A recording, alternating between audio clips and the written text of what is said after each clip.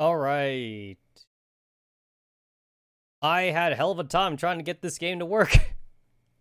I had a lot of time getting this game to work, but now it's working. Awesome. So we're cats. We're cats.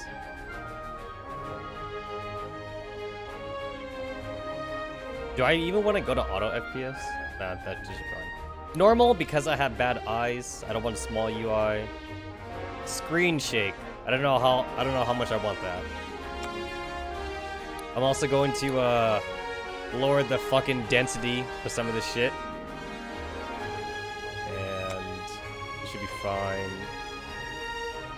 I very rarely ever play my games in full screen, mostly because like I alt tab a lot. So full screen's kind of an annoyance. Alright, there we go. I don't want screen shake. I'm going to leave screen shake on just to see how much it annoys me, and then I'll turn it off later on if it does. I find that like I usually find it pretty annoying. Also, this is one of those kind of games that like doesn't continue playing when I alt tab. That kind of annoys me, and I don't think there's a way to just enable it unless like I start doing that cool thing that like the hardcore streamers do, where like they have a gaming PC and they have a streaming PC. Yeah, I don't got the money for that. I'm still trying to fucking save up for my down payment. So yeah. Oh, let's talk about that. Let's talk about that. Boom. Alright. Alright, I'll go ahead and just leave the music up and running. Let me go ahead and lower that first. Alright. There we go, that should be good. Hold on. Alright, cool. Alright. So, some real life chat. Alright, real life chatty. Tuesday, there was no live stream. There was no live stream on Tuesday, for those of you that may have noticed. I tweeted about it, and I did announce it in Discord. I did upload something on YouTube. I uploaded my very first YouTube upload ever. And according to my computer, that video is dated to 2008. I feel like maybe that might be a little bit off. It's like 2008 for like the modified thing. I think I might still have like the Sony Vegas Pro save file. Maybe I should check that. That'd probably be a more accurate date for that. But for the Flanders Christmas one though, I definitely remember 12, 13 years ago making that video. So that was my very first YouTube upload. I can't remember what my very first upload was that had my voice in it. I'm pretty sure I did not do a pre-recorded video for that. I think that was like a Twitch TV stream. I think I actually remember too, my very first stream, I had like, I think 8. I had like 8 top viewers or some shit. When I say 8 top viewers, I mean like I had at most 8 people watching me. And I think at least 2 of those people probably found me from YouTube. And then, like, they found out I was streaming, because I'm not sure if I even announced that, but yeah. But I had the same username for most things, so I think maybe that's how they found me. But I'm starting to get off topic.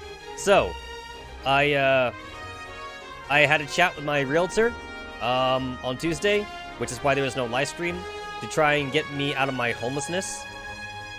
Also, I'm not sure if I should feel good about this, but it kind of makes me not feel as bad.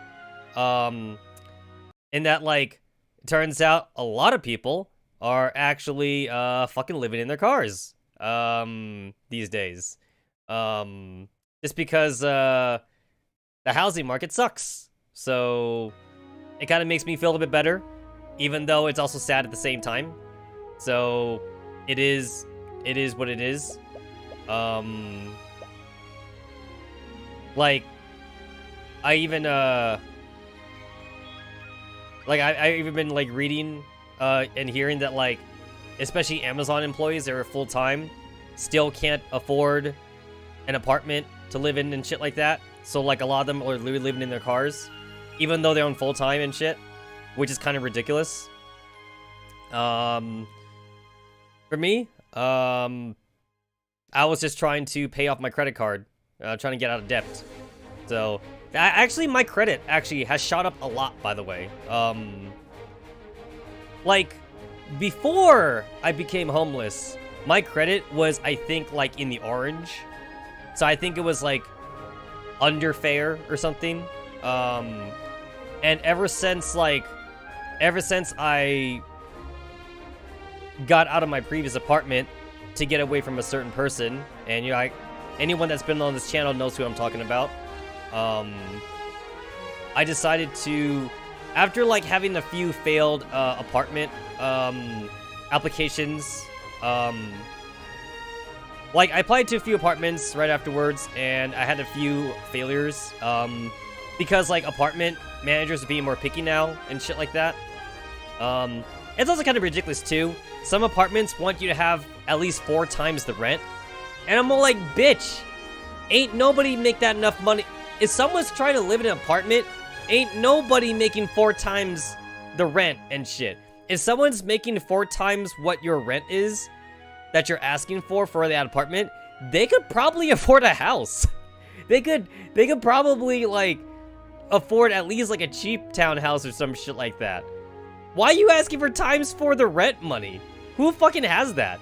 Like, okay, so, like, I don't live paycheck to paycheck, thankfully. But here's my question, though. A lot of people who live in apartments live paycheck to paycheck, right?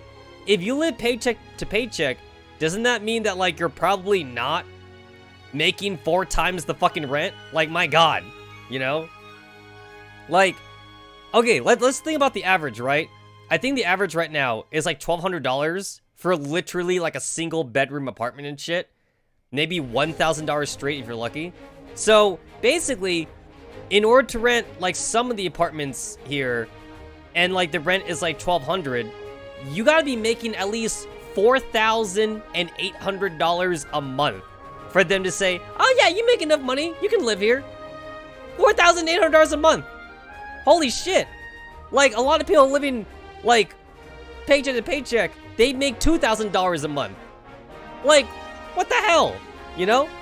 So, like, other than that, though, like, I've also been told that, like, my personality wasn't a good fit for, like, the apartment complex and shit, and, other stuff like that. I don't know. Anyway, that's when I decided to, kind of, like, stay homeless for, like, a little while longer on purpose to pay off my credit card. Because why not? Because I had credit card debt. And since I've been doing that for the past few months now, my credit score has actually gotten really good. It's shot up by, like, literally, like, I think 80 to 90 points in, like, just a few months. That's really, really good, honestly. And my realtor says, yeah, dude, like, your credit's actually really good. Like, most banks will definitely give you a loan to buy a house, or at least a townhouse, which is what I was shooting for in the first place. Because he asked me, like, what are you going for? Condo, apartment, well, not apartment, but, you know, condo, a house, family home, or whatever shit like that. And I told him, like, well, I was shooting for a townhouse, but if I can get a house, you know, somehow, that'd be great too, you know? It's like, basically, I'll lower my expectations of townhouse, but if I could get a house, that's a cherry on top. He told me, actually, funny enough, he told me there's technically no such thing as a townhouse, like, as far as, like, realty is concerned. Basically, if it's not a house, he says, it's considered a condo. And, if it's not a condo, it's considered a house. Like, technically, things such as, like, townhouses or whatever, those are considered condos too, because, like, they're attached to other buildings and shit. And, like, it's labeled as condo, like, officially, I suppose. And I'm like, huh, I didn't know that. But anyway, it's just, like, semantics, honestly. Like, for the most part, you talk to any realtor, they're gonna know what you mean when you say townhouse anyway. And, like, to be fair, when you hire a realtor, they're the ones doing all the paperwork for you anyway. But either way, so I can get approved for, like, around $200,000. Actually, it sounds like I could get approved for, like, $500,000 even with my credit. But the thing is, though, is that, like, most banks require at least a minimum of 3% to 4% down payment. So, like, if I were to ask for a loan for $500,000, I would need to upfront a huge down payment. Like, fucking $20,000 or some shit like that. I'm like, I need a place to live, like, now. You know? I need a place to live, like, now. So, I don't need anything fancy. That's why I was willing to settle for a townhouse in the first place.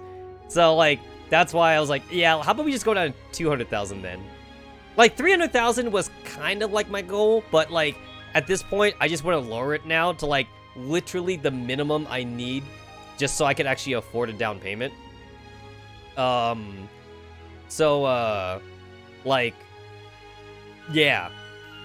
So basically, I'll need for a $200,000 loan, I need $6,000 for a down payment, which isn't actually too bad. That's definitely something that I could save up for, even if it might take me a while at least, but it's realistic, you know?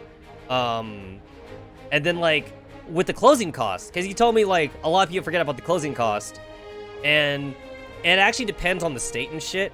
It depends, like, where you live and crap. So at least where I live, he's like, you know, we're looking at, like, at least $2,500, but maybe you should have, like, $3,000 as, like, a safety buffer. So that means I need at least $9,000 to, like, you know, just for the closing costs and the down payment. So I need to spring $9,000 out of my ass, and then we could talk basically. Now here's the thing: there are like different kind of loans you can get where you don't have to pay a down payment for, but it turns out that's actually extremely limited and unfortunately does not apply to me. Like, one is if like you worked in the military, and obviously that doesn't apply to me, so scratch that out the list. Another one is like you can like not have to pay down payment if you go for like a certain area or some shit. So like my realtor looked up the areas where like that would be, and like we're talking like fucking smack dab in the middle of nowhere, and I'm like, no. Maybe if I like had a thing where like I worked from home, maybe that might be a little bit okay then. But like, I like the city life. I like the city life. I'm a fucking city slicker, y'all. None of this country crap for me, you know. So I ain't gonna live on a fucking farmland and crap. So yeah. And he's like, all right, cool. In that case, yeah, we're gonna need that down payment. I'm like, okay, that's fair. That's fair. That's how this shit works. So I'm gonna have to save up. Meaning I should not do what I just did today and bought pizza. I should like be fucking living off a cup noodle for a while, which I'm not gonna do obviously because that's super unhealthy. So like, to be fair, cooking your own food and eating your own food is more healthier anyway than eating out. So yeah, there's that. But that is my current housing situation right now. So the odds of me getting a house probably is not gonna pan out. And I guess I am gonna go for a townhouse. Now, another idea that was shoot off to me is like, how about you rent? You know, like don't go for an apartment. Like rent a house or rent a condo or rent a townhouse from a private owner, and like then you could use that to save up, you know. And then like I was like, that sounds pretty cool. I could have like my own space finally and shit. But here's the problem I have with that though. I'll have to pay rent again. So like that would kind of like take longer. Like basically like there's two ways to look at this. It's like, so since no apartment will like, or since a lot of apartments these days are fucking choosy as shit, I would need to rent from a private owner.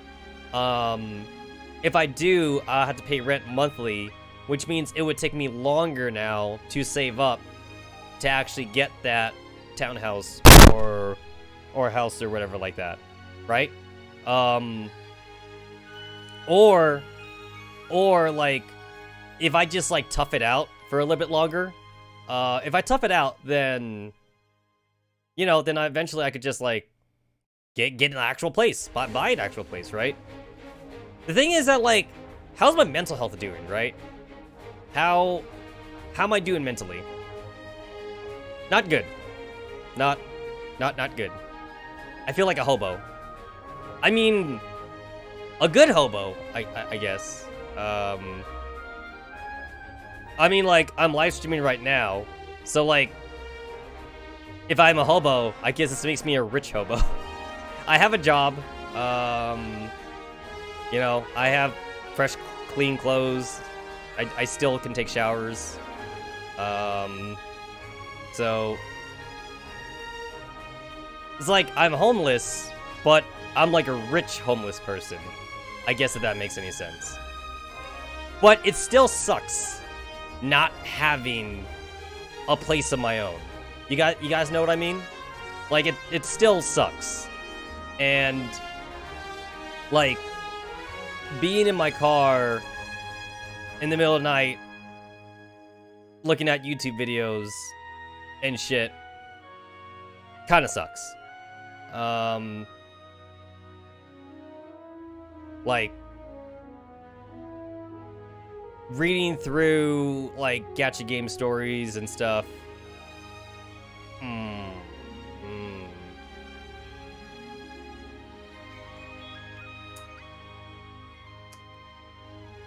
Just, yeah. But I keep telling myself I could tough it out. You know? And the thing is that, like, there's a silver lining for everything. So I just keep telling myself that it could be worse. It could definitely be worse.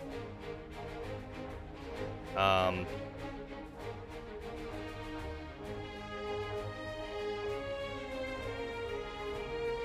don't want to, like, work, like, 16 hours a day, 18 hours a day, like some people do. I guess I should feel privileged about not doing that. I could do that if I really want to, like, fast forward the money I make, but I don't think I could mentally and physically take that. I have a huge amount of respect for people that can work 2 physical jobs. One of my coworkers actually at work, he does that for his family. Like, what he makes at work isn't enough, so he does have a second job. And he would tell me, like, you know, like, after we clock out, bro, I'll be driving over to my second job, you know? Because his wife doesn't work or something. His wife got sick, so, like, I think she got laid off or something. Something like that. Not COVID sick, but she just, like, she was unable to work or something like that. And he has 2 kids. So he's working 2 jobs to provide for everyone. And dude pretty much is spending nearly all his time at work. Or working. Not my work, but, like, just a work in general. I have a huge amount of respect for people that can do that. And not just people who are doing it for their family either. Just people who are doing it even for themselves. Like, anyone that could actually just, like, pull that off. I can't do that. It's like, I guess I probably could. I'm young. But I just don't think I could mentally take it, though. I just would be dead. Like, on the inside. It's like, yeah, I have money. But at what cost, right? I'd be a zombie. And that's what people look like to me. Like, when I see some of these people that I know that do that, some of my acquaintances, they look like zombies. That's not living, right, guys? That's not living. I mean, I understand if some of these guys have a family to take care of, but for the ones that don't, for the ones that are just single like me and, like, they're just taking care of themselves, that sucks. That's not living. You know? So, like, yeah. I remember, okay, wait. So, okay, let's segue this into another rant. All right, guys, I know somebody from high school. All right, we don't really talk much at all, honestly. In fact, the only reason I even know, like, how he's doing is because we legit just happened to meet up randomly and crap, and then, like, we kind of, like, Facebooked each other, and that's it. But that's pretty much, like, 100% of our interaction, though. Like, it's not like we call each other. It's not like we hang out or anything. We just happen to, like, keep up with each other on Facebook and shit. But, like, I don't post a lot on Facebook in general, though. Like, do you guys want to know, like, what nearly, like, 90% of my Facebook posts are? It's fucking convention shit. Like Evo. Like, Evo, or like Anime Con, or some shit like that. Like, or Comic-Con, or like, if I'm hanging out with Taka and we're going to, like, a small anime thing. Like, that's, like, 90% of my posts. I don't post life shit on my Facebook. Like, I honestly don't. I post more shit on Twitter than I do on Facebook. So, like, for me, Facebook's not something I use anyway. But, like, he posts almost everything that happens to him on Facebook. That's the only reason why I know what's happening with him. But anyway, so dude, ever since we graduated from high school, he has been working his entire life making money. Which is it's a good endeavor. Don't get me wrong, right? Money makes the world go round. So, he's been going to college, graduated. I think he went to college for 6 years. So, like, it's not a master's degree. Or I think there are some master's degrees that are 6-year college, but I think most are 8 or 10 years. But, like, he got a degree for 6 years of college. I forget what it was he actually went for. And then, like, he also started working, like, the stocks. And, he started, like, trying flipping houses for a small time, but he stopped doing that, too. Basically, money. He has a girlfriend, but, like, it's not, like, his one true love. This is, like, his second or third girlfriend since high school. In high school, he had no girlfriend, I believe. So, like, he got his first girlfriend after high school, like, in college or some shit. But, like, he works all the time. Like, I think he said it himself, too. He works 20 hours a day. Like, I think he even said he bought, like, a car wash. Like one of those self-car washes things. You know, like, basically, he just goes in to maintain it. But, like, you kind of, like, just do it yourself, though. Anyway, like, he's doing that. He's also, he owns some soda machines in various spots, so he goes to pick those stuff up, too. And like I said, he was, like, flipping houses for a small while. And by small, I mean, like, a year or two. He also has, like, his day job. And then once he's done with his day job, he is coming back home to take a nap. And then, like, he's working as a freelancer, like, at another thing or some shit like that. And this has been since high school. And I graduated since 2005, guys. So, from 2005 to now, it's been what? I cannot do math. Hold on. 2021 minus 2005. Alright, 16 years. It's been, my god, it's been 16 years since I graduated high school. Okay, it's been 16 years. So, pretty much for the past 16 years, when he was not going to college, he was working. And then now that he's out of college, he's been working not 2 jobs. He's been working, like 2.5 jobs along with his freelance stuff and, like, maintaining, like, his other things that he bought and shit. So, like, he goes home to sleep. And I'm like, he has a girlfriend, but then I asked him, like, bro, when's the last time you two, like, had a date or something, like a date night or some shit? And he's all like, I don't know. And I'm like, how can you call her your girlfriend then, if, like, you guys don't do anything? Like, you just go home to sleep. You just said yourself. And he's all like, well, she lives with me, and, to be fair, when I go home, she's already asleep, so I try not to wake her up. And I'm like, she's just living with you then. You guys are practically roommates. You're roommates that just happen to sleep in the same bed, basically. Like, he just works. He just works. That's all he does. I mean, yeah, is he making more money than me? Probably. Most definitely. It sounds like he's doing pretty good for himself. But then, like, when you really look at what he's doing, though, it's like... And then, like, the money that he makes is, like, going back to pay off his student loans, because that's a fucking thing, right? It's crazy how some people can have a master's degree and be in student debt for, like, the next 10 or 20 years because they couldn't get a good job. Isn't that not insane? Like, holy crap. Like, dude, why you go even to college, right? Why'd you even go to college? I mean, college is not terrible. I'm not saying that. I'm just saying it sucks how college can misrepresent, like, how much money you can make. And then, like, next thing you know, you're, like, literally, like, $500,000 in debt sometimes, depending on the degree you took. And you're practically spending almost the rest of your life trying to pay that off if you can't land a good job. You know what I'm saying? Especially if you did not get, like, a scholarship. That's basically what I mean, for people that didn't get a scholarship. To be fair, $500,000 in debt, I'm kind of exaggerating there. But still, though, for some degrees, though, it's like $100,000 to $200,000 in student debt, you know? Like, Jesus. Anyway, so he's paying off his student debt. At the same time, he got bills to pay, for, like, his house and shit. And again, like, his girlfriend, whatever money he spends on her, I suppose. Not that that's a terrible thing, but it sounds like they literally don't even do shit together because he's always working. So, what do you do for fun? You make money. Now what? I couldn't live like that.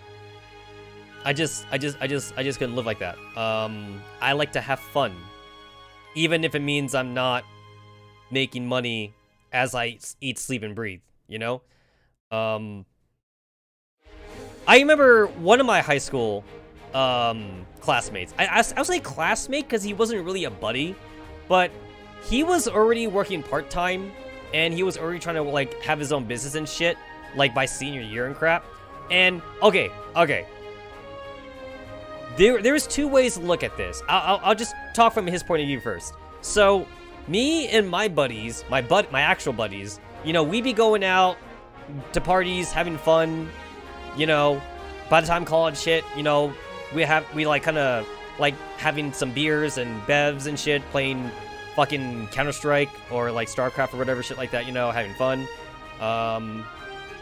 You know, Taka would come visit from Japan. I'd show him around and crap like that, and everyone make fun of how Japanese he is and shit. You know, things like that. We do some karaoke crap, you know, whatever, play some Smash Brothers parties, you know. And then, like, this guy right here, like, you know, like, okay, so from his point of view, we are wasting our youth, basically. Because he's all like, I'm making money, and, you know, like, I don't want to waste it on beer. I don't want to waste it on video games, because, like, you know, I'm gonna make money, and I'll be just working for the next 20 years so I can retire at like a good age of 45 or some shit like that. And like also like he like never dated either because women cost too much money. And like girls are a distraction and shit. So like, you know, like from his point of view, he's gonna retire at 45, you know, whatever, 40 or something. And then like live the good life and shit like that. Or the good life, quote unquote, from his point of view. Me, I'm having fun. I'm surviving. I'm paying my bills. I may not have a giant mansion or shit at the end of the day, but like, I got stories to tell from my youth, and you guys have heard me tell these stories here. What's he gonna say if you ask him? It's like, dude, what you do in your college years? He's gonna be like, I went to college, and then after class I went to work. And then after that, like, I studied for business. And then after that, like, I bought a business. And then after that, I made more money. And then I went to college some more. After that, I graduated. And now I'm in student debt. So now I work 2 jobs. Like, okay, so, like, even if we assume, like, he actually be making good money, like, okay, I don't want to keep up with this guy or whatever, but, like, even if you assume he'd be making good money, let's say he's making, like, I don't know, what's a good number I could just, like, spit off? I don't know, like $180,000 a year, $200,000 a year and shit like that. He is working, like, almost 24/7. And even if he retire, let's say he has, like, a couple $1 million by the age 45, according to his little, like, life guide or whatever. You know, like, his little blueprint. His goal, his objective. 45 years old. let's say he saved up like $3 million in the bank. He's got a big 2-story house. Here's my question. Now what? Like now what? He has no hobbies, right? Like, that's all he did. He just worked. So what do you do now? Like, he's not married because he said that girls take too much of his time. So is he gonna hire, like, die of stress at 60? Like those are the guys that have a lot of money but have no love either. So, like, they have sugar babies, right? And, like, a sugar baby is just a bitch that, like, you pay to act like she loved you, you know? And then, like, some sugar daddies, they have multiple sugar babies and shit. And then, like, any one of these sugar babies, they want to tell you they love you, they want to marry you, so they can fucking take your money when you die of a heart attack and shit like that, right? Like, I couldn't do that. I don't know how people do that, right? Like, no wife, no kids, because they never dated when they were young, and, like, they have no hobbies, so, like, you're retired now, but what are you gonna do? Like, here's the thing. Some people say they want to travel, right? For me, traveling, though, the fun of that is to go with friends or to, like, share it with someone. Whether it be, like, your significant other or just your buddies or some shit like that. You're, like, 45 years old or whatever. You retired because you made all that money and whatever shit in your like, youth or whatever. You have no friends now. You got coworkers, I guess. What are you gonna do? Get a sugar baby? You guys can go to Paris or some shit? She don't care about you. You know? She care about your money. She wouldn't be your sugar baby if you didn't have money in the first place, right? Like, you know, it's like, I'm gonna go to the Bahamas to enjoy my retirement. But it's like, what do you though? You watch, like, the hula dancers and you drink, like, a fucking Mai Tai or whatever shit like that, like, at the beach, sunbathing. Like, okay, I get it. Different strokes for different folks, right? I get it. But, like, for me, it's about the company you keep. Like, to sunbathe at the beach, you could sunbathe at home. You don't gotta do it at the beach. You don't gotta do it in Jamaica. You're doing it to, like, show off that you're sunbathing at Jamaica beach or whatever. You're a millionaire by yourself. Or you got a sugar baby in her bikini or some shit like that. With her fucking, for the fucking implants, her fucking E-cup implants or whatever shit, you know? It's like, nah. No, just, that's not for me, man. I wouldn't be able to live like that. Like, I may be struggling right now, but I would say that my mental health is probably still better than someone who's working 24/7. So yeah. At the end of the day, we are all just killing time until we die. That's true. That's true. Which is why I don't want to spend it working 24/7, right? Like, here's the thing. I may not be making money 24/7. I may be off the clock when I'm off the clock or whatever shit like that, right? I may be in my car watching YouTube videos or some shit like that, but that's like mental fatigue that I'm recovering versus me being on the clock working, or me being in college studying. And also, so right now the only debt that I have, guys, is my credit card debt, which, to be fair, that's kind of like self-imposed, right? Like, nobody technically needs a credit card. All credit card debt is like kind of self-incurred. But, like, a student debt is something that hangs over you, you know? And then for those of you that, like, are not American, like, you know, it's like, I get it. Like, some people, some countries have, like, so-called free education and shit. You know, I get it. But, like, you know, I'm just saying, at least here in America, it ain't free education. So we have student debt as a thing. You know, whatever. I don't want that hanging over my shoulders, which is why I dropped out of college once I found out I was going to college for no reason. No fucking reason at all. You know. The thing is that, like, a lot of people get sad when they have to admit to, like, their friends or shit that they're a college dropout. For me, I actually kind of wear that as, like, a badge of honor. Because, like, I never got kicked out of college. I never failed college. To me, college failed me, and I left college. I just use the term drop out of college as, like, a catch-all term, but, like, There's a lot of different ways to interpret that, though. I left college willingly because, like, I was going there essentially wasting money. Like, why was I there? I was there because it was what everyone else was doing, and it was kind of pushed onto me by my family. My fucking toxic-ass family that, like, thinks everybody should be, like, a fucking doctor or, like, lawyer, someone to parade around and shit. I forget what it was that one of my cousins did, but, like, I have no animosity towards my cousin. But, like, she comes from a very broken family, and she essentially raised her sisters herself because her dad was not really there for them. So, like, I have a huge amount of respect for her. Anyway, she worked hard in high school, and she worked hard in college, while at the same time taking care of her little sisters. Her dad has been through, like, 2 failed marriages and whatever on his 3rd marriage. She raised her pure blood sibling, but she also kind of raised her half siblings too, though. Like, that takes, dude, that takes strength, man. You know, like, holy crap, for like having like bullshit parents and shit. So anyway, she worked hard and she got a good job, and, like, you know, like, she eats out all the time because she can afford to. And you know what? Like, good on her. That's great.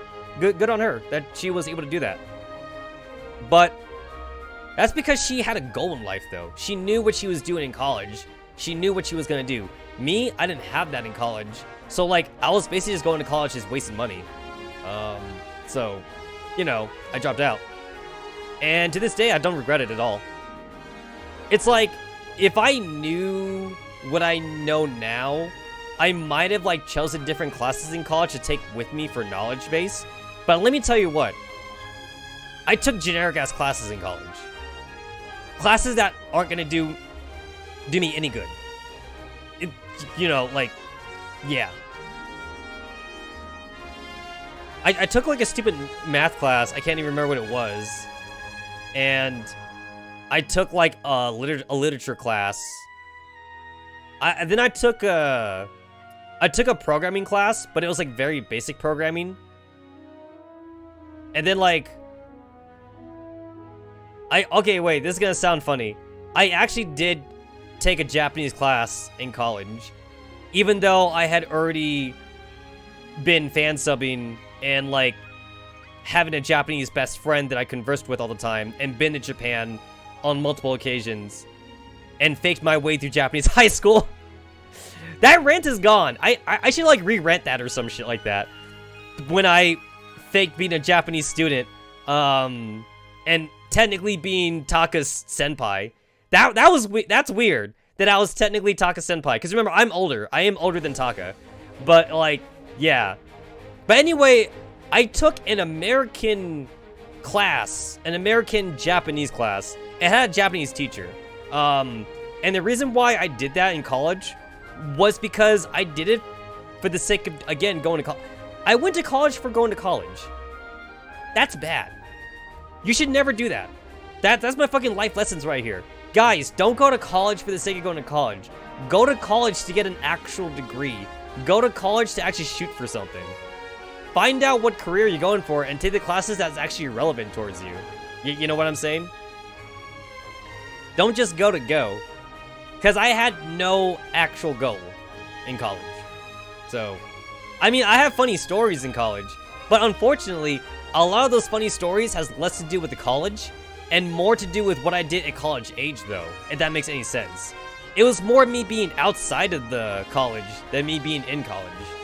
So, yeah. So when I talk about my crazy college life, or when I talk about my crazy high school stories, most of the time it never deals with the actual subject. Actually, that's not true for high school. I did a lot of shit in high school as much as I did out of high school. But for college, that was a little bit different. College was never about the college. This sounds very depressing, but again, I do kind of wear that with the badge of honor. Just because I was able to kind of figure out what it was that, like, made me happy. So, yeah. Anyway, too long didn't read. For those of you just tuned in right now, I don't want to work 24/7. I would like to have fucking a day off. Because some of my coworkers that have 2 jobs, they don't have a day off. They never have a day off. And to me, you kind of like need to recover that mental fatigue, honestly. Like, I wouldn't be able to do that. Honestly, even, okay, here's the thing. Some people think that you need to actually do shit on your day off too. It's like, guys, if you need to actually do something on your day off, it's not a day off. Like, if you need to plan for something, right? For me, like, if you spend a day off, like, literally just sleeping the whole day, that's recovery. It may sound like it sucks, like, let's say you plan to play, like, a new video game that you got, right? Let's say a new game came out. You're like, oh man, I can't wait for my day off. I'm gonna go play the shit out of that. I'm gonna play it all day. But then you sleep in, right? You sleep in because, like, you're not going to work. And then it turns out you spent, like, I don't know, 12 hours sleeping, 16 hours sleeping a day. Some people may feel like that was a waste of your day. But to me, if you actually did spend that amount of time in bed, like, actually, like, sleeping and not, like, on your phone or shit, but, like, actually, like, conked out, like, knocked out and shit, that was not a waste. That was mental fatigue that you're recovering, and that was physical fatigue that you're recovering. It was something that your body needed, and that's why you didn't wake up, you know? I remember, VTuber story, Coco Sensei, or whatever, Coco-san, like, Choco, not Coco, Choco. Choco Sensei? Yeah, the fucking succubus chick for Hololive. Anyway, like, she said that, like, there was a day where, like, she literally slept, like, an entire day. Like, she thinks, I think she said she slept, like, 30 hours or some shit. So, like, when she woke up, like, she went to her phone on Twitter and shit, and she was absent for a whole day. And then, you know, people were like, saying, like, oh my god, you were gone for a whole day, like, what happened? And she was like, what? You mean I've only been sleeping for like 6 hours? And then, you know, it's like, she thought it was like Saturday or some shit. And then people was like, what are you talking about? It's Sunday. And she's like, what? Like, basically, she really did just spend the entire time in bed because, like, she wasn't even on her phone. So, like, she was resting for the entire time. And I say that's something that your body needed then, if you did that. So for me, it's never a waste of a day off if, like, you're just resting, you know? And you don't rest if you're working, like, 2 or 3 jobs and you're always working for different companies, different people. That's not... There's just no such thing as a day off then. There's no such thing as resting. Like, one of my coworkers, for example, has 2 jobs, and basically every day he is always going from one job to the next. Like, either he works in the morning for his other job, and he comes at night for my job, or he's working in the morning for my job, and he goes at night to his other job. And then, like, there's literally one day, I think he said it was, like, Friday or something, where, like, he only works one job. And for him, that's a day off. And I'm like, dude, that's not a day off, though. Like, I think on Friday, like, he only works my job, and then he gets to actually go home. He gets to go home and relax, at least until Sunday, where he's at work 2 jobs again. He works 2 jobs for 6 days of the week. And then for the 7th day, he works 1 job. I don't know about you guys, but that don't sound like real relaxation to me then.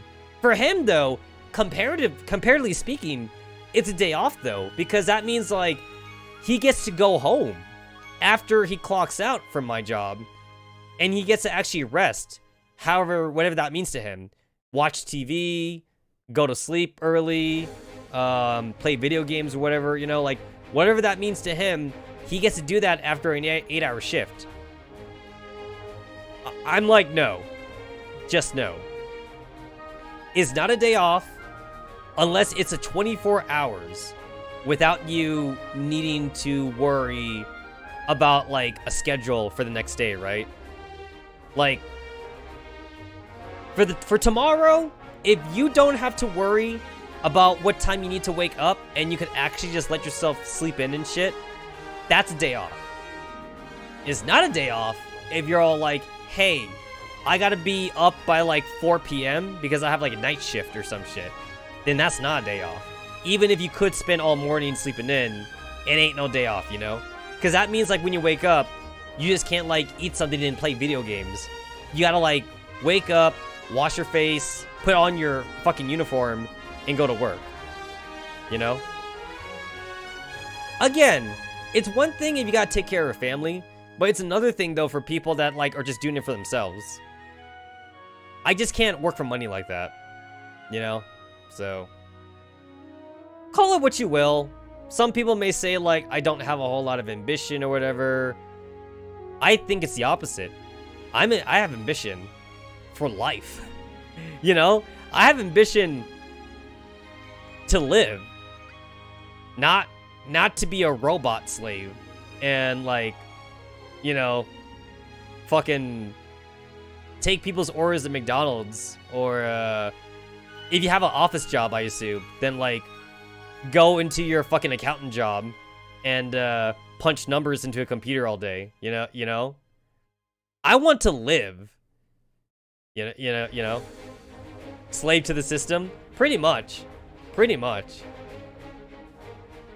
I'll work my 9 to 5, and then I'll get to play video games or some shit. I'll look forward to my day off, and then on my day off, I can do whatever the fuck I want, you know? I think you mean wage cuck?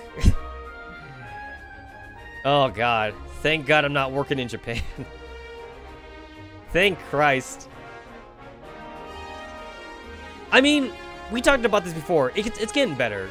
Japan is not as much of a slave corporation thingy as it used to be. It's still there, though.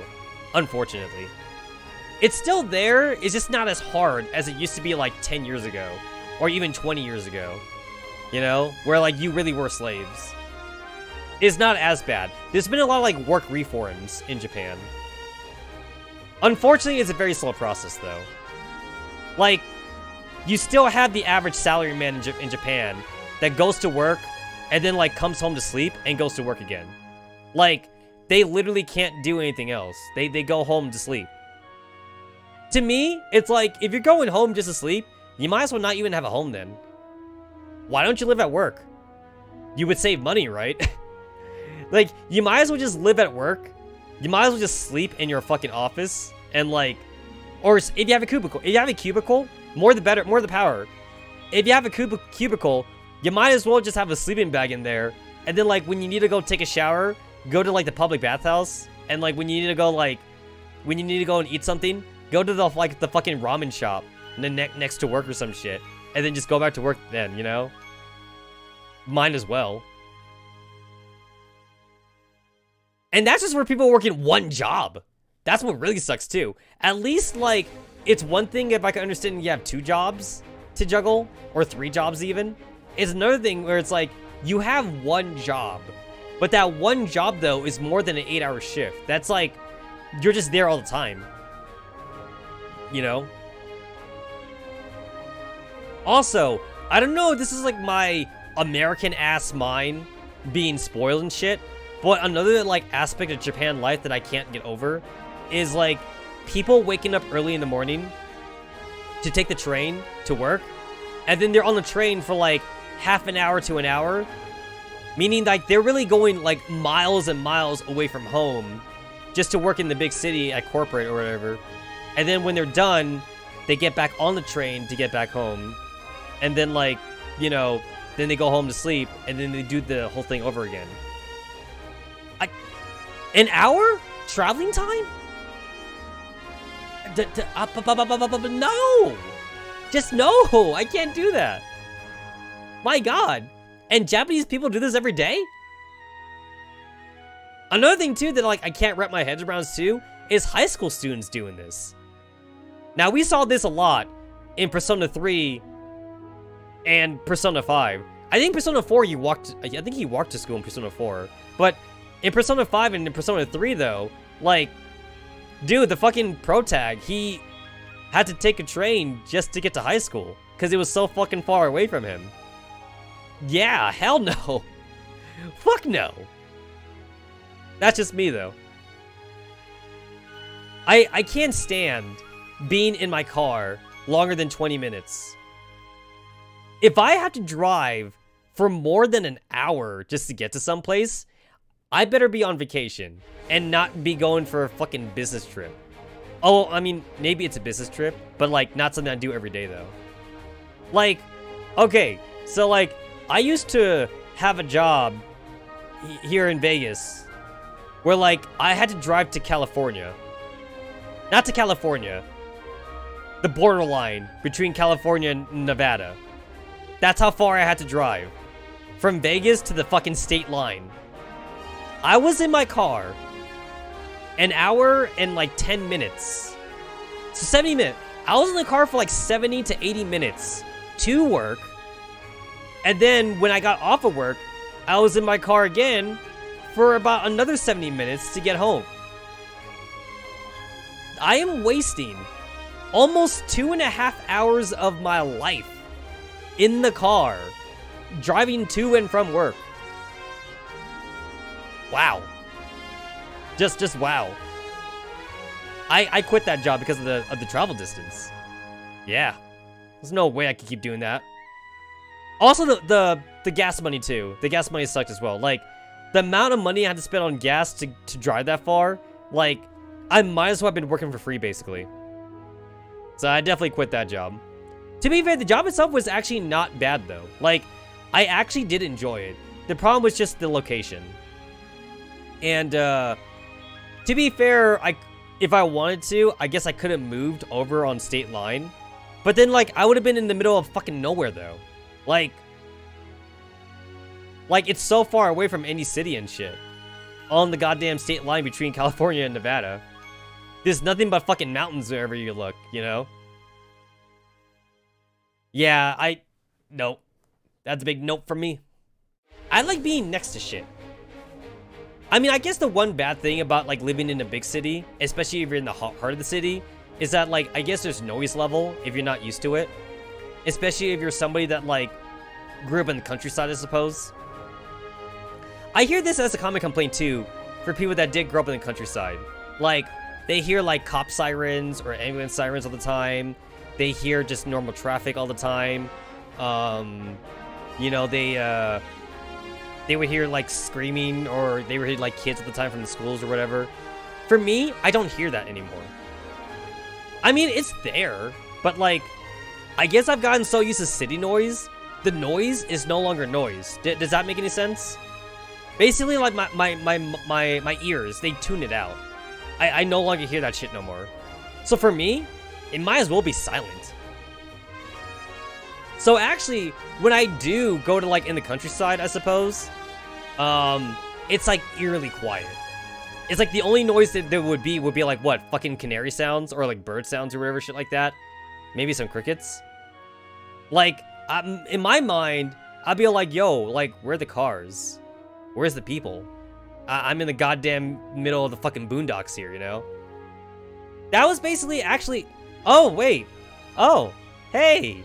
Let's have another fucking rant. Let's segue again. All right, hold up.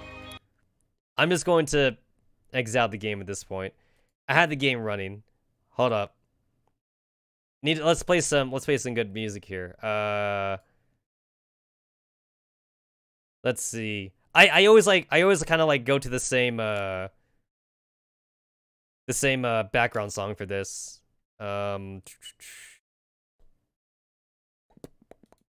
Here we go. Which one is it? I think it was this one. You know what? Like, I'm not even like a Fate Stay Night tard, a Fate Grand Order tard or anything like that. But like, this particular song from Fate Stay Night, the original, it's like such a good like background music. So anyway, so this happened like back in like 2004, 2003 when I went to visit Taka. I had never been to an onsen before, right? I'd never been to an onsen. And I think at the time, me and Taka online, we were like talking about like some of our favorite harem animes and shit. And we got to talking about like, hey, we got to talking about like harem tropes, right? Like usual harem tropes. And we were like, oh my god, there's always like the beach episode and the onsen episode.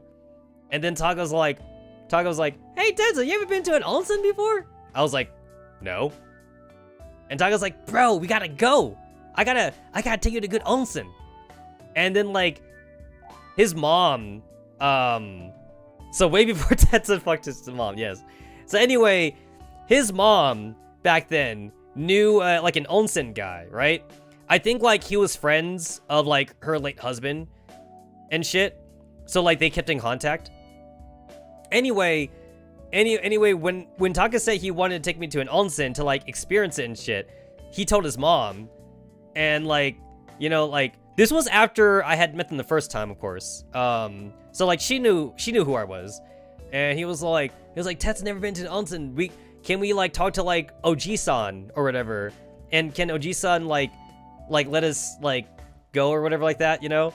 And then like Taka's mom was like all aboard. She's like, oh yeah, like we haven't been to an onsen in a while. Yeah, let's go. We'll make a family trip out of it. And like, and I was all like, oh, like, you know, like you guys don't have to do all that for me. And also like, you know, like it's not a family trip if I'm going. And Taka's mom was like, oh no, like you're practically family now. And I was like, oh, well, I'm flattered. So anyway, I planned for that summer vacation to go to Japan, visit Taka again. You know, we did like our little broski handshake when we met. And, you know, after like I got settled in and got rid of my jet lag, like about 2 days after I had spent the night over, then we planned to actually go to the onsen. And we were gonna like spend like, I think 3 to 4 days at the onsen, but that didn't happen actually. And I'll get to that in a bit. But anyway, in like the 1 or 2 days of me trying to get rid of my jet lag, that's when Taka's mom was like talking with like her friend. Again, I'm pretty sure like it was her late husband's friend or something. And she was like, oh, like, you know, like this is for Tetsamaru, you know, like my son's Gaijin friend I told you about. And like, you know, he never been to an onsen before, so I want him to experience everything. And like, he was like, oh yes, your son's Gaijin friend. Ah, yes. He a white boy? He said that, by the way. Like, he literally used... I heard him over the phone, because he was kind of, like, screaming. He used the words white boy. and she's like, no, he's American, but he's not white. He's actually Taijin. Because Taijin means Thai person. So, like, well, you know, like, I'm a Thai American person. I'm not actually white. It's like, you know, and he's like, oh, Taijin. I love Taijin people. I love their Thai food. And I'm like, oh my god, like, I almost feel offended at this now. I mean, nothing offends me. I'm just saying that as a joke. But anyway, like, he's like, oh yeah, sure, like, we'll book you guys a room and everything, you know? And, it was actually free, by the way. Like, I was worried about being a burden, because honestly, like, I'm fine just to hang out with Taka, even if that's what I do for my entire, like, vacation. But, like, no, like, actually, like, the OG-san was, like, really nice. He was like, oh, yeah, like, you know, you guys are, you know, you guys were, you know, like, you're the wife of, like, one of my best friends who died or whatever shit like that. And, you know, like, you guys stay for free. You know, you guys get a good room for free and shit. And also, like, I want to meet Taka's friend or whatever. So we went on we took a road trip, basically, because we didn't go on a train. So, like, Taka's mom at the time had, like a Mini Cooper or, like, some shit like that. I don't know how to describe it. I don't want to call it a van, though. It was not a van, but it was very spacious. I guess it is a van. I don't know. It's a van, but I don't think it was advertised as a van, though, if that makes sense. Anyway, there was a lot of, like, trunk space. So, like, you know, like, we packed stuff for, like, the whole trip. And again, we were meant to only stay there, like, 3 or 4 days. But that didn't happen. We were there for a week, which is longer than what we planned to stay for. I'll get to that in a moment, though. So anyway, we drove there, and it took us, like, all day to drive there. That's basically how far the onsen was. We practically drove from, like, almost, like, one end of Japan to the other, basically. And it was actually kind of fun. Like, we made a lot of stops along the way. So, like, I think that was kind of like a trip. That was kind of like a trip of itself. Like, we stopped by, like, some good places to eat. And every place that we stopped by was basically like an acquaintance or like a friend of Taka's mom, either through Taka's mom herself or like, again, from her husband's like acquaintance or friends, you know. And for those that don't remember, like Taka's dad, he died when he was like really young. Like, he says he still kind of remembers his dad, but I think he was like 4 years old or some shit. He was like 4 or 5 years old, like when his dad died. So like, he says that he can remember his face, but like, maybe by now, it may be like he can't remember like his voice anymore. It was such a, like, for him, like at this point, it's been such a long time ago. But yeah, so like, Taka's been raised by his mom singly this whole entire time. And at this point, she never got remarried or anything. She's had like a couple boyfriends, but like, you know, things never really panned out. You know, things like that. So he got used at an early age of like his mom dating. Like back in high school, like we used to joke all the time about like how Taka would get like a date, and then like we'd be like, you know, like, so you got a date also, Taka's mom? Like, because basically like there was a time when like basically they were both dating. Like Taka's mom would like be all like, oh, like, you know, like I won't be home tonight because I got a date. But then Taka would be all like, oh, like I won't be home either because like I asked this girl out in high school and shit. So like neither of them would be home because they're actually both going out. You know, like that's kind of funny when you think about it. But anyway, get back to the back to the Onsen story. So anyway, like I said, it was like a road trip. Took us like all day to get there. We left in the morning, and then we made a lot of stops along the way. And by the time we got to the onsen, it was like, I think it was like 8 p.m. We left at 8 a.m. and it was like 8 p.m. by the time we got there. So the sun had already set and everything. And then like the Oji-san was actually there to greet us, like actually at the front door, because I guess like he kind of like already figured how long it would take us to get there anyway. So like, you know, like Taka was like, oh, Oji-san, like, were you waiting for us? And he's like, don't worry about it. I actually just sat here for 5 minutes thinking you guys were getting here. So like he pretty much knew right on time how long we would take or something. So anyway, like, you know, like he looked at me and he's like, yes, you are not a white boy. You are not a white Gaijin. You are Asian. You're Asian Gaijin. And I'm like, Asian Gaijin? That rhymes. And then like, you guys know that like Japanese fucking love their puns and shit. So like, he actually got a kick out of that. And also, actually, by the way, he spoke really good English, by the way. Maybe because like he works at an onsen, so he gets a lot of tourists. But he actually did speak really good English. Because like his English pronunciation was better than Taka's at that point. And anyway, he was like, I like you. I like you. Asian Gaijin. Ha ha ha ha. Like, he was like your stereotypical like Japanese Oji-san, if that makes any sense. Like he was like a really nice dude. Anyway, like he brought us over to our rooms. Again, like really high like quality rooms and shit, like practically like VIP rooms and crap. We ate sushi, by the way. We had sushi for dinner that night. It was really good. We had like the boat sushi. You know, like the sushi that's like in that like those cradles, those very fancy cradles. Really good. And like I said, Taka's mom didn't pay anything. The guy gave us basically that 1 week for free. Even though we were meant to stay there for 3 or 4 days, the idea was to give us the entire stay for free anyway. So, anyway, the next thing that happened made Taka very, very uncomfortable. So like a lot of the onsen workers, they were very familiar with Taka and his family, as well as like Taka's dad. So like, I guess Taka's dad and his mom probably went there a lot in their youth, which is why like everyone is very familiar. And like, dude, like at least like 3, maybe 5 of like the servant dudes, they were like all hitting on like Taka's mom. Like they were like, oh, you go on any good dates lately? is there a spot open for me? And shit like that. And like, I'm like looking at this from the outside point of view, and I'm like, is he serious? I think he's actually serious. And like when one was done flirting with Taka's mom, another one would come by and also flirt with Taka's mom. And Taka's like, oh my god, no, it's happening again. No, I don't want this. And then like, it took like the head maid to kind of like shoo all the dudes away.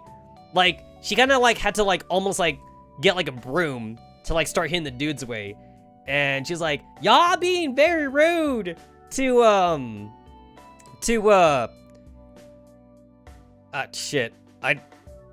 He's dead, so like I still don't want to say his name. But like, she was like, you know, you're being very rude to like Taka's dad, you know, his late dad or whatever shit like that. You're being very rude to like Mokihito-san. I just made that up right now, by the way. You're being rude to him for hitting on his wife and shit.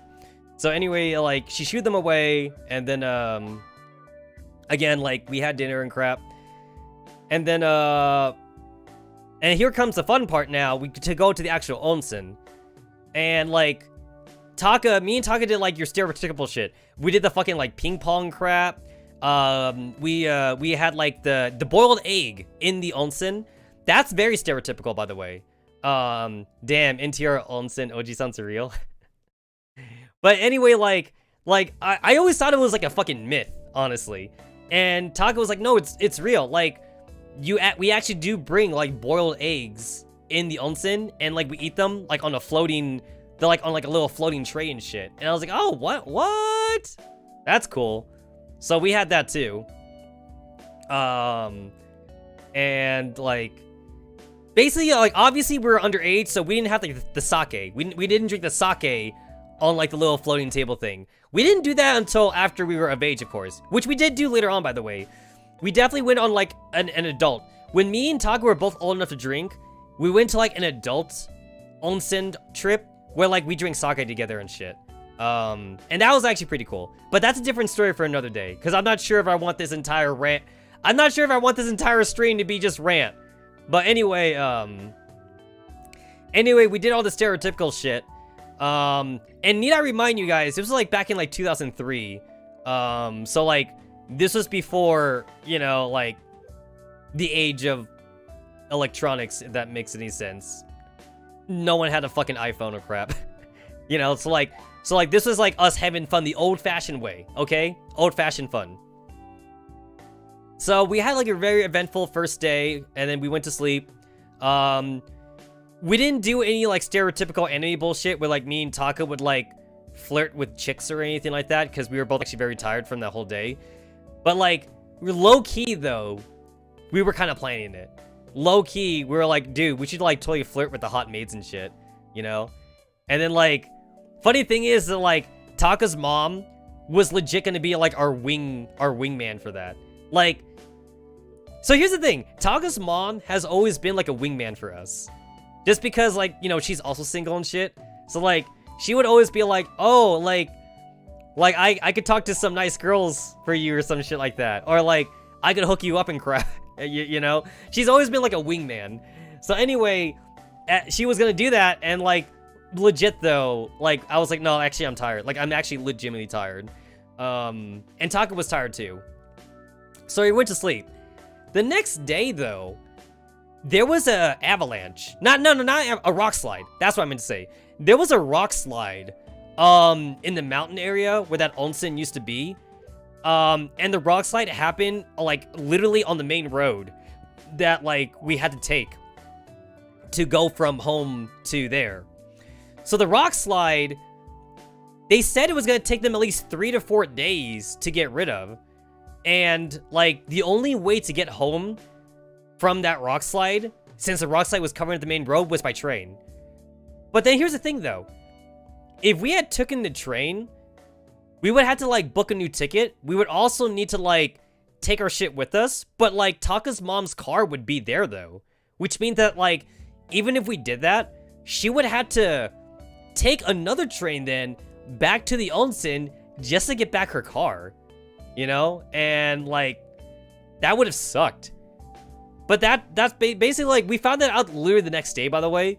So we're like, oh shit, that sucks. Like they were talking about like on the news, like we had like in the lounge area. The lounge area, the TV was on, and everyone is huddled around the TV. And then Taka was like, yo, what's going on? And like one of the maids is all like, oh, there was a rock slide and shit. And they're like, what? And we weren't the only ones that took a road trip. A lot of other people took a road trip as well towards that onsen. So like they also didn't have a choice. Like they either had two choices, like be forced to stay there longer or like take a train back home. And some of the people there, you know, they're like, oh shit, I got work. Like I need to go back to work and crap. So some people did do that. Like they actually did take a train back home and left their car there because they needed to go to work and shit. And then like they came back later to pick up their car. We were deciding what we were gonna do now. It's day 2 and already it seemed like our little like onsen vacation like was like going downhill. And then that's when OG-san came up to us, like in our room while we were like playing this shit. And like OG-san's like, hey, so you guys just want to stay for a week? I mean, like, there's like a shopping center nearby, you guys can have fun. And like, you know, Taka and your Gaijin friend, you guys like play video games. There's like an arcade. There's like arcades nearby and shit. You guys can like see all the arcades and crap, you know? You know, and like, you know, it's a very touristy area, so there's actually a lot of stuff to do there. And it's like, you could spend like an entire week there, honestly. And like, Taka's mom was like, yeah, but like we only plan to stay 3 or 4 days, and we don't want to like take advantage of your hospitality and shit. You know, like she's being like the very like traditional like Japanese like niceness thing. Wait, what do you call that? Politeness. The polite Japanesey thing, right? Like she's like, oh no, like we can't do that because you're already like you're humbling us with like your. Yeah, there we go. There we go. That's it. That's it. Thank you. Keigo. But anyway, like, he's like, nah, it's okay. It's okay. I mean, of course I do this, you know, for your late husband, you know.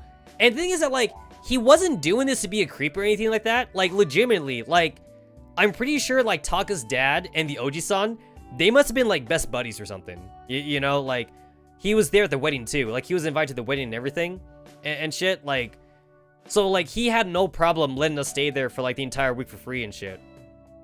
So, basically, we're turned into, like, a 3 to 4 day thing. Turned out to be, like, maybe in, like, an 8 or 9 day thing.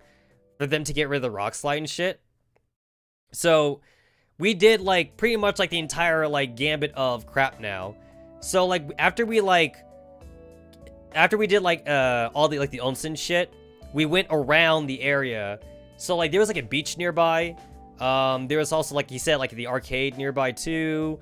There was like a shopping center and shit. And it wasn't just me and Taka hanging out all the time, actually. It was me, Taka, and his mom all going together. Because, like, I didn't want Taka's mom to be by herself. And I told Taka, like, I kind of felt bad. Like, let's all go. I mean, or do you have a problem with that? And Taka has always never been secretive with his mom. Like, Taka never really went through a rebellion phase or anything like that. They've always been kind of close. And, like, Taka's mom has always taken an interest in things that he's liked. So, like, she, you know, like, he didn't mind, you know. I was like, yeah, let's all go together and shit. Let's go shopping together. Let's go to the arcade and shit. I'll tell you what, Taka's mom, she plays a mean Street Fighter. Like, no, like, Taka's mom, she could game, man. She could game. But anyway, there were so many times, actually, by the way, where, when we were, like, going shopping and shit, like, so many people actually thought that Taka and his mom were, like, brother and sister. Like, they were like, oh, like, they thought that Taka's mom was the big sister, and they thought that Taka was the little brother and shit. And like, Taka's mom always had to correct them, be like, oh, no, wait, I'm actually his mom. And they're like, what? No, but you're so beautiful and shit. And like, I say beautiful, like I say beautiful and not cute. Like, they use the word Bijin, not kawaii, basically. Who did she play? She played Ken, and she played Guile. She played Guile and Ken in Street Fighter. And she was like really good, actually. She was pretty good. But yeah, she didn't. We also played like a bunch of games together. We played like a lot of those 4-player games at the arcade. So like all 3 of us can play, and it was like really fun. And then like, she was also really good at Metal Slug. She was like super good at Metal Slug actually. She actually told us while she was playing it too. Like her and Taka were playing Metal Slug, and they were playing like one of the old school Metal Slugs that only has two players. So I was kind of watching. And Taka's mom, she's ranting as she's playing, and Taka's like trying to dodge bullets for his life, and Taka's mom is like just doing it like offhand, like almost by instinct. And she's like, you know, me and my husband, we used to play Metal Slug a lot back in the day. And like I'm like, oh really? So desu ka? Tell me more. And like she's just giving me like the whole story about how like her and her husband actually used to like play a lot of games together and shit. And like actually like one of their first dates was legit them playing like Super Mario Brothers or something. Like they were playing like Super Mario Brothers like 2-player mode together or some shit like that. Like that actually used to be one of their game dates. And like this was back in the day when like game consoles were like kind of like the hip new thing. Because remember, you guys remember the video game crash? Remember the Atari video game crash and shit? So this was back when like, you know, like the NES was like marketed as a toy and marketed as kind of like the hip new technology and shit. So like everyone was buying into Nintendo back in the day. But anyway, like she was telling me that like her husband was also a little bit of a gamer because she never got into video games, but she started playing them because of her husband. And because of that, even after her husband died, Taka was into video games. So like video games became a way for her and Taka to kind of like connect with each other. So actually, there was like a lot of co-op games, by the way. I remember the very first time I visited Japan and me and Taka met for the first time, I noticed like a lot of co-op 2-player games at their place. And it was because actually Taka's mom and Taka used to play games a lot, actually. They would play like a lot of 2-player games together. Taka's mom actually wasn't really a fan of competitive games. She always wanted to get like co-op games so that way her and Taka can play together and shit. Like, Taka told me that like him and his mom like beat Donkey Kong together. That's cool. I'm jealous. I wish I had a game that I could play with my parents. That was never a thing for me. For me, the closest I ever got to was my dad. My dad played a lot of fighting games, so maybe that's why I enjoyed fighting games. But that's competitive though. So like, it was mostly me and my dad beating the shit out of each other, rather than like play cooperatively. I don't think there is a single... Actually, now that I think about it, I don't think me and my dad have ever played a single cooperative game together. I think me and my dad have always played competitive games, where we kill each other. So, yeah. But anyway, going back to the onsen trip. So like, you know, I got to see just how good Taka's mom was at playing video games and shit. And that was pretty cool. And again, especially at the arcade, by the way, a lot of people thought that Taka's mom was Taka's big sister and shit. And I do want to remind you guys too that Taka's mom was really young when she had Taka. She was like 15, 16 years old. She was a teen pregnancy, basically. And like, so many dudes was like hitting on like Taka's mom at the arcade. So many fucking otakus, I'm telling you. Like, holy crap. Like, otakus, some of the otakus would like go up to like Taka, and they'd be like, does your sister have a boyfriend? and like, oh my god. Like Taka was like, dude, like, stop eyeballing my mom. And then they're like, the other otakus, they'd be like, what? Okasan? Haha-way? And like, Taka's like, yes, that's my mom. Stop fucking eyeballing her and shit. It also didn't like, it didn't help either that like Taka's mom has always been fashionable. It's because, so like, when we went shopping the day prior, she got some new clothes on. She tried some new clothes on and she bought new clothes. So she was actually wearing like fashionable clothes. And she also bought like a new purse too. And also, she was doing that thing that like accentuates like your boobs. Like, she didn't have like her purse on her side. She did that thing that girls do where it's like, you know how like some girls wear their purses like through their neckline and shit? So like, you know how like the strap goes diagonally? So like you have like the strap going from your left shoulder, but like it goes down and the strap's like in the middle of your boobs. Like, she was wearing her purse that way, so I kind of like accentuated it. And then she was also wearing like a skirt. She was wearing like a skirt too. And she was really fashionable. And she kind of had like this really cute pink blouse, by the way. Yeah, this sounds like I'm simping for his mom. But like, she actually had a really cute outfit on. And again, so many people were like, you know, like, oh my god, like, is your sister single? And shit like that. And like, Taka was trying to like fucking beat up other otakus to like stop trying to like flirt with his mom and shit. Kitsune says I already fucked her though. I mean, that's true, but like that was like after the fact. That was like many years in the making. That was so many years in the making. This was like, I fucked his mom after like I got to know her more. This was like after she saw me wank off. And like, this was like after she saw me wank off. This was after she saw me get dressed and shit. This was like after she even like hooked me up with a date and crap. And this was like already after we went to like a mixer together. And like I was kind of like her not a date like second for that mixer and shit. So like this was like so many years like in the making and crap. And this was like already after too where we had spent so much time talking to each other on Skype and shit. Without Taka knowing, but like it's not like we were trying to hide this from Taka or anything like that. Just kind of happened that way. But yeah. Anyway, let me see, what else did we do? What else did we do on that onsen trip? We did a lot of shopping around. Oh yeah, so there's a beach. There was also a beach nearby too, but like we actually didn't really spend too much time on the beach because it seemed kind of weird. Like I went there during the summer, and we went for the onsen trip, but like we didn't want to go to the beach though.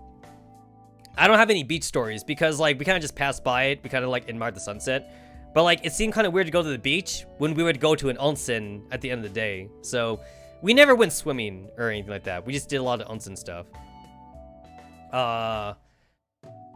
Let me see. Is there anything else worth note during that trip?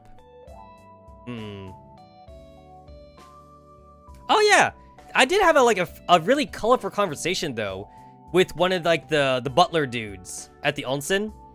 One of the butler dudes, he actually worked there with his wife. So I guess like a butler and like his maid wife, I guess. Me and Taka's mom, we separated and we kind of like did our own shit for a little bit. I was kind of just exploring around and stuff. And one of the butler dudes recognized me and he's like, "Oh yeah, you're Taka's gauging friend, right?" I was like, "Yeah." And he's like, you got time to talk? You doing anything?" I'm like, "No, I got time to talk." So like I kind of just walked with him for a little bit. And then like we kind of went to like the employee section, the employee area. And I'm all like, "Is it okay for me to be here?" And he's like, no, it's cool. It's cool. You know, Taka's family is like family to us. So like, if you friend of Taka and you Gaijin, then you a good Gaijin for us. You good in our book. And I'm like, oh, well, okay then. Thanks for the compliment, I suppose. And like, then I met his wife and they told me like, oh, you know, like we actually met here in this onsen. And then like, we both got a job here and then we just both got married. I'm like, that's cool. And then like the butler dude, he kind of was nudging me a little bit, and he's like, hey, so like, what do you think about Taka's mom? and I'm like, what? Excuse me? And he's like, yeah, what do you think about his mom? And I'm like, well, you know, like, she's a nice person, you know, like I like her, and you know, like, I'm glad that she thinks of me as part of the family, you know, because me and Taka are kind of like bros. And then like, his wife was actually like just as like degenerate as he was. His wife like slapped me on the shoulder. His wife was all like, "No, we don't mean that. We mean, you know, what do you think about her?" I'm like, what? Are we having this conversation right now? And they're like, yeah, yeah. Like, and then like the butler dude, he made this motion with his hands. He made like the booby motion. He was like, you know, oppai, boing boing. And I'm like, what? Are we really talking about this? And then like the wife too. The wife was like, oh, I'm so jealous of Taga's mom. She has such a great figure, and like she retained her youth and everything. Like she still looks like she could go to high school. I'm so jealous of her. She's like at least like 2 cup sizes bigger than me. I'm like, what? What? And they're like, come on, don't tell me you never thought about it. You thought about it, right? I'm like, that's my best friend's mom though. That's my best friend's mom. I can't think about that. But then they're like, but you thought about it. Did you think about it? I'm like, I mean, maybe. Yes, maybe. Maybe. And they're like, how close are you? Have you two talked? I'm like, yeah, we talked a little bit. This is back in 2003. Like, I wasn't that close to this mom yet. This was back in 2003. And like, that moment when Tetsu realized that people were asked why he won't fuck Taka's mom. That's my best friend's mom! But anyway, like, they were kind of like nudging me though. They were like, hey, did you know that we have private onsens here? I was like, no. Taka never told me that. And they were like, yeah, no, we have private onsen for couples here. You wanna go in one? And I was like, I mean, like, it'd be kind of weird to go in one by myself, though. I mean, I guess it's private, so you kind of have, like, privacy and shit. And they're like, well, we never said you had to go alone. I'm like, what? And they're like, I was like, I'm not gonna, like, what are you guys gonna do? Are you gonna, like, conveniently, like have Taka's mom go in at the same time that I go in or some shit like that? And then, like, that's when they were being all stupid with their words. They were like, oh, we never said that you were gonna go and talk with Taka's mom, but do you want to go with his mom? I was like, bull fucking shit. You guys set me up to say that. And then, like, the wife maid, she was like, okay, we're sorry for making fun of you, but do you want to go in one of those private onsens? And I'm like, I mean, I guess it'd be kind of cool to go in those private onsens, though. And she's like, yeah, like, you don't have to go in as a couple. Like, we also rent them out to people, too, who just want privacy. And they just want, like, time to relax and shit. I'd be like, sure. And they'd be like, yeah, like, we're also putting, like, some amakaze sake for you, too. And, like, that's, like, the sweet sake that's, like, not alcoholic, you know? I was like, that sounds kind of cool. Just to, like, kind of, like, you know, just relax for a bit. The private onsens are actually really cool, by the way. Like, it's open air, by the way. I think I forgot to mention that. This entire onsen area, it's the open air onsen. So it's not all indoors. It's got, like, the view of the outdoors and shit. And that's what makes it cool, by the way. So anyway, like, the butler dude was all like, yeah, okay, like, you know, like, I'll set you up for one of the private onsen things. I'll go tell my boss about it. And I was like, okay, that sounds cool. And he's like, yeah, we had to, like, do it by time. So, like, go there by 6 o'clock, and you're gonna have it for an hour. So, like, I had that private onsen to myself for, like, 6 to, like, 7 o'clock and shit. And I was like, oh, okay, that's pretty cool. So, like, I'm there in the private onsen. And I'm like, you know what? This actually feels different. Like, it feels different from going in the public onsen where everyone could go to. Like, I was just there by myself, just kind of, like, resting my thoughts and shit. Also, they had like a sakura tree, like, planted, like, right there next to the private onsen thing. I think every private onsen spot has, like, a sakura tree for atmosphere, and like petals, due to the steam from the hot water, would, like, fall into the onsen. It was very atmospheric, by the way. I was like, this is kind of cool. It's, like, very anime-like for, like, the sakura petals to, like, fall down and shit. And then like, this hit me. This hit me, like, about 15 minutes after, like, soaking in the onsen. I was like, hey, wait a minute. Didn't they say that they were gonna, like, also give me, like, one of the eggs and, like, one of the sweet sake things? I don't see it here, though. Did they forget about it? I mean, like, I'm not gonna complain though, because you know, like, I'm getting all this for free, but I'm like, huh, I don't see it. And then that's when it hit me. Those motherfuckers, they set me up again. And then one of the maid, they sent one of the younger maid girls to serve me, and she was hot. She was like, oh, I brought you your sweet sake and like your egg. And I was like, oh, thanks. And I'm here like fucking naked. I'm here like naked, right? Like in the thing. And then like, she set it down, right? And like, and then she asked me like, would you like some company? I can keep you company. And I'm like, what? Wait, does this place do that? I'm like, what? And she's all like, I heard that you're Taijin, so like you're not from around here. And I was like, no, I'm not from around here. I'm here on vacation. And she's like, I'd love to hear more. And I was like, sure. She drank sake with me. She brought 2 cups, so she's there with me, and she's like serving me and shit. I'm here naked, and she's like in her fucking like sweet ass like hot like kimono dress and shit like that. And I'm like, this is nice, but I'm still naked. She didn't get in with me though. For those of you thinking that she got in with me, she did not get in with me. She was basically to the side of me, like serving me and crap. But like, my dick is in full view though. The water's clear. It's not like anime. You know, you guys know like how in anime, you guys know how like the water is not see-through and shit in anime? Because you know, like it's anime and shit, it's for censorship. No, the water's see-through. The water's fucking see-through. My dick is in full view. The least you can do is get in, what the fuck? I don't think it's that kind of onsen, bro. It's not that kind of onsen. Louise was like how hard it was. I was hard. I ain't gonna lie. I had a bona fide boner. She was hot, dude. She was a cutie. She was a cutie. I'm pretty sure she was older than me. I think she was like 19 or like 20 years old or something. She was definitely older than me. She was definitely a cutie. Anyway, we talked and she drank the sake with me. It kind of felt like I was in those shit, not the host club.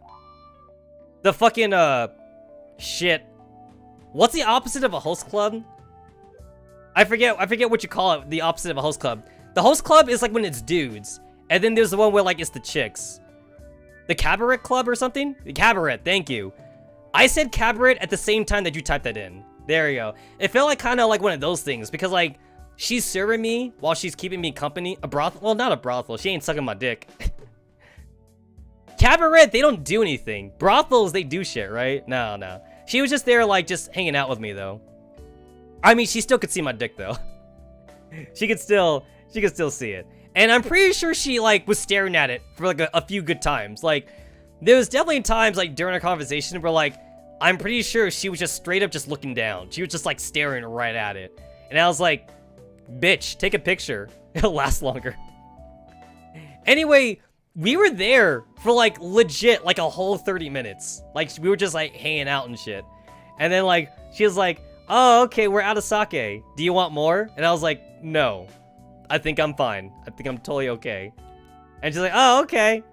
Do you need anything else? I'm like, no, I think I'm gonna get out now. And she goes, oh, okay. Do you need help drying off? I was like, excuse me? And she goes, do you want me to help dry you off? I was like, no. No, I think I'm fine. I was like, bitch, wait, is she gonna dry me off too? Like, my God. I told her to go. I just told her to go. And then she left. And I was like, yo, what the fuck was that? I don't think this is that kind of onsen. And then, like, I legit, after I got out and I got dressed, I legit looked for, like, the butler and, like, the wife maid again. And I found them. And I'm all like, yo, what the fuck was that? I said that, by the way. I wasn't polite. I did not use polite Japanese speech at all. I legit was all like, yo, what the fuck? And then they were like, oh, did you like Kimiko-san? Kimiko-san is very friendly. And Kimiko has a thing for Gaijins. And I was like, I knew it. I knew it. You bitches. You bitches did that on purpose. And they're like, Kimiko-san said she was interested. She said she likes Gaijins, and she found out that you were Taka's friend. And I was like, wow. And I was like, is this even that kind of onsen? Do you guys do shit on the side? And then like, they're like, no, it's not that kind of onsen. I was like, you sure? It certainly felt like it. I was like, what? Was she gonna give me a fucking like, was she gonna give me like some happy time right there at the end too? Was she gonna give me a happy ending? And they're like, no, of course not. She was not gonna give you a happy ending. Wait, did she offer you a happy ending? I was like, no! No, she did not offer me a happy ending. What kind of place is this? We did it all in laugh though. It was all in jest. I was like half joking with them. Anyway, they told me a lot about Kimiko-san, and they were like, oh yeah, like she has like, she gets like she's like a Westabo. Like she doesn't like Japanese dudes. She's not into Japanese guys. She likes Western. She likes like Western guys. So like, she's like, the fact that like I'm Asian, but like I'm like American Asian, like kind of makes it like even better for Kimiko, I guess, because like that makes me like double Westabo or something. If that makes any sense. I have no idea what they mean by that. Anyway, like I'm kind of we're all having this conversation about Kimiko-san and shit like that, and how she was like with me in like the onsen, because like the butler dude and the maid waifu, like they want to know the full details. They're like, so how did you go with Kimiko-san? It's like I kind of like giving them like the play-by-play and shit, and then they're like, so what did Kimiko-san say about your penis? they used the word penis, by the way. They did not use the word chinpo. They said the word penis probably because like to say something in English. They were like, penis, and I was like, I'm sorry, what? They're like, yeah, Kimiko saw it, right? They saw your penis. I was like, yeah, okay. My God, you guys are like so like not Japanese. Because you know, like back in 2003, my vision of a Japanese person was someone that's like super polite and like someone that was like not lewd and not crass. No, these two were not that. These two were like as lewd as you would get, right? They wanted to know like fucking everything. So like I gave them the play-by-play, and I guess Taka was like listening in and like halfway through, because I think Taka was looking for me. So like, if I go by their porn, I guess you're right about that. They're fucking degenerates. By day, I am a salaryman, but by night, I am pantsu thief. I wear pantsu in my head. Haha. But yeah, anyway, I think Taka was listening to like past like halfway our conversation.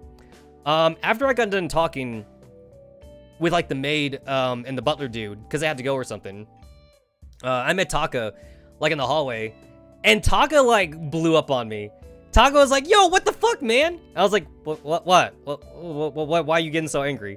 And he was like, dude, I leave you for like a couple hours, and you're already like fucking like one of the maids?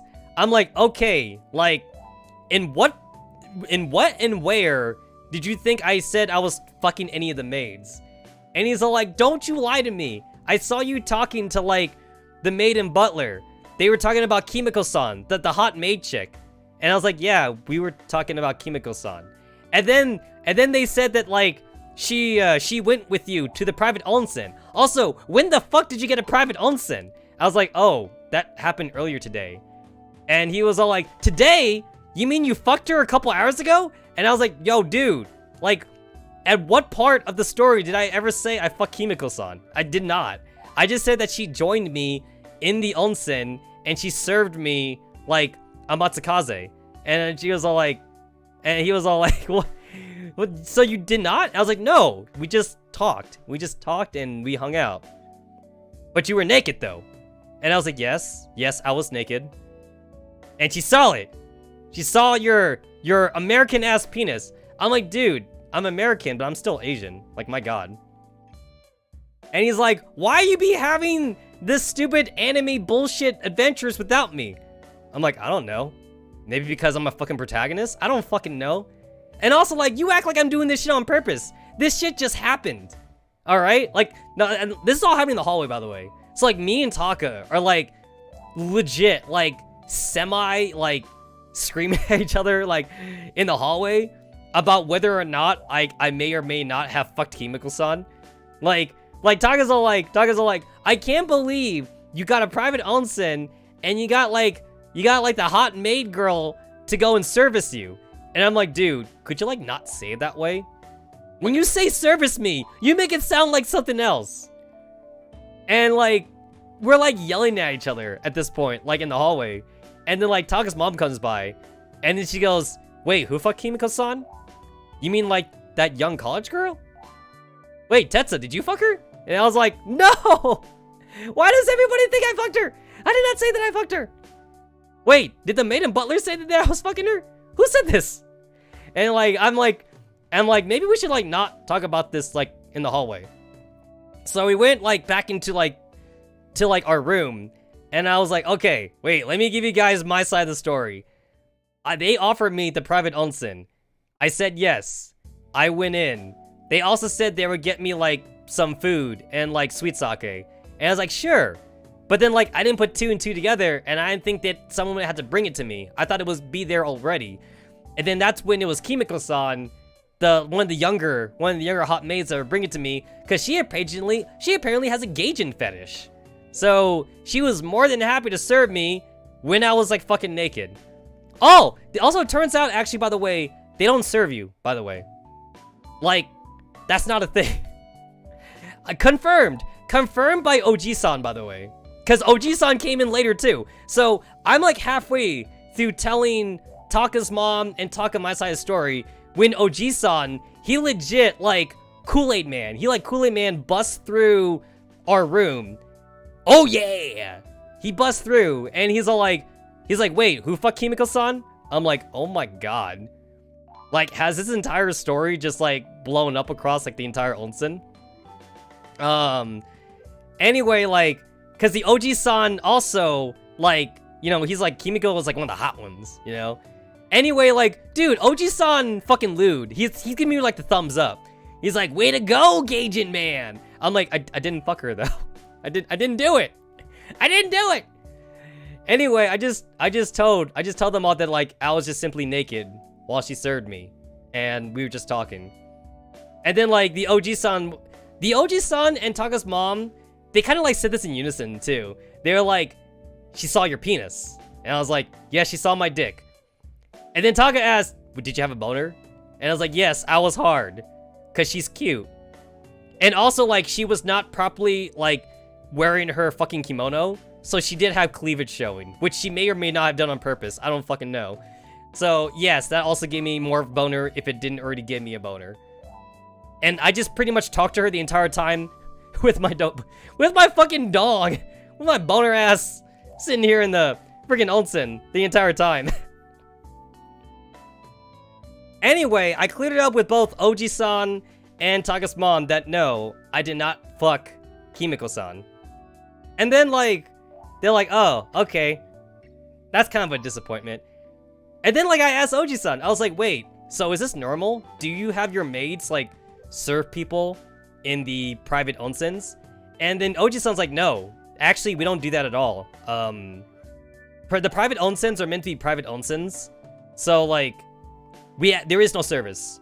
Like if you go into a private onsen, it's just you. It's just you by yourself.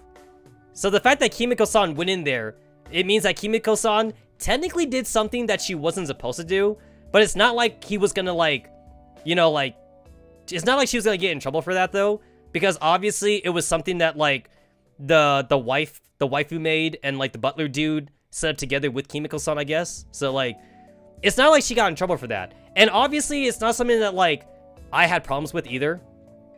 Like it's only a problem if I had a problem with it.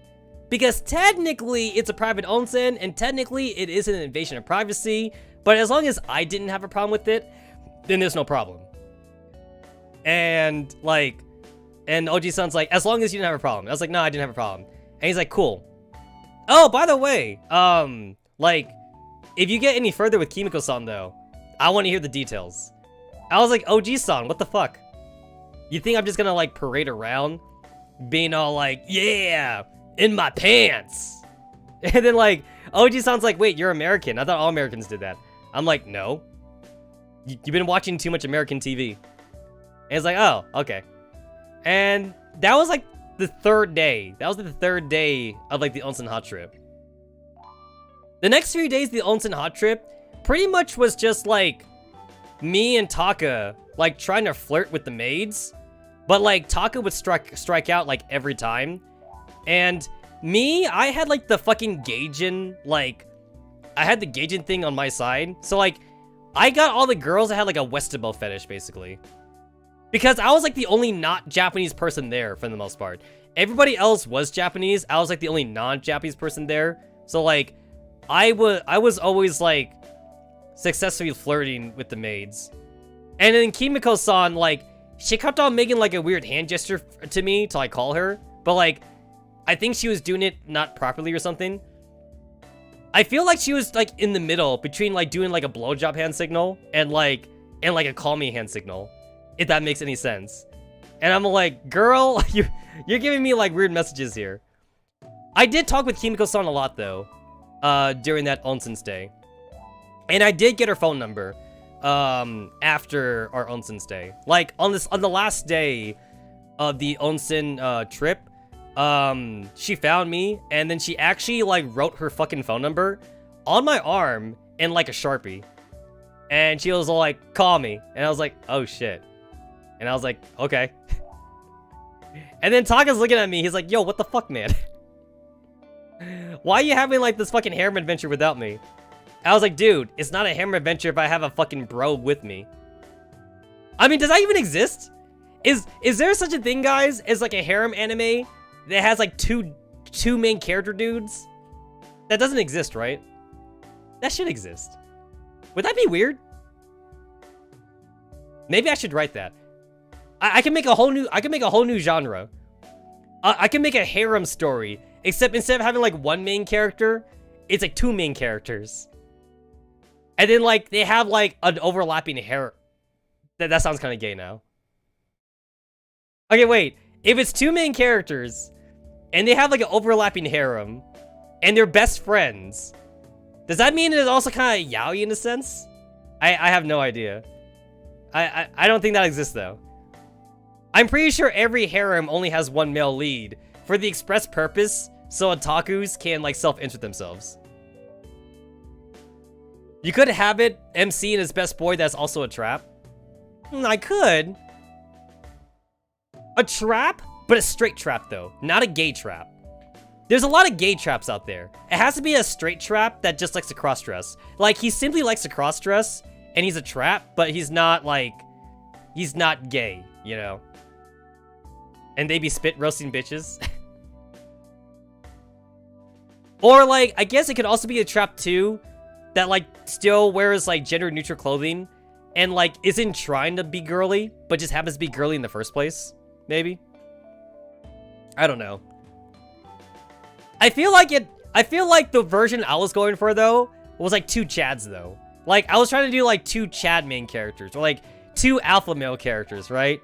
And like have them both like have overlapping harems. Actually, wait.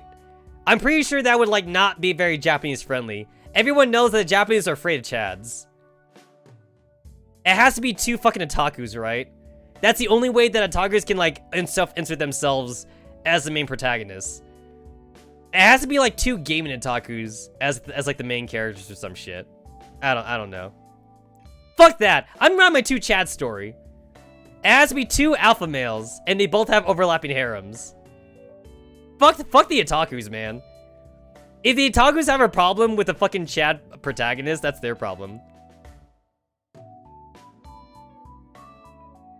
Oh my god. Oh my god. I can't show that on YouTube.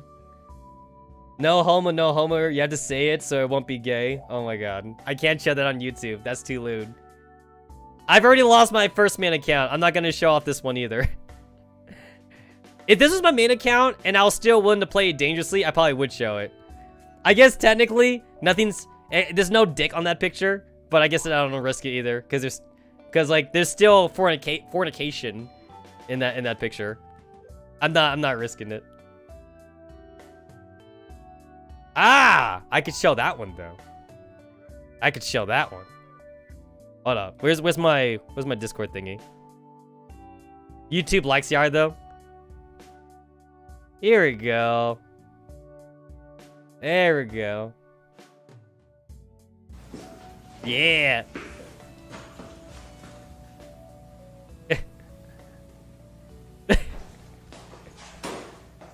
Yeah.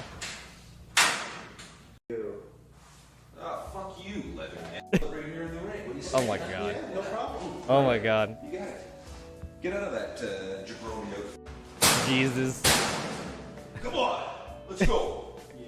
Huh? See what you got. Come on. Jeez. Oh my god. That... Dude, there's nothing more scary to me than a dude that willingly wears, like, fishnet, the fishnet, like jacket or something. That's scary to me. Or like the fucking leather straps. Dude, leather be tight, yo. I can't stand leather. I can't stand leather. Okay, I don't like how sticky. I don't like how sticky leather feels when it's hot. That's the worst thing about leather, by the way. When it's hot and you sweat, dude, leather is the worst when there's water around. Leather only works when it's dry. It needs to be, like, 0 humidity. If there's even, like, for me, if there's, like, even, like, fucking, like 5% humidity out or whatever shit like that, leather gets wet. And, like, I hate the squeaky. Like, leather makes, like, a squeak noise when, like, leather rubs up against itself or, like, other leather shit. I can't do it. This is also one of the reasons, too, like, I hate leather seats in cars. Like, leather seats in cars... Okay, leather gets hot, too. Like, leather gets hot. Hot. Leather sucks for anything. Listen, if you're, like, a fucking rancher or something, I guess I can understand you wearing leather boots or something. For me, give me the cheap polyester. Give me the polyester, give me cotton or something. I can't do leather. I can't. If you like leather, more power to you, you know? For me, I also never, like the way leather looks. I'm okay with the way leather, like, feels, I guess. Leather's smooth, I suppose. But only when it's dry. I just can't handle it when it's wet, though. Yeah. That's my issue with leather. Give me that 100% cotton, though. 100% cotton. Give me the silk. Silk is nice. You know what I hate, though? Oh my god. What I really hate, though, is wool. Dude. I know that wool is, like, super warm and shit, but my god. I hate the way wool feels, and, like, I hate, like, how heavy. Wool is heavy. Wool is, like, really heavy. Like, I get that wool is, like, cheap, I guess. Like, you have a sheep, and, like, you shear the sheep, and, like, it's fabric and whatever. It's easy fabric to get to, I suppose. But, like, if I was, like, a fucking, like, I don't know, like, a caveman, like, back in, like, the caveman era, and there was, like, a sheep I had to shear, I would not be happy about that. I'd rather be fucking naked than, like, having to wear, like, a sheep skin. Or, not sheep skin, a sheep wool. Like, I guess I would only wear the wool if it's wintertime, I suppose. But, like, if it ain't winter, though, I ain't wearing that sheep wool. I mean, I get it, though. Wool is easier to handle than cotton, I suppose. Because cotton, right? It's like, how many cotton plants do you gotta pick to like, get a good enough amount of cotton, right? Because cotton's tiny, you know? Like, you would need to pick, like, maybe 200 little cotton balls to get enough cotton to, like, make yourself, like, a shirt or something, right? And then, like, the cotton balls have, like, seeds in it. So, like, if this is without technology and you're a caveman, it's like, you need to pick, like, at least 200 cotton balls, and you need to pick all the seeds out of the cotton balls first before you can, turn the cotton balls into thread, and then before you can turn the thread into clothing. That seems like a lot of work. Whereas, like, with wool, you just cut the wool off a sheep with, like, your fucking knife or shit or something, and then there's no seeds in it, so, like, that's, like, half the work done for you. And then, like, it's already kind of, like, spinned up already, you know? heck, if you want to be lazy, if you're like a good cutter, you know, it's like, you probably don't even need to like actually do that much threading either for the wool either. Like, if you cut the wool like almost like in one continuous piece, you already got like half the shirt made for you, you know? You made like a cape basically. And for a cape, all you gotta do is kind of like fold it a little bit, and like you got yourself a shirt right there. So the wool is easier to work with, but the cotton's more breathable. The cotton's much more comfortable. But you know what really sucks back in the day? Old leather, though. Dude, old leather was toxic. And I don't mean that in a metaphorical sense. I mean like literal. Did you guys know that people used to piss in like the tanning baths for the leather back in the day? Because like your urine used to be like acidic enough, and that's all they had back then. And then like even when they were using chemicals, a lot of the chemicals they used back in the day were very toxic to humans. And like a lot of people that worked in leather back in the day, they would get sick. Like there was a sickness, it's called like leather tanning sickness or some shit. Like if you worked in the leather industry back then and you did everything by hand, you got sick a lot and shit. You got like, I think you also got like a skin condition too or something because you're working with the chemicals.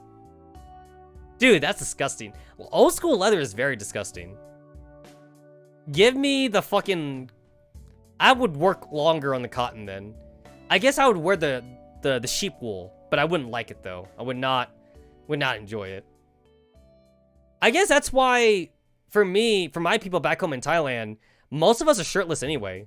Like, people just don't wear shirts back home in Thailand.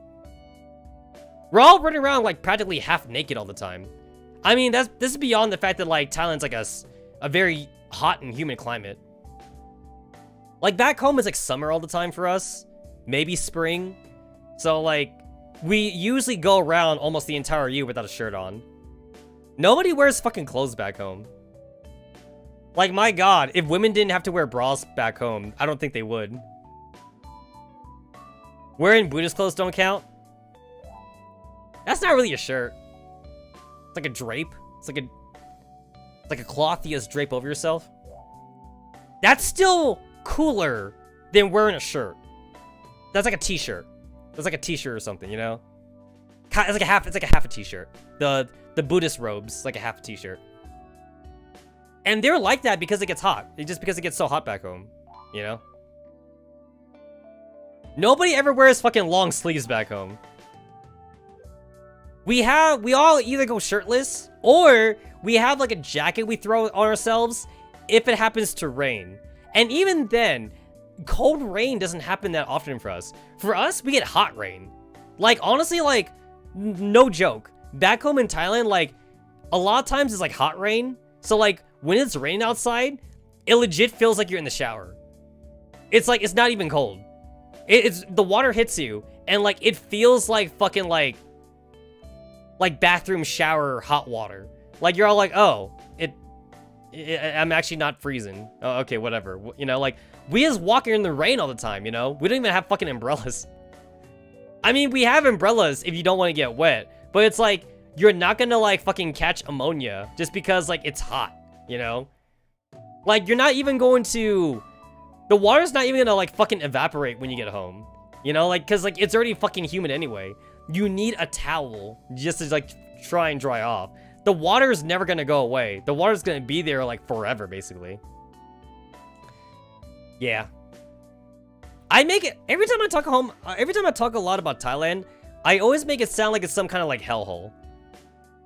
Just to be fair, like, I'm not saying Thailand's like this inescapable third world country hell. I'm not saying that. I'm just saying that, like, I don't miss it. Like, I'm not, like, craving to go back home anytime soon. I am perfectly fine where I am.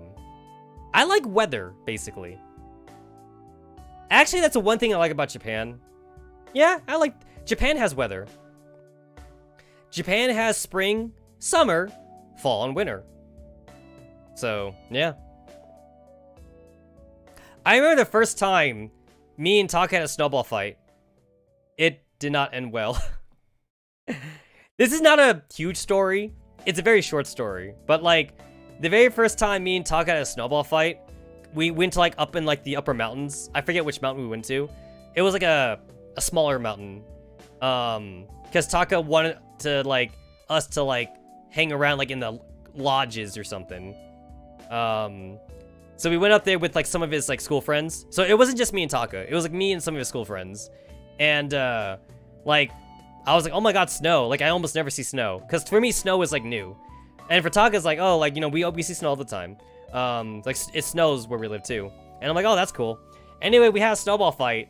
This motherfucker put in like, he is compressing the snowball? Okay, no. This guy went like fucking 300 IQ play, right? He compressed the snowball, so the snowball turned into ice. But then that would have been obvious. So he compressed the snowball to turn it into ice, and then like he put the ice inside of a snowball. So he made like a double layered snowball, so that way like it looked like he had just a regular snowball, and then he'd throw it at me, and I get hit with the fucking ice cube that was in there, because he compressed it. And I'm like, I got like a fucking like, this fucking like cartoony bruise, like on my forehead and shit. I'm like, oh, you motherfucker. So I'm like, two can play that game. And then like, that's when I was putting like fucking rocks. I was like, if this guy's gonna throw ice cubes at me, I'm gonna put a fucking rock in my snowball.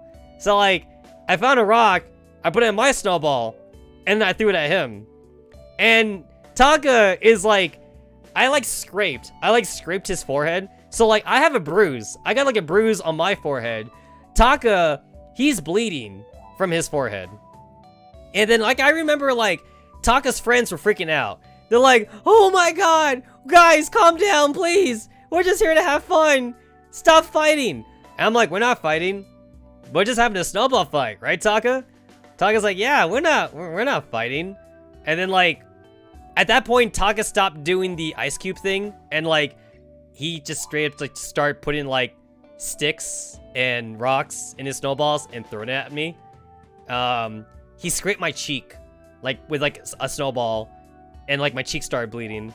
And I'm like, oh yeah, let's go, let's fucking go, let's fucking go, bro.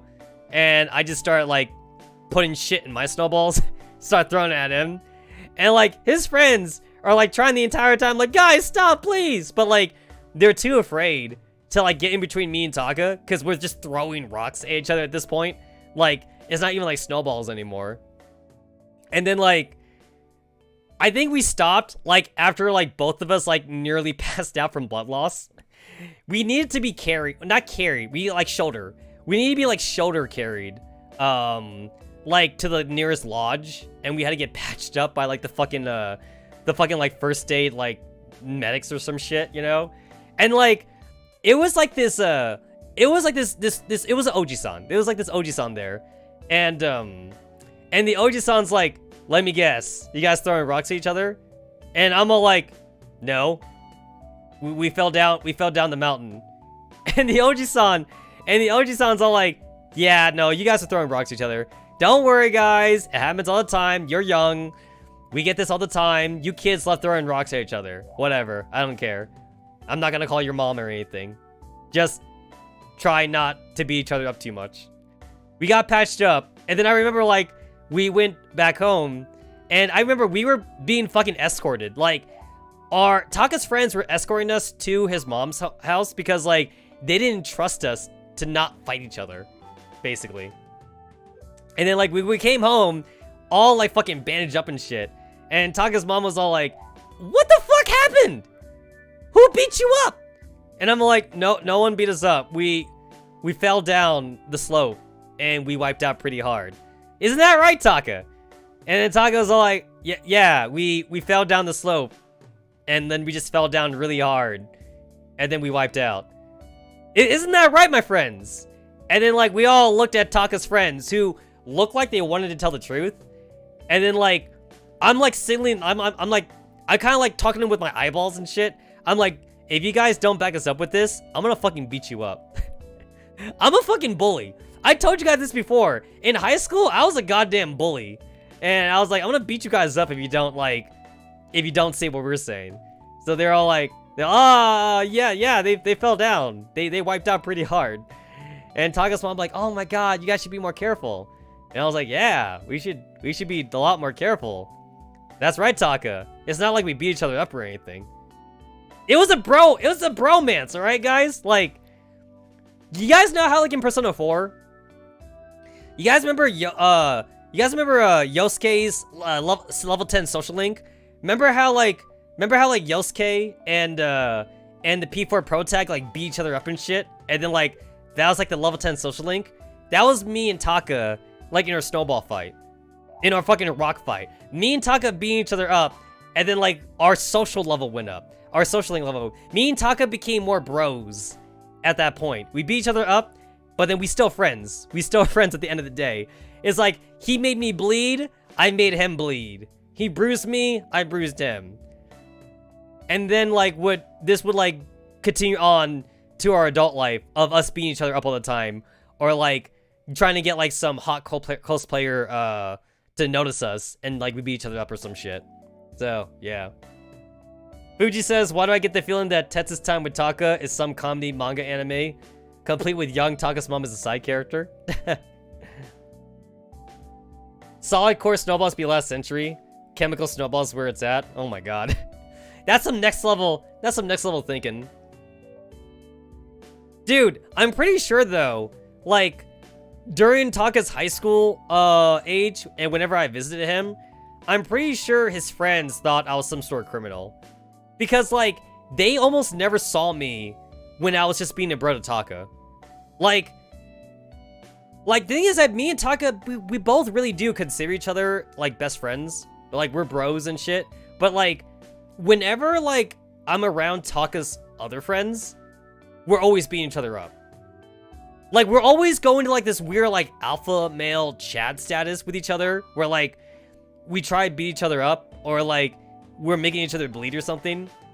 Especially, like, when we're, like, at a convention together. Or, like, if we're, like, at, like, a mini thing together. And, like, there's, like, a hot girl or something. And, like, we want to, like, get her attention. Like, Taka's friends, like, would never see him like that unless he's with me. Like, I told a couple of these before. Like, at one of, like, the Retesais that we've been to. Retesai being the Toho comic thing. Comic thing. And one of the earlier Retesais, Taka literally threw me in front of a bus. Like, dude was about to fucking isekai me. Now, the thing is that, like, the bus wasn't going at high speed or anything. The bus was already making, like, a stop. Like, it was a red light, and the bus was already stopping. But Taka, legit dead ass, like, threw me, like, in front of the bus. And I got hit. And then Taka is like, oh my god, best buddy, are you okay? And, like, I'm here, like, dazed, right? And I'm only here, like, you motherfucker. Like, you did it on purpose. Like, why? And then, like, I see that, like, there's, like, this hot, like, Yukari cosplayer or, like, some shit on the side. And then she's like, oh my god, is your Gaijin friend okay? And then, like, he would be all like, oh, yeah, no, like, don't worry, he Gaijin, he's really tough. He's really tough. This is my best friend. So, like, don't worry, I take good care of him. He visited from America. And then, like, the Yukari cosplayer, she was all like, oh, you're so nice, you're such a good friend. And then, like, I'm like, you motherfucker, you better get laid after this. like, I did not get hit by a bus and get almost isekai'd for you not to get laid. You either better get laid by this Yukari cosplayer, or you at least better get a date from this Yukari cosplayer. One or the other, right? So, like, after that, like, Yukari, like, took me to, like, the fucking, like, medic office or some shit. And then, like, Taka was talking to, like, the fucking Yukari cosplayer. I don't know what happened after that. Because, like, I was kind of, like, there all day. like, recovering and shit. And I was, like, thinking to myself the entire time. I was like, man, I hope Taka's, like, fucking balls deep in that chick right now. I hope he is. It's weird because, like, I feel like I kind of go, like, back and forth when it comes to Taka being like this. Like, sometimes I make it seem like Taka is such a beta male. But then other times I make it seem like Taka is like the Chad of Japanese people, though. And I'm pretty sure it's my influence. It's like, I bring out the Chad in Taka. But it's like, if I'm not around him, though, Taka is like your typical beta male. If that makes any sense. Taka is like your typical Japanese person. Can I say that without sounding racist? I feel like no matter how I say it, it sounds racist, but I'm trying not to be racist. Taka's your stereotypical Japanese dude, but when I'm around him though, we bring out the fucking chat in each other. So like, we go all out, like, when it comes to trying to like pick up chicks and shit. Like, Taka would never do that if I'm not with him. That's why like his friends always think that I'm like such like, I'm such a troublemaker. And like his friends always like they get surprised the way Taka acts. Like, I guess Taka never flirts or anything, but like when I'm with him and like they see like me and Taka like compete for like the same chick, like they're like, yo, like what the fuck? Like Taka never acts like this. And like they see Taka do things that like they never see him do. Like they see Taka like talking to like girls like with like 100% confidence, or they see Taka like bullshitting his way through stories and shit like that. Things that like he's like supposedly not good at and crap, you know? And then like when I'm not with him, he's like a fucking beta male. Like Taka would never throw anybody in front of a car if it's not me. He wouldn't do that with his best Japanese friend. I actually don't know who that is. I don't know. Who's his best Japanese friend? I'm his best Gaijin friend, but I don't know who his best Japanese friend is. I don't know. But whatever his best Japanese friend is, he would never throw them in front of a car. Me and him, he would throw me in front of a car, and I would throw him under the bus. I slammed his face on the desk a few times, and in turn, he will also, like, I don't know, what, he would, like, fucking make, like, a fucking mini avalanche, like, fall on me or something. Oh, wait, this happened to me before at, like, one of the doujin stores we went to. Like, you know, like, you know how, like, in, like, the heart of, like, Akihabara and shit, you get, like, all those, like, those indie doujin stores that sell, like doujin mangas and, like, hentai mangas and shit? Me and Taka were, like, in, like, one of those small stores, and we're just browsing.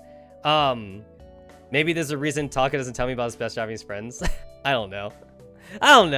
Anyway, me and Taka, we're in one of those small little, like, anime stores and shit, and, the register chick, she was really cute. Oh, and she had, like, really good oppai. Like, she was, like, at least like a medium D cup by Japanese standards. And I need to remind you guys that, like, Japanese sizes are smaller than like, American and European sizes are. But still, though, she was at least, like, a medium D cup by Japanese standards. And, like, I think she was, like, a freshman in college or something. So she's a little bit on the young side. And me and Taka both knows her, and we're like, oh my god, like, is she new? Because we've been here before, and I don't think we knows her before. So she must have just got the job here. And Taka's like, oh my god, like, I want to talk to her. And I'm like messing with Taka. I'm like, dude, you should bring this doujin with you and, like, talk to her while you're trying to purchase it. And he's like, wait, what doujin are you talking about? I'm like, this one. I showed Taka the most degenerative doujin I could find on hand. It was like fucking like a 4-way gangbang of, like, this girl on the cover, and, like, I think there was also like a tentacle monster in the background as well, or some shit like that. It was like rape, gangbang, tentacle monster or some shit. And I was like, you should totally, like, bring this to her and say you want to buy it. And he's like, yo, dude, what the fuck is wrong with you? I'm not gonna do that. I'm not gonna do that. And then, like, I'm like, dude, just do it. Don't be a pussy. Just tell her that you're buying it for, like, your sister or something. And he's like, dude, what the fuck? What kind of sister do I even have? And he's like, well, you have a non-blood related sister that you think is totally hot, and you would totally bone her. And he's like, dude, what the fuck? This is not like a hentai game. I'm like, just do it, dude. Just go. Don't be a pussy. And like, obviously, like I'm trying to like sabotage Taka for this. But like I'm just like fucking bullshitting him. And Taka's like, no, I have a better idea. I'm just gonna appeal to her through my like sense of righteousness. I'm like, sense of righteousness? Why the fuck you talking of like this flowery language shit? You just mean you just want to show you're a nice person? How you gonna do that? Dude, we're here in the fucking like hentai section of this store. What are you talking about? And he's like, oh no, it's easy. All I gotta do is like kick this wobbly table right here. I'm like, what? One of the tables that like held like a lot of dojo mangas, it had like this leg that was like really close to like crumbling down. So Taka kicked it. He kicked it, and that caused like a domino effect. And that caused like a bookshelf to fall down. And then that caused like another bookshelf to fall down. And then that caused like this really like uneven stack of like books and CDs to fall down on me. And like this entire time, Taka like jumped back. He took like 2 steps back and shit. And then like the whole thing fell on me. And then like the only thing I could hear, cause like I was covered all the way. So like I was like literally looking at the ground. I didn't see Taka anymore.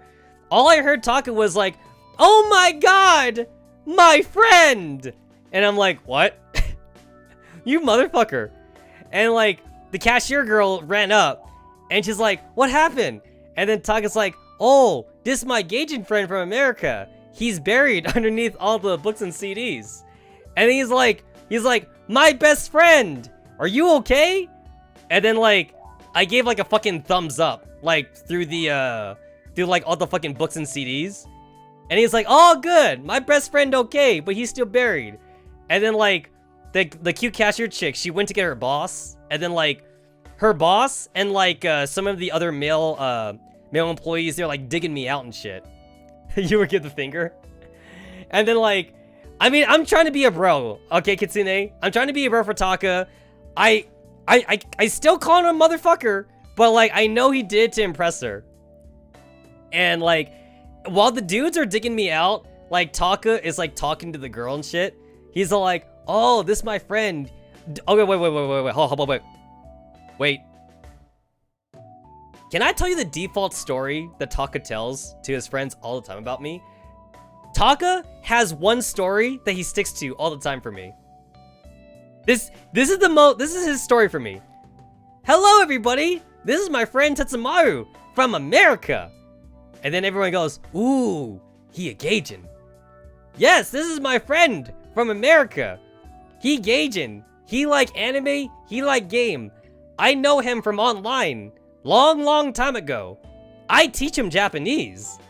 And I'm all here thinking like, bitch, that's only half right. But you know what, like, I let Taka have that one. Anyway, it's funny though, because every time Taka like introduces me to people, he talks like in broken Japanese, as if he wanted me to understand what he's saying, even though I do understand what he's saying. But like, he's doing it so that way like his friends think that I only understand broken Japanese because like I'm a Gaijin. So he's going through the fucking default story with the cute cashier chick. He's all like, oh, this is my Gaijin friend from America. He's here on vacation. I show him around. You know, we meet online, but he's a very good man. I'm like, good man? What the hell? But he always says this though. He always goes through the fucking motions. Basically, like, I'm like, that's how I wingman for him. That's a way that I wingman for him, by being his Gaijin friend.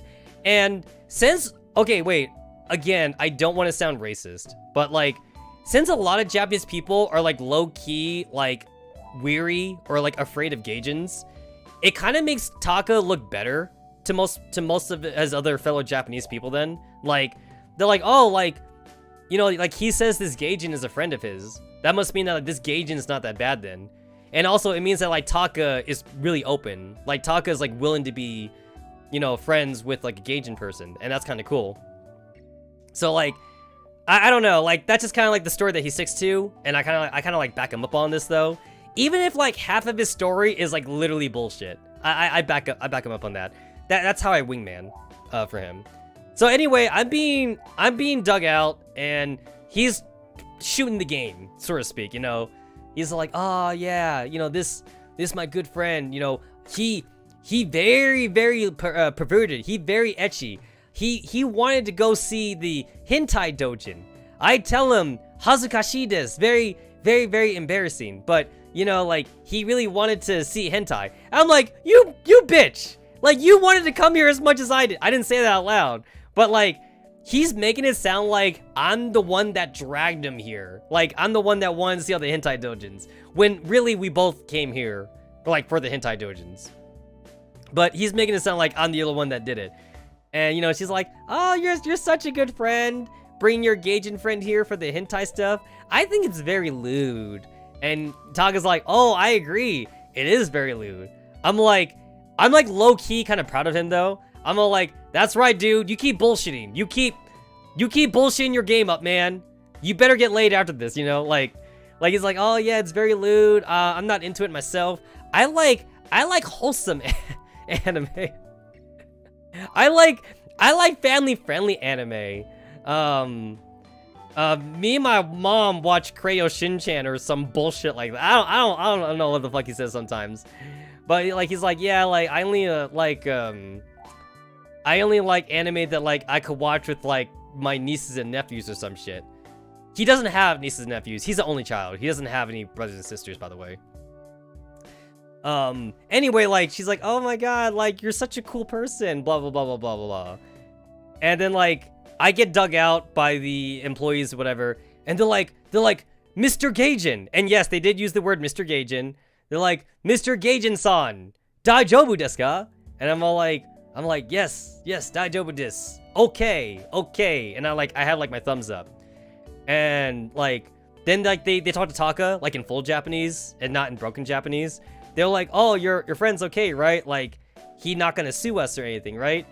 And Taka's like, no, he's good Gaijin. He don't do that. He's here to have fun. We will come back again though to shop around because we like this place. And like, as an apology, by the way, even though technically it was Taka's fault. So remember, it's not like the bookcase fell down on me by itself. It only fell down because Taka kicked the leg. So technically it was Taka's fault. Anyway, as an apology, for like the bookcase falling down on me, the owner, he gave me and Taka like $100 gift card. And we're like, oh shit, like, damn. You guys are sparing no cameras? Like I said, like, it's one of those small dojin shops. So like, I'm sure like there's only cameras like around the cashier spots or something. Like, there's probably like not cameras like in the back of the store or something. It's like one of those smaller, like, I guess almost like family owned, like dojin shops or something. It's not like a really big company or anything like that. But anyway, like, he gave us like a $100 gift card and shit like that.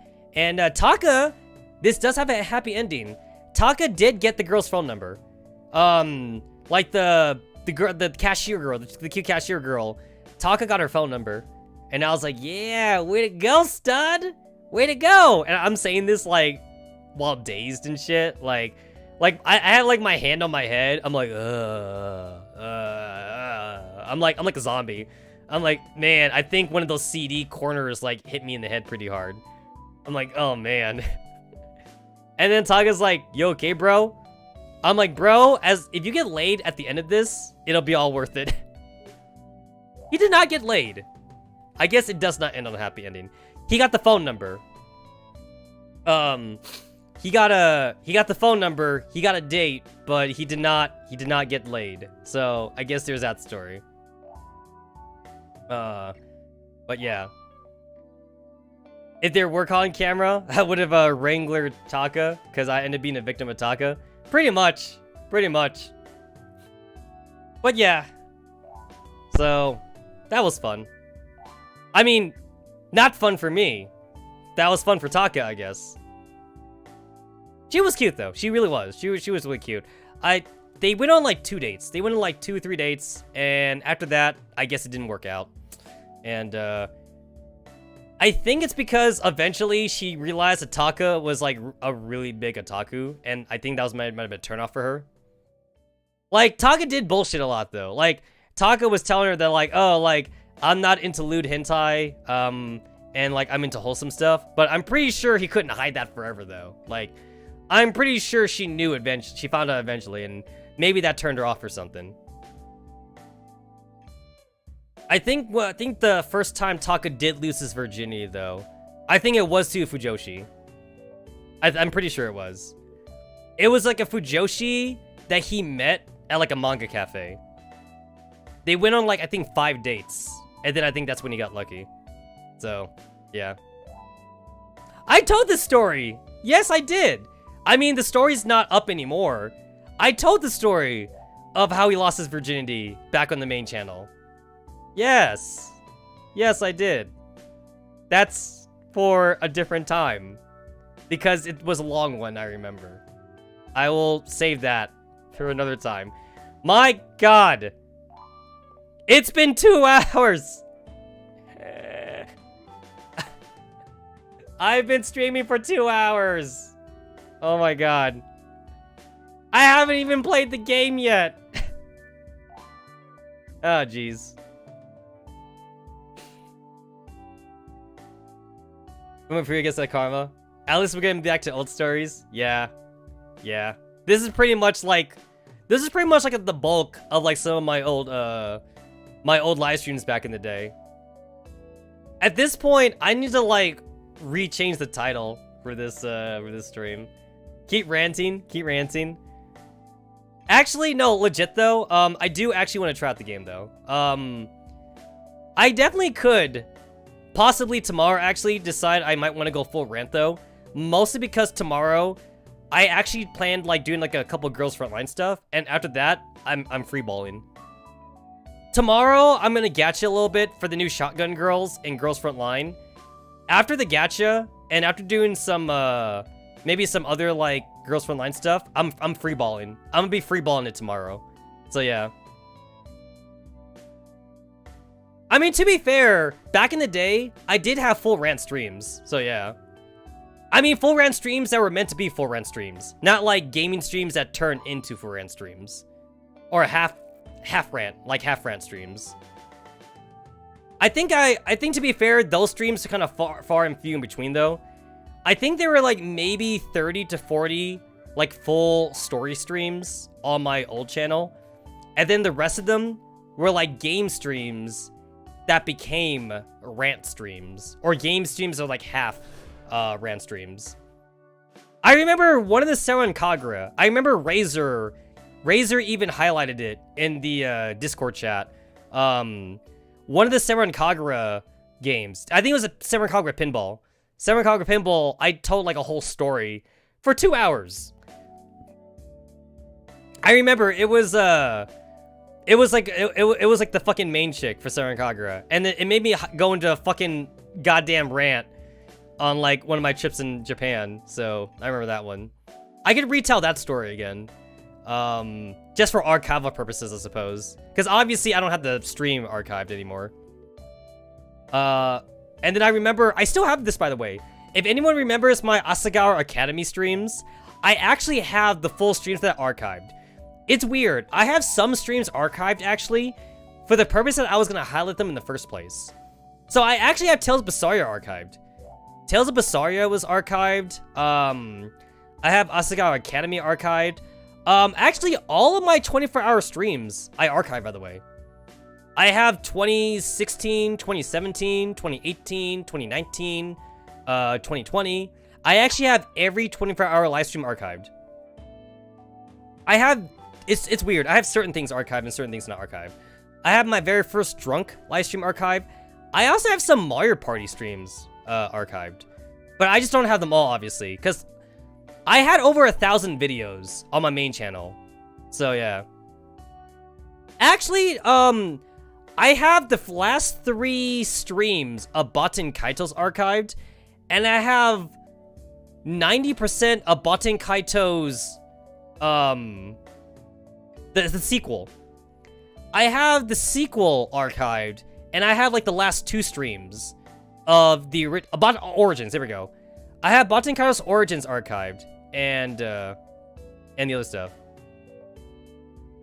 Oh yeah, no, I think I have some Jackbox. I definitely have some Jackbox streams archived. I definitely have them. Some of them were really funny though. I remember something really funny. Yeah. I could definitely see myself trying to upload some of those things. To be fair, I had them archived for the purpose of highlighting them. I just never got around to it. In a way, I guess it was kind of a self-fulfilling prophecy, since my main channel did get banned. So, now I do have an excuse to upload it. Where's the review for the apple cider review donuts? That is coming up. That is coming up. I actually do plan on probably buying it possibly tomorrow night, or maybe like the day after or something like that. The reason why I didn't get it earlier in this week though is because actually I was waiting to try them with a friend. Because I told a friend of mine that I'm doing this stupid shit now where I try fucking Krispy Kreme donuts. And then I told my friend about the apple sour donuts that I was gonna do. And he's like, hey, wait, I'm gonna try them too. I was like, oh, okay then. So I'm gonna buy them, and then that way I could share it with them. So that's why I didn't get it earlier this week. Because I was gonna get this Tuesday, actually, by the way. I believe it started this Tuesday, right? This Tuesday was the first day it came out. That Tuesday, I got off of work at midnight or something. Or this Monday, right? It was last Monday. Or Tuesday morning, I guess, technically. I was gonna get it. But then that's when my friend told me he wanted to try it out. So that's why I kind of held off on it. But I'm gonna get it though. I definitely want to try them out. So I'm gonna try them out. And I'm gonna bring a couple to my friend. And then we're gonna try them out. I asked him. I'm like, hey, do you want to be on YouTube with me? And review the apple cider donuts review with me? He was like, wait, on YouTube? In front of people? I was like, dude, don't be a bitch. And he's like, no, I don't want to be on YouTube. I was like, fine, whatever. So I'm gonna do the review first, and then I'll bring him the donut so he could try it out too. He doesn't want to be on YouTube, so my friend won't be on the show. Not Taka though. One of my American friends, not Taka. Me and Taka have not been in the same room since pre-COVID. That's kind of sad. Me and his mom have not been in the same room since pre-COVID. So I'm honestly definitely excited to travel abroad again whenever I get the chance to.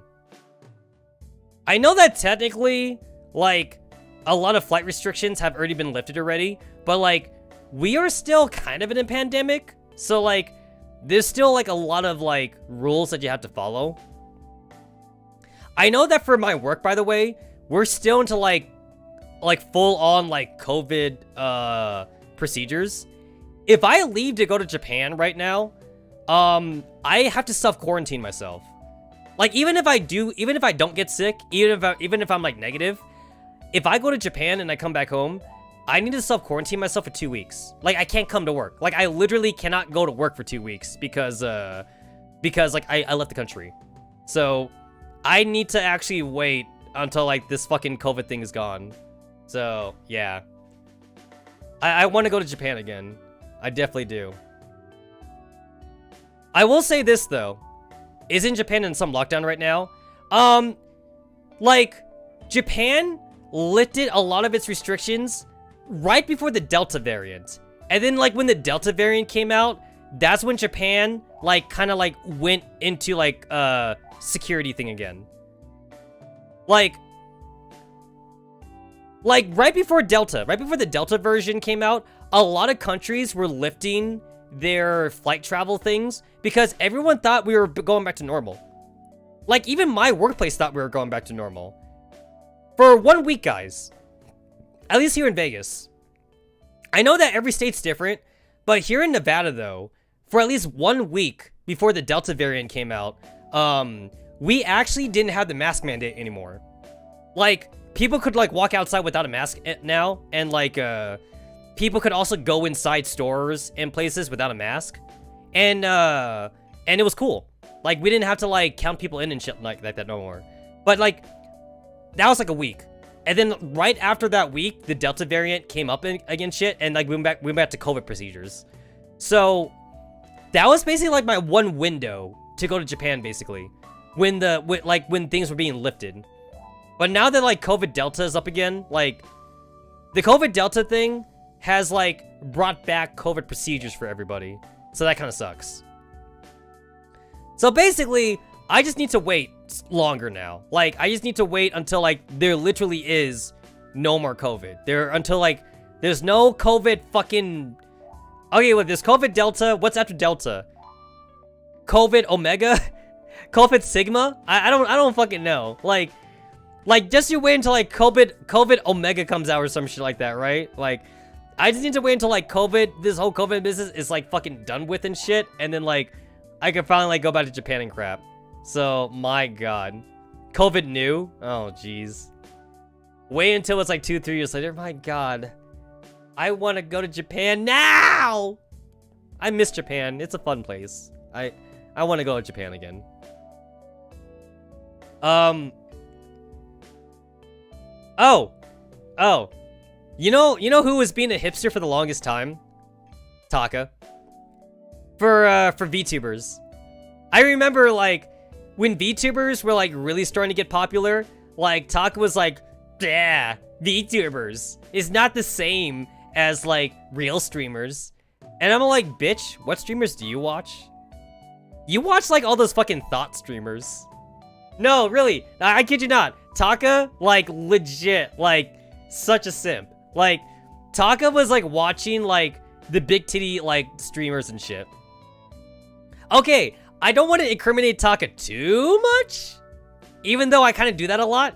I don't want to incriminate him too much, but there's this one streamer that Taka watches, and she has 2 channels, basically. She does Niku Niku Doga, where she kind of, like, does, like, family-friendly shit, but then she has a second, more lewd. She has a more lewd channel, where, like, it's on a different platform, and she does, like, very sexy ASMRs and shit, and, like, she does, like, the ASMRs from, like, the neck down, and, like, she's, like, in her underwear. She's, like, wearing, like, fucking, like, lingerie and shit, and she's, like, fucking, like, doing, like, we're not talking about Project Melody. No, we're not talking about Project Melody. We're talking about a thought streamer, like, an actual, not a VTuber, and, like, she's, like, in her fucking underwear and shit, and, if you look just good enough, though, like, her underwear is, like, kind of see-through, so you could, like, see, like, her nipples and shit. And, like, he's such a fucking simp. And she does, like, very close and personal ASMRs, like, with the microphone and crap. Like, she does, like, fucking, like, ear-licking ASMRs, which I guess for her, she's, like, licking the microphone or something. And then, like, she's also, like, rubbing her boobs up against the microphone and crap. Like, she's giving, like, the microphone, like, a paiziri or something.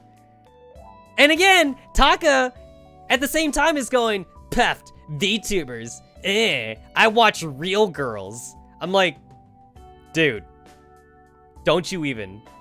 It's not, no. Come on, man. Come on. Don't you even.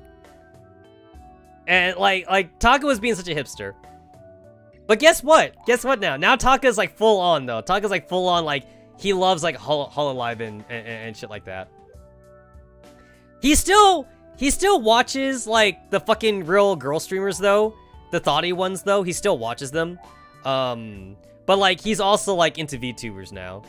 And I'm all like, yeah, like, wait. But, like, last year, though, I could have sworn that last year you were telling me how, like, VTubers were shit and all that. Did you not say that? I'm pretty sure you said that. Dude, Taka has, like, busted his nut on, like, legit, the thought streamer, like, a couple dozen times. Like, Taka legit be, like, fapping to her as she's doing her fucking ASMR streams in her underwear and shit. I'm like, don't you even tell me that VTubers are shit, man. Don't you even tell me. Oh, by the way, I haven't seen Taka physically in a couple years, other than, like, obviously online and shit, like, through Facecam. So some of you may be wondering, wait a minute, how do I know that Taka has been fapping to, like, this thought streamer, right? How do I know that? I don't know. Why don't you assholes take a wild guess? So yeah, Taka's mom was telling me how, like, she saw Taka, like, legit, like, whip his dick out and like started fapping to like one of the girl streamers and shit. And I was all, and like I remember when she was telling me this, I was like, "You sure he wasn't watching like a hentai or something?" And she's like, "No, it's not a hentai, cause like it was a real girl." And I was like, "Oh, well, like, are you sure it wasn't just like an AV video, like you know, an AV or something?" And she's like, "No, I'm pretty sure it wasn't an AV, cause like there was like interaction. There was interaction and shit, and like he was typing and stuff. Like one hand was on the keyboard, and one hand like with his dick was yeah, one hand on his dick and one hand on his keyboard." I'm like, oh yeah, he's watching a thought streamer, and he's all like, "Do people do that?" I'm like, "Yeah, no, that's normal. Like, there's a lot of thought streamers out there, and yeah, simps they fap to them, so yeah, that's completely normal." And she's all like, "Wow, like I thought my son only fapped to like hentai and shit. I didn't think he would fap to like an actual streamer and crap." And like she's like peeking through like the door because like Taka didn't close the door fully, so like that's why like Taka's mom knew that like he was fapping and shit. But anyway, like that was like last year though. Like I told you guys this before, but Taka got his own place now. So Taka got a place now. Fapping for streamers is worse than fapping to hentai. But like Taka got his own place now, cause like he got an apartment that was close to his job, cause he said he got tired of like taking the train basically, cause that's what he was doing. He was taking a train to work. So like now he doesn't have to. He walks to work now. Like he is literally like a 10-minute walk away from work. So he likes the convenience of it. So Taka's mom lives by herself. So that's why like I've been talking to her a lot, like over the phone and like in like face cam chat and shit like that. She has a Discord now. She was kind of like iffy about Discord, but I told her like it's just a chat room. Like it's literally just a chat room. And you can also like talk for real too. So like I helped her set up like a Discord account. So she got that now too. So yeah. But anyway, like she did say that it was a little bit lonely, like not having Taka around the house though. Taka still like has his room though, like with her though. So like Taka can come home whenever he wants. But yeah, like she does say it's like a little bit lonely. So like she does spend a lot of time online. And then like she hangs out with a friend whenever she can. But like since COVID is still a thing though, she doesn't go out as much as she used to. Like when mixers, okay, like mixers are like a lot less popular now than they used to be because of COVID. So like it's kind of hard for her to get dates and shit like that. Like now there's like online mixers now. So like now there's a thing that she does where like she and other people, they dress up. They dress up like as if they're about to go on a date and shit, but it's online though. So everyone dress up like they're about to go on a date, and it's legit like a fucking Zoom call. Zoom? Is Zoom still a thing? It's like a fucking like video conference call and shit. So like that's how they do their mixer, and like everyone like has drinks and shit, and like they do it, they just talk like they talk that way and crap.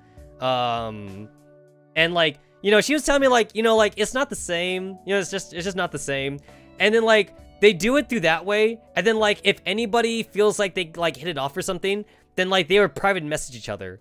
Like after the conference call mixer or whatever, you know, everybody would like get out of the call, and then like that's when you private message someone saying like, "Hey, I think we hit it off during that mixer, that online mixer. So like, you want to go on a real date or something?" And then, you know, yes, no, you know, let's meet up somewhere like at the shopping mall or something, and let's go on a real date.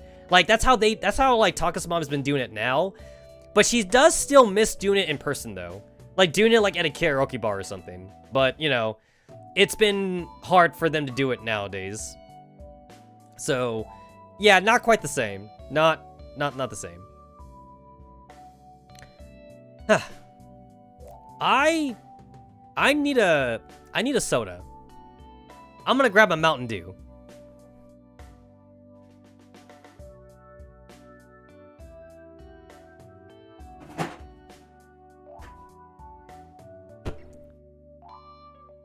All right, there we go. I got a Mountain Dew. I ain't got no Doritos, so I'm only half a gamer now. Because everyone knows it's Doritos and Mountain Dew. Why is it Doritos and Mountain Dew? Are they owned by the same company? I don't know.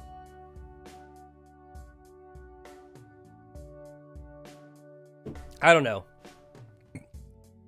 Are they friends? Is Doritos and Mountain Dew, they friends or something? I don't know. I don't know where that meme came from in the first place. Actually, I'm more of a Gatorade kind of dude. Like, if I'm serious gaming, I actually try not to drink soda.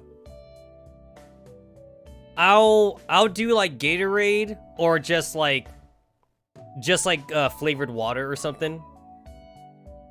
I'm sure it's a meme that became a reality. Oh no, it was definitely a meme. It was definitely a meme, but then like they capitalized on it though. The company saw the money. They saw the money with it and then they capitalized on that. So like now like they even advertised Doritos and Mountain Dew together. Yeah, no, it was definitely a meme at first. But yeah, like ever since like I did like professional gaming back in the day, I don't really do soda anymore. So like I drink soda like for fun or something. Soda is something I have like as like a snack, a fun snack or something. But if I'm serious gaming, it's like flavored water or like maybe like a sports drink or something. Something that would do something for me, you know? Bruh, so many Mountain Dew and Doritos ads. You know what? I don't like the weird flavors Dorito comes out with. Like, for me, there's only 2 Doritos. It's the Cool Ranch and, like, the nacho cheese. That's it. Like, I hate, like, all the weird flavors that Doritos comes out with.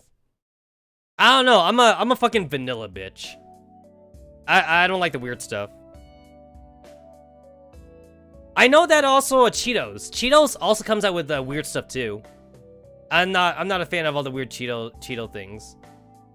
It's all about the original. The OG original. Hold on, I'm gonna take another sip of Mountain Dew.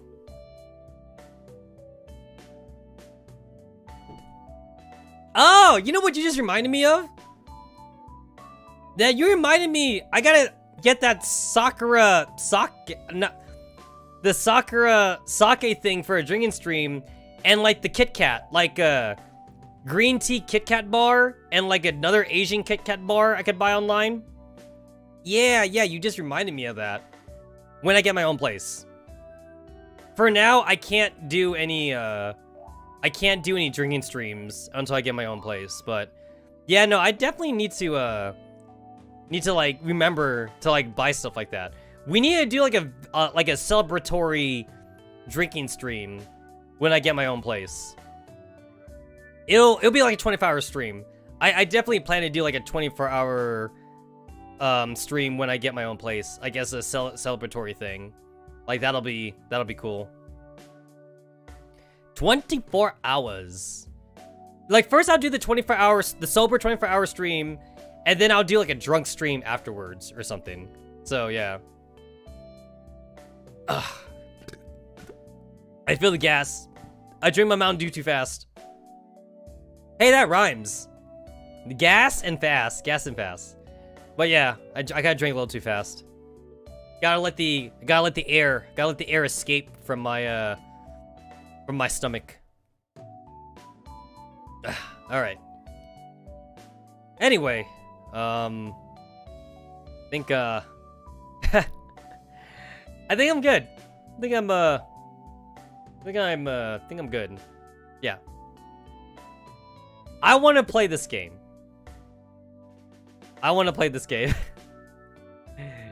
Okay. In before Tetsamaru gives gifts to neighbors to calm down from noises? Nah. It's not like I make that much noise. Alright. Anyway, who wants to be a cat person? Who wants to be a furry? That's basically what I'm about to be.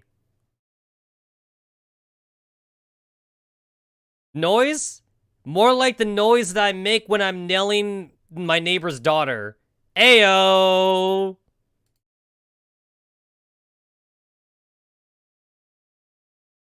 Ayo.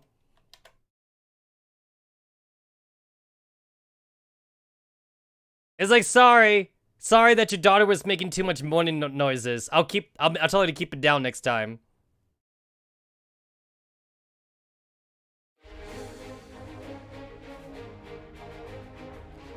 Kitaria Fables. All right, this game is Harvest Moon Rune Factory. It's Harvest Moon Rune Factory, except you're a cat. You're cat people. I see a goat though. You see, there's a goat person there. There's a goat. There's other animals, but we're a cat person though. We're a cat.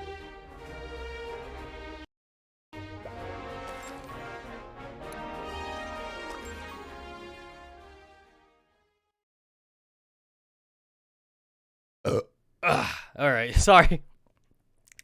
Getting gassy from the Mountain Dew. Oh my god, what the fuck is this?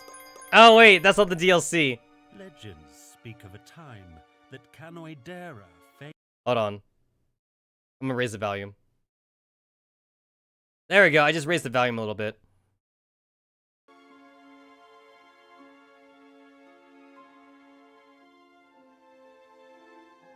Once docile monsters were driven into a violent rage by a mysterious power. By a mysterious power. Hey, it's a rabbit. That's a rabbit person. Brave heroes assembled to protect the people.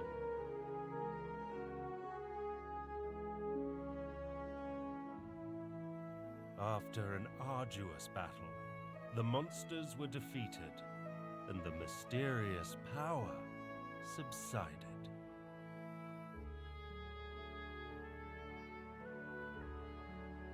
People returned to their normal lives, and peace was restored.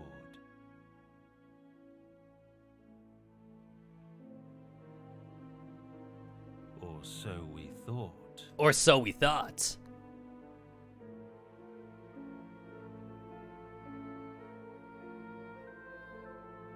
There have been whispers of the calamity returning once more, with no heroes remaining to fight against it. What is the cause of this mysterious power? Will Kanoidera ever be truly at peace?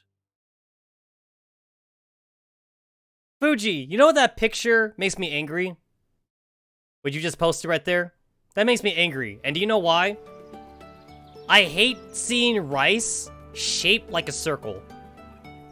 It's so artificial. Like no one cooks that way at home. You know, like, no one's gonna make a fucking circle piece of rice. That makes me so angry. It's like, who does that, you know? I just put like a clump. I just put like a clump of rice on my plate. No one ever does that, you know? The people do it for the pictures.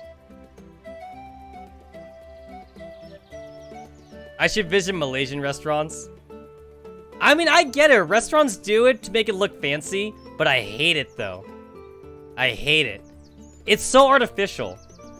You know? Like no one does that at home. We've been searching for hours and we still can't find the village. I'm so tired. What the fuck is this? I know that's a cat. So that's us right here. We're a cat. What the hell is this? Are you like an anglerfish or something? Are you sure that the commander gave us the right Commander Blue gave us the right directions? I'm starting to doubt it. What did we do wrong that way he would send us far away from the capital, huh? Gosh. Alright. Oh shit, okay, so like I can dash, okay. Hold on. Sound effect. Dialogue type is, oh thank God! I hate this. I hate that so much. Get rid of the dialogue typing sounds.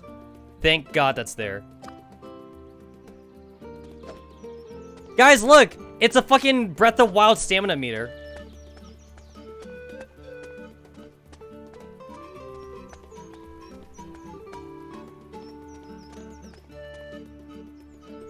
According to the map, the village should be close, right? By the way, wandering around unfamiliar places is quite dangerous, don't you think? We should be prepared for anything, you know, in case some monsters decide to ambush us. Of course, I'm hoping that doesn't happen. You should equip your weapon before we move on. Oh, what the? This is set up like a fucking MMORPG. Huh.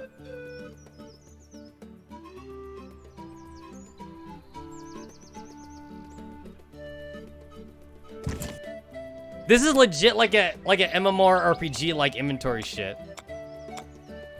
Look at this shit. Yeah, totally.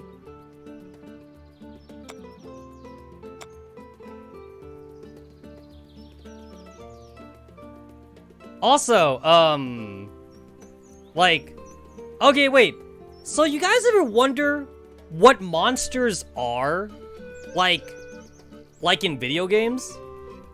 You guys ever wonder about that? Like, what's the difference between like a monster and like an animal? It's like, they're the same, aren't they? Like a monster is an animal. Especially since in some universes, like, you eat monsters, right? Like in Monster Hunter, don't they eat monster meat? They eat monster meat in Monster Hunter, right? So like, what makes the monster different from an animal? It's the same thing, right? Like, in Pokemon, for example, they eat Pokemon. So, you know, they eat them. So yeah. A monster is just an animal. You know, it's like, a monster has to be aggressive, I suppose, right? That's basically what separates a monster from an animal. It's a monster if it's something that like attacks, right? If it's something that like attacks people, it's a monster. It's an animal if it's something that like doesn't attack people. It's an animal if it's something that like people have tamed. But it's a monster if like it charges at people, I guess. But it's the same thing, though. They're technically the same thing. I guess.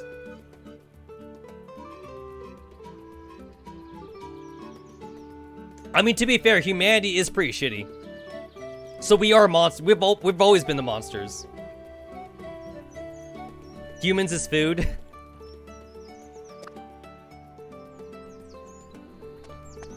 Oh, I can talk to him.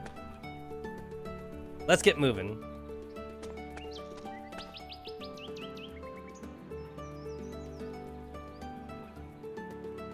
Upriver Field.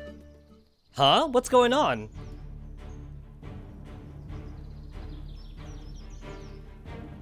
Oh my god. Guys, those are slimes. And is that a bunny girl? Wait, there's a flower. That's a bunny girl, right? So should we not save her? The flower usually means it's feminine. So like, that's a bunny girl. And those are slime monsters. If this was an ecchi game that I was shooting on Plexi Storm, we should totally not save her, right? Let's not save her.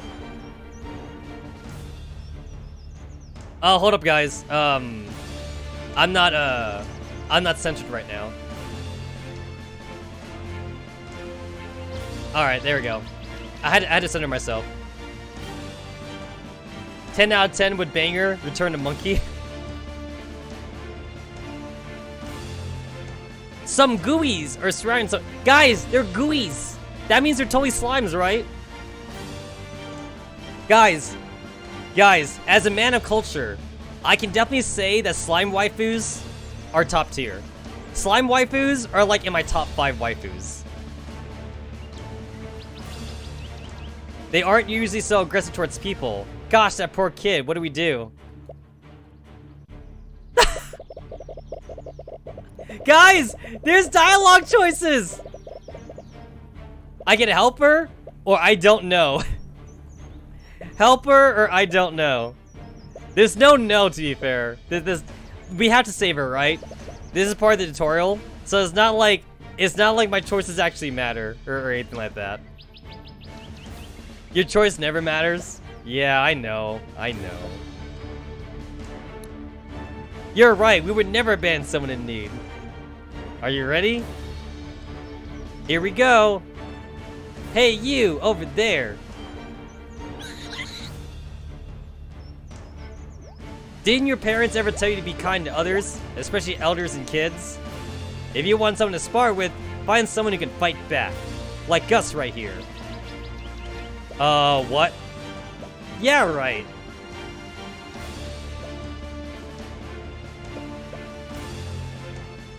Only on hentai games for some weird reason. That's only because in hentai games, there's game over screens. And to be fair, don't we always play hentai games for the game over screens, Kitsune? Like, for some hentai games, the game over screen's like 90% of the gameplay. Like, you always want to see the game over screens, especially like when there's different monsters. Like, some hentai games have like have a game over screen for like every individual monster in the game. So you want to get all the bad endings basically. Actually, you know what's kind of ironic about some hentai games is that like there's like almost like 30 different ways to get a game over, but then there's like only one true ending, you know? Like technically there's multiple endings, but then like 30 of the endings is just different variations of like you getting raped by a monster, and then like the one true ending, like you have sex with the human instead, you know? Or some shit like that. You know what's kind of blue balls actually? There is some hentai games out there where like if you actually never game over, there's actually no sex scene. Like I think I played a few hentai games where like the player character, which is usually like a girl character, if you actually play the game perfectly and you never get hit or like you never die or something like that, there's actually no sex scenes. Like, the game actually is like family friendly if you play perfectly. And that kind of makes it ironic in a way. It's no longer a hentai game anymore. Okay, so we aren't that strong, but you should find that out for yourself. Here they come, get ready.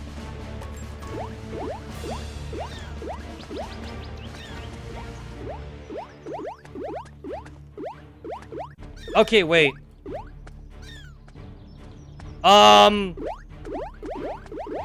My clicking is not doing anything? Hold on. What the? I'm not attacking! Oh, there we go. Okay, there we go. Okay. Wait. What the?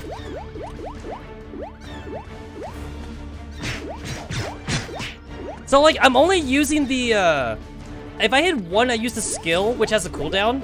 But, like, I can't regular attack for some reason. I'm, like, clicking right now. Why is it not working? Wait. Tap. Okay, wait. Oh, shit! Wait, what? Wait, what? That doesn't pause the game! Wait! That doesn't pause the game! The game is not paused! Ow! Ow! Hold on. Do I not have it equipped or something? Remove. Equip. Beginner sword. I mean, wait, is it not equipped? Wait, now it's not equipped, right? Okay, so now it's not equipped. No weapon equipped. Okay, wait. So if I do this, now it's equipped. Ouch. It's like not attacking. My dodge isn't working either. Like, I was dodging before. Okay, there we go. That pauses it.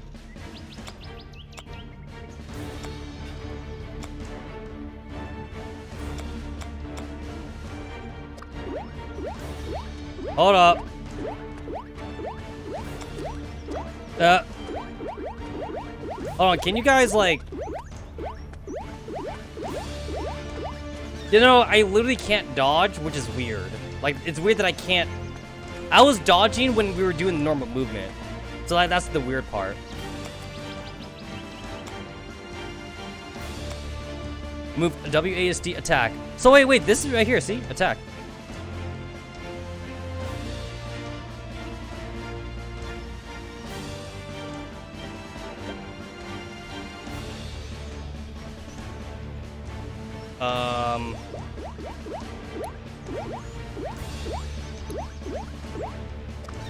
Ouch. Okay, wait. I just set it for a different key, which doesn't really help me. Hold up. Okay, wait. I set it to page down just to see if that would work. Hold on. Let's try this now. Oh, now it's working. Oh, now it's working. Okay, there we go. I guess I had to reset it. Okay, I had to reset it. Okay. There we go. Wait, is that guy stuck? Wait, is he? How? I didn't do anything to him. How did this happen? I'm literally like in the tutorial section of the game. That the monster got stuck in the stone. I don't get it. What did I do to him? So that means he got stuck on his own, right?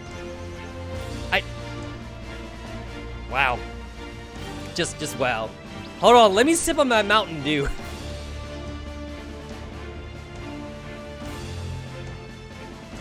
All right. I kind of feel bad. Like, can I get him, like, unstuck?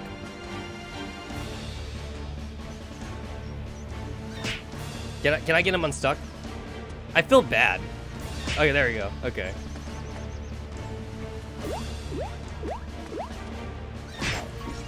There we go.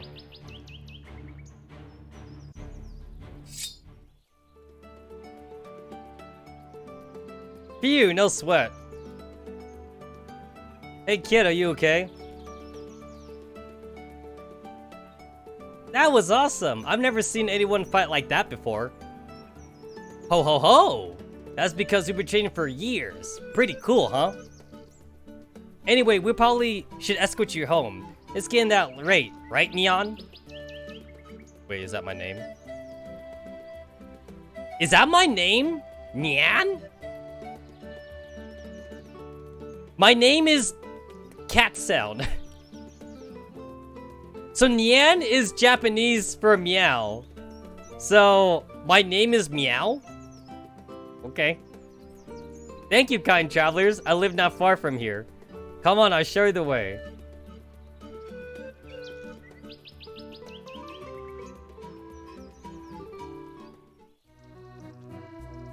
Oh, there's a bear. That's cool.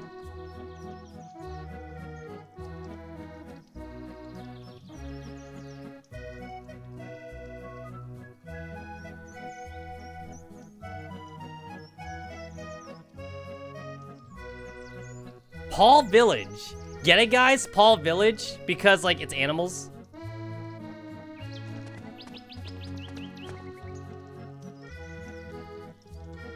Grampy.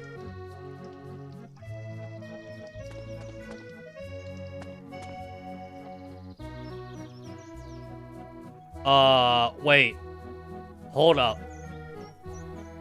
Like, is that actually her grandpa? Or does he just call him grandpa? That's a goat. That's a goat. That's a rabbit. Like, is that actually your grandpa? I don't know. Is this like, wait. Is this like, Chicory? Remember Chicory? Remember how the main character was a dog?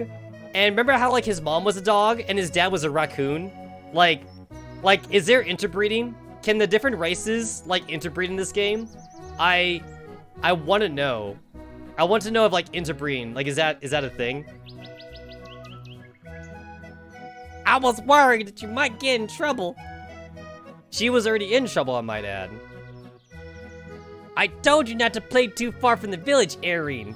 'Tis still dangerous out there. I'm sorry, Grampy. There was a pretty dragonfly near the river that I wanted to catch. Then I ended up bumping into some angry monsters. I was so afraid, Grampy. I'm glad these two were there to help me. Thank you, brave travelers.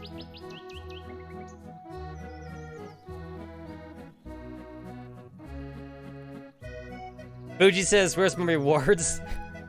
Kitsune says it's not that kind of game. You gotta save people like a fag and not get paid. Yeah. We're heroes. We're the good guys. You should be more mindful of your surroundings next time. Thank you for helping my granddaughter. What? No. Oh, I have so many questions right now. I have so many questions. Wait, so that is your granddaughter? So, is she part goat? She looks like a fucking rabbit, though. So, did he bang a rabbit? Is his wife a rabbit? I want to know. I want to know. Is his wife a rabbit? Is his son-in-law a rabbit? Like, where does this rabbit gene pool come from? Is he part rabbit? Maybe he's half rabbit, guys. Maybe he's half rabbit and he's half goat. I don't know.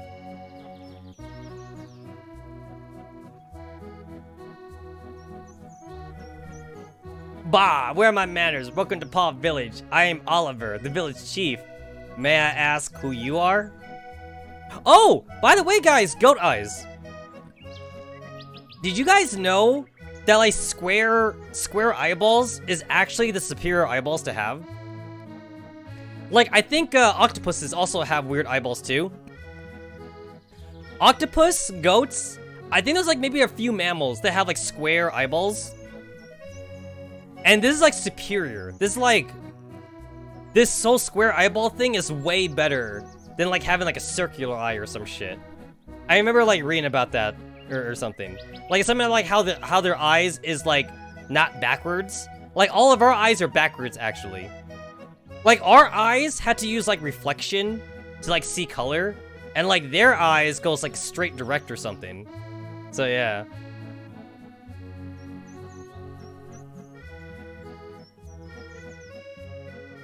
Prey animals though? I mean, okay, but here's the thing though. I mean, humans are kind of prey animals though. I mean, humans are primates. And to be fair, we're not really made to like take down big game. Not without our fancy high-tech sticks and shit, you know? Like, you gotta admit, humans are pretty fragile. And yet, humans are at the top of the food chain, even though we're technically not carnivores. Like, here's the thing too. Humans, we usually cannot eat raw meat. Like, all of our meat we have to cook. You know? About the only thing we could kind of eat raw is like fish or something. But even then, like, we could still get sick if the fish is not prepared right. Like, humans are just very bad at eating meat. You know? We gotta cook it if we want to like get anything out of it.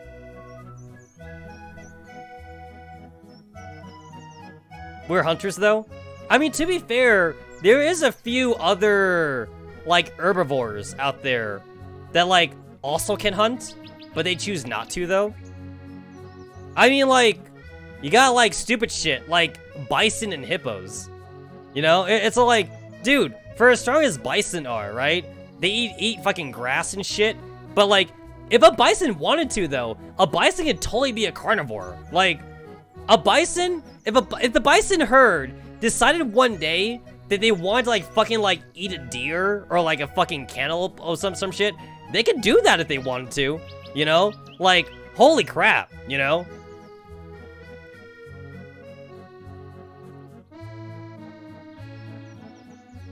You know, also it's weird too, like, they say that like all carnivores have like front-facing eyeballs and shit, but like, it's weird because there's actually a lot of herbivores that have front-facing eyeballs. So like, I'm not sure, I'm not sure like where evolution branched off on that part. Cause it's not just humans. Like, humans and like other primates and like, there's also like some other four-legged animals. They also got like eyes like facing forward and shit. Not all herbivores have eyes like to the sides of their head. So, yeah. Oh, reptiles too, yeah. Some reptiles are carnivores, but like a lot of reptiles have like eyeballs on the sides of their heads though. But I guess reptiles are a little bit different though. Like, a lot of reptiles can see in two directions at once though. And like a lot of reptiles can like control their eyeballs and make them look forward so they could be carnivorous, I guess. Lizards are weird. Like a lot of lizards can move their eyeballs like in 360 degrees and shit. That's just really weird. Hey, did you guys know that some lizards, they can't breathe and run at the same time? I don't think it's for all lizards, but I know there's a few though. I think there's a few lizards out there where like the way their lungs are, the chest cavity, the way their chest cavity is like positioned like in their body or something, they can only run, but they can't breathe. If they breathe, they can't run or some shit. It's such a weird evolutionary like backwards thing that like happened to their bodies. Can you guys imagine if like humans had to do that? Imagine if humans had to hold our breath every time we wanted to go for like a quick jog or something. And then like every time we needed a breath, we need to like stop running or something. That's just weird. Oh, Paw Village, great. We've been looking for this place for hours. I'm Macaroon, and this is Nyanza von Whisker. What the fuck? That is the most cat name ever that this game could have came up with. That is the most generic. That is the most generic cat name ever. Nyanza von Whiskers. Really? How about you just say I'm a cat? That's his name. His name is just I'm Cat. Give me Puss in Boots. Hey! I like the Puss in Boots movie from Shrek. You guys like Shrek? I like the first Shrek movie. I didn't really like the second and third movie. But I do like Puss in Boots too. Like, I actually did like the Puss in Boots separate movie from the Shrek universe. I actually like that. Kitsune says, I guess being cold-blooded would be the equivalent of what it feels like to chew 5 gum. Yeah. Cold-blooded animals are all weird. Because, like, they need to be in a hot environment. Otherwise, they fucking freeze to death. Our commander sent it. Shiki-Con?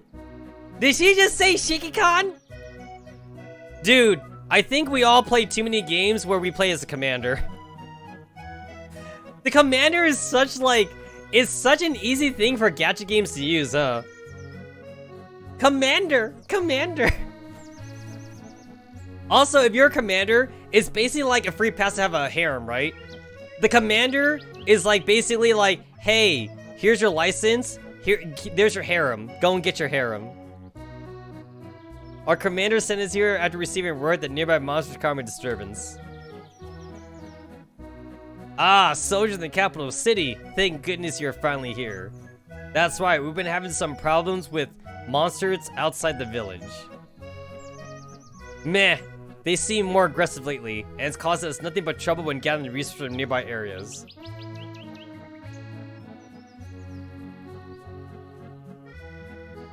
Nobody here can fight, so we need to seek help from the capital city.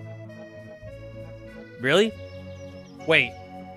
We just saw a fucking bear. There's a freaking bear as a blacksmith in the city. You telling me that bear can't fight? Don't worry, Chief. From now on, we'll take care of these problems so you can live in peace.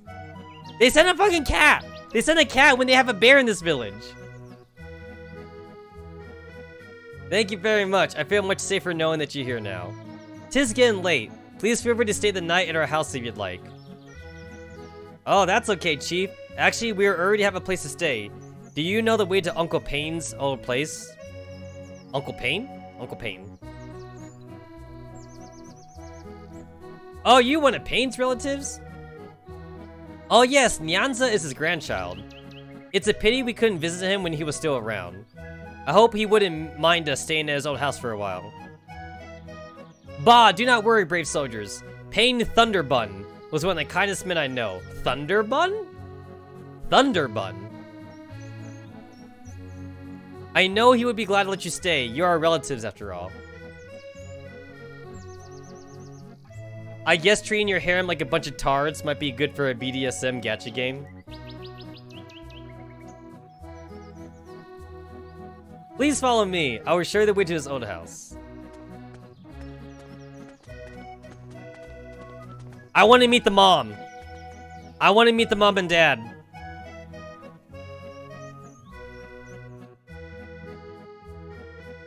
It might look a little shabby from the outside, but it's quite spacious and comfortable within. I hope you enjoy your stay here.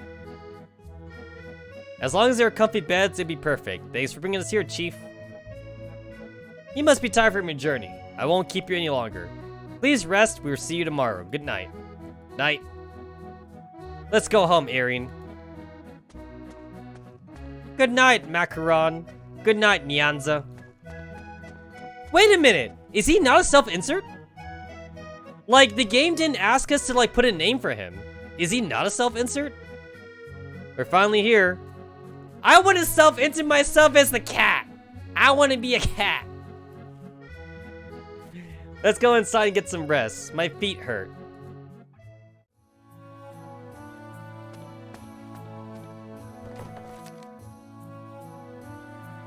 Alright. So, like, that's the inventory box. So again, guys, this game is like Harvest Moon. There's a time system. Look. There's a time system in this game. There's the water.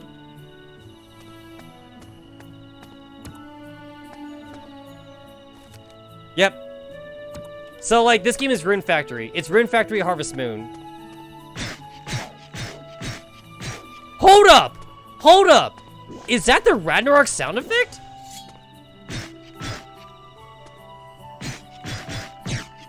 That sounds like the Ragnarok Online sound effect for, like, the sword.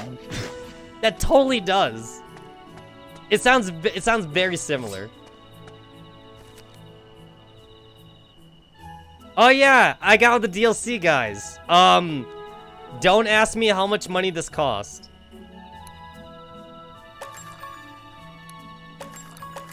I just happen to have it.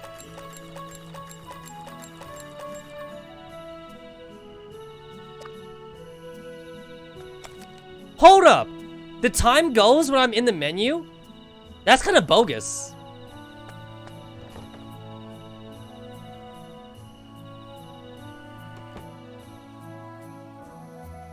Okay, so time stops when you're indoors. Okay, that's good.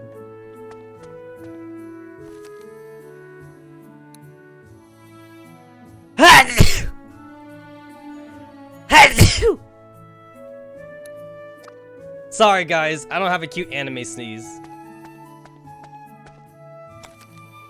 Alright, guys. I get to change my appearance. I'm gray right now. I could be gray and white. I could be black. Oh my god. Why does he have chink eyes, though? I'm sorry. Is that racist? That's racist. I apologize. I could be Kaliko. Hey, I know a Kaliko cat. I could be a white cat. I could be a tabby. I could be a Choco cat. Siamese cat. Oh, I could be a Sakura cat. I could be a blue cat. I could be a Bengal. And I could be a black cat.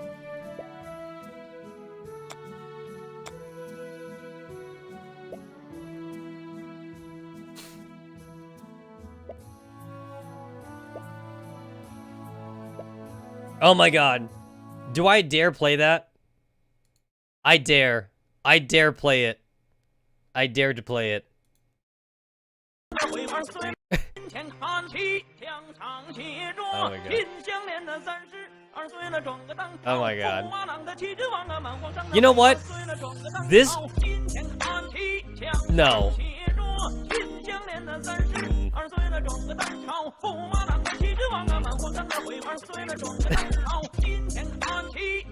Jeez.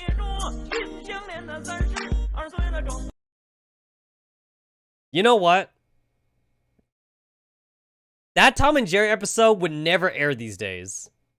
It honestly wouldn't. Like, no. It would never fly. Not even a little bit.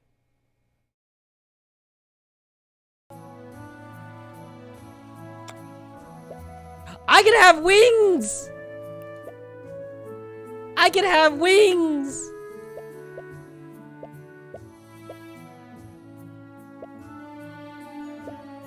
I want phantom wings because I'm edgy. And I want to be a black cat because I'm edgy. I'm edgy.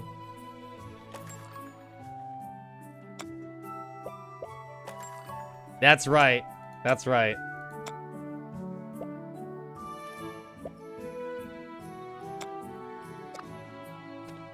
Yeah! Yeah! I'm so badass.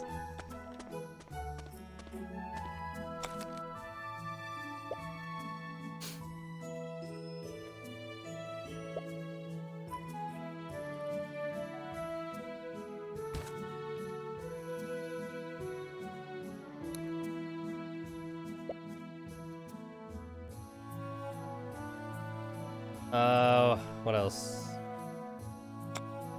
Pinned items, quest. Alright. Okay. I have 500 gold, and these are my stats, and it looks like attack power can go up to 9999. There's also magic defense. Huh. Alright. I have 40 health, but this goes also 999. And here's my money up here. I am going to see how long I can play this game without cheating. I am not cheating. Not yet, anyway.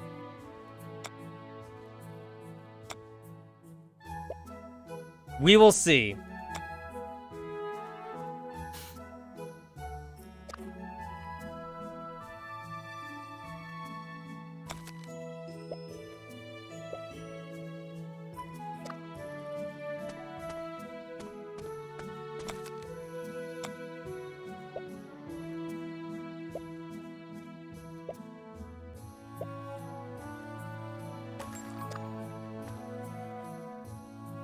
Does that look like wings to you guys? Not really, huh? It looks like less like wings. Does it seem more like tentacles? I'm not really sure why they call that wings. They look like tentacles to me.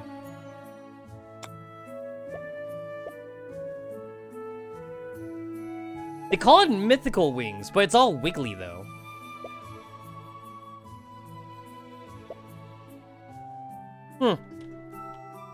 Also, you know what I'm surprised not to see on here? Angel wings. Where's the white angel wings? That's very popular. I'm surprised to not see it on here.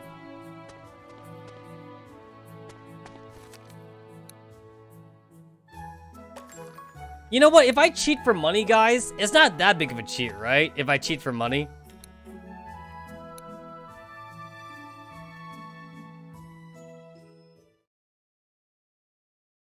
I'm just saying. I'm just saying.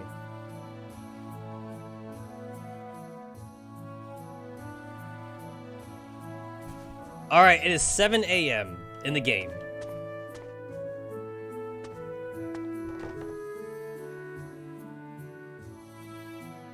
Cheating for money is so low level.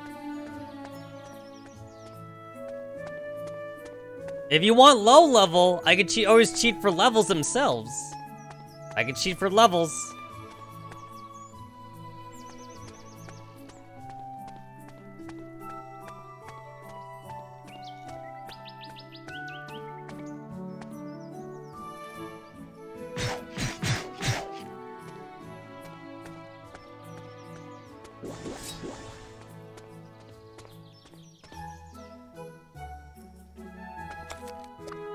Hold up.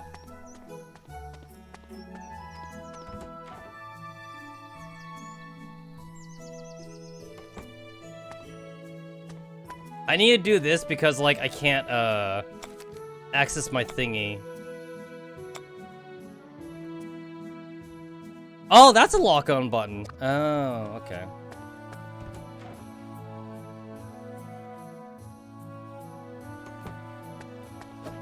There we go.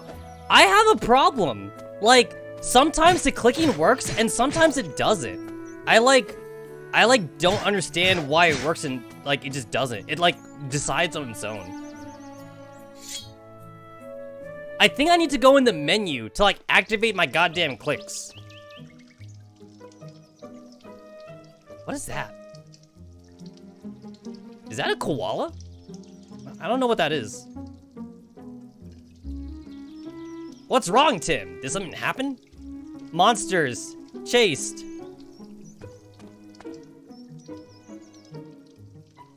Good morning, everyone. Did something happen? You don't look so good. Ah, young soldiers, good morning. I hope you are well rested.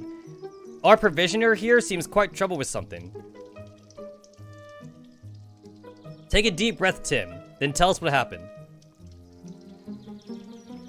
I was on my way back from picking up some goods from the shop. When I reached the Bai River field, I was surprised by a group of orcs. There's orcs in this game? So are these like the good kind of orcs, or are they the bad kind of orcs? Which orcs are these? Are these the ugly orcs? I was so scared, Chief. I dashed away as soon as I could get there before me. But I left a bag behind. It has things that you, Miss Apple, and Sage Albie requested. What am I supposed to do? 'Tis okay, Tim. At least you're not hurt. That is the most important thing right now. Fuji said discrimination towards orcs. Young soldier, I'm sorry for this sudden request. Would you be willing to help Timmy locate his things? As I mentioned, none of us here can fight, so you're our only hope. Soldiers, you can fight? Please, friends, please help me get my bag back. Alright, Chief, we'll help Timmy out. Besides, it's half strange that orcs decide to venture outside their territory. I sure hope this isn't calamity. We need to determine the cause and report our commander. Very well. Please, always be on your guard. I have heard nasty things about the bleeding orcs. Tim, do you have any remaining supplies? I still have some croissants with me. Here, please take these. Eat them and replenish your health. Sorry for the trouble, friends. Please be careful. Does anybody else find it weird how, like, in all video games, eating just recovers your health immediately? Guys, that's not how food works. Like, imagine if, like, all you needed to do to, like, recover your fucking broken arm was to eat a goddamn carrot, you know? It's like, guys, my arm is broken. Eat a Snickers bar. Thank you. Please wait for our return. I got a fucking croissant.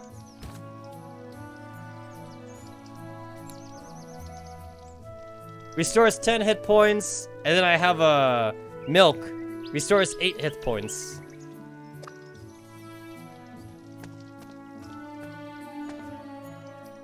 I'm bored. Can we do something fun? Like caramel. That's a rat.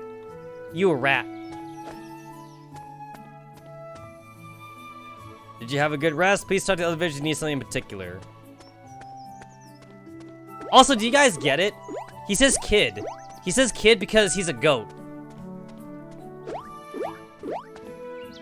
Hello, are you gonna fight monsters today?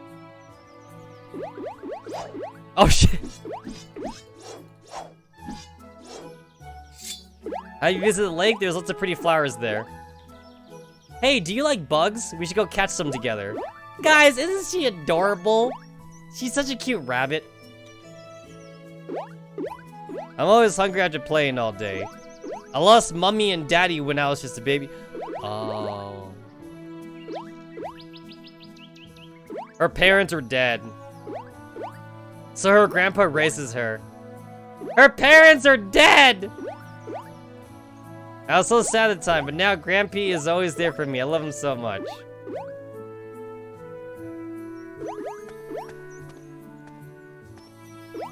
So wait, why do they have these monsters? Like, why?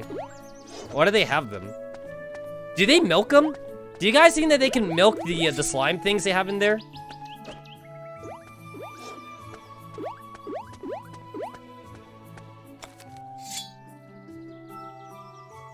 Wait, time goes?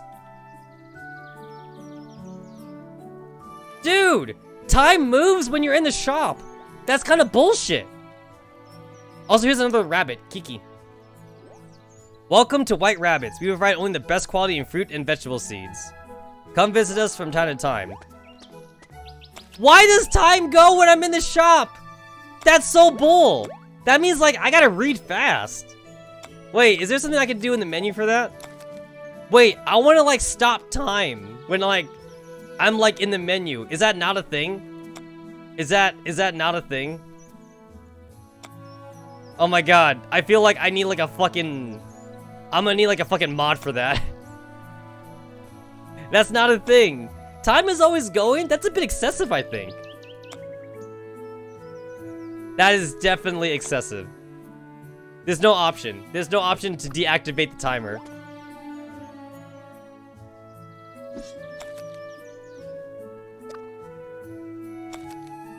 Oh, no, no, no, no, no, no.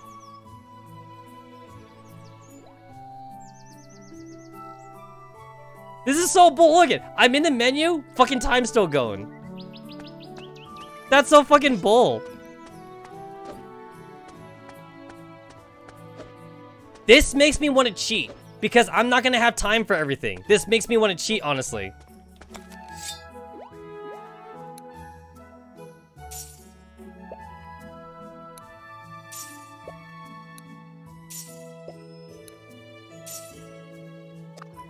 This means you need to read fast then. You gotta read really fast. Please, my bag. Time is still going!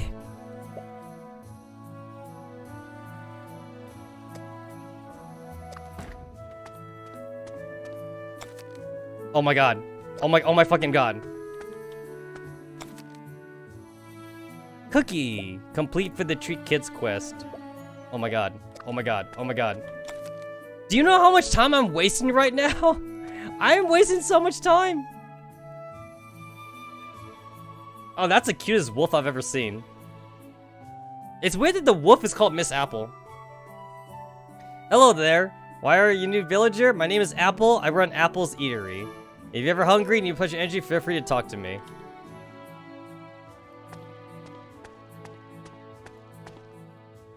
Living with Auntie Apple is hard. She always talks too much, but her food's delicious.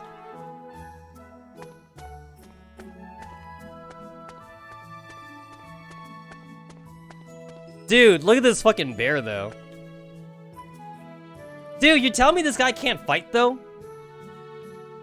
Welcome to Black Bear Blacksmith. I'm Shamrock. If you need to craft any equipment, come and find me.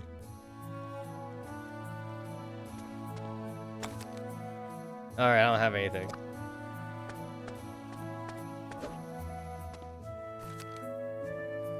Paul Village, Thunder Button Farm, Upriver.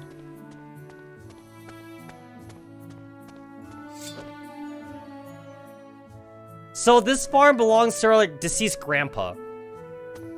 Yep, it's the old Harvest Moon thingy. So your grandpa gave you the farm essentially. Except in this timeline, your grandpa's dead. Cause usually your grandpa's alive, right? Your grandpa's not dead. But here your grandpa's dead.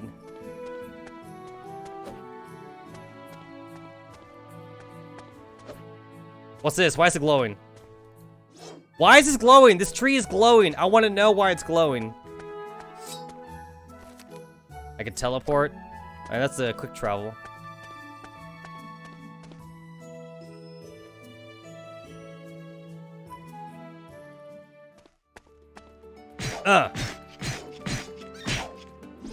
Yeah, boy. Fucking take it.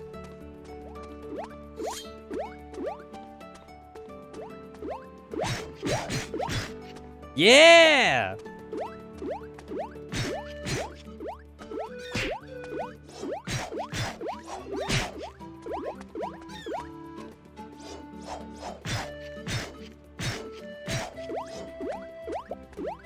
Dude, this reminds me of like fighting porins back in Roundwork Online.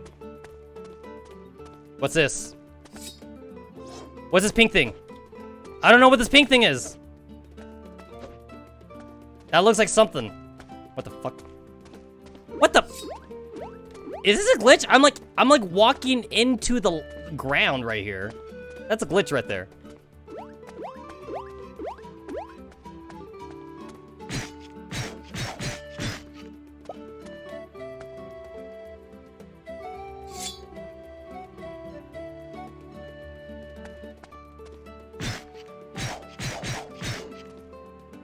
Look, I got some combos, man. What's this? What's this? I can't go here.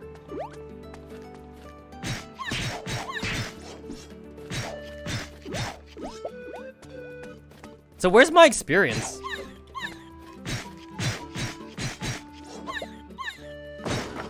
Oh, I can break those? Wait, I can break those? Do I get anything from that? There's money! There's money in these!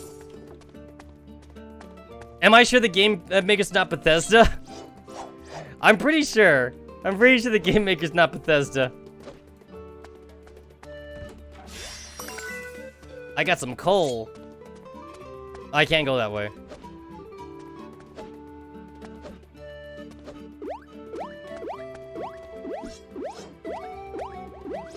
Oh my god, let me kill you.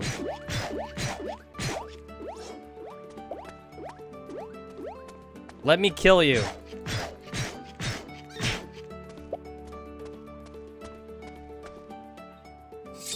Where am I going? Oh yeah, I'm supposed to be fighting orcs. That's what I'm supposed to be doing.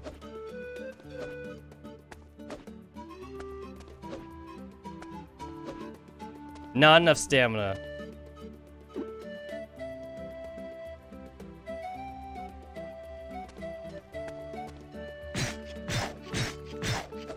Aha! I dodged.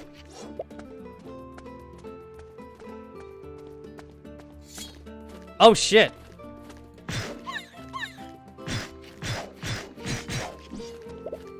Oh, I got some cotton.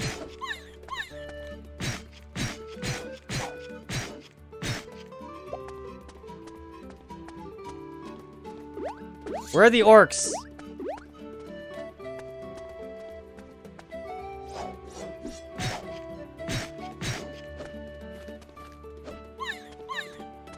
Look at me dodging like a boss. All right, that's a cave right there. Oh shit! It's the king pouring.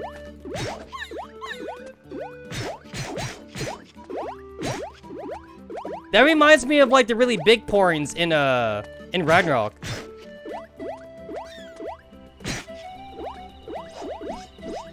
Oh shit. Dude, I could take him out. Wait, I'm doing like no damage. I am doing like no damage to him.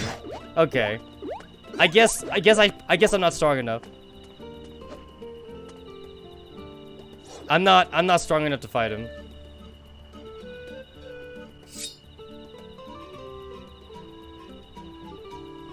Oh, I need that bag. Okay.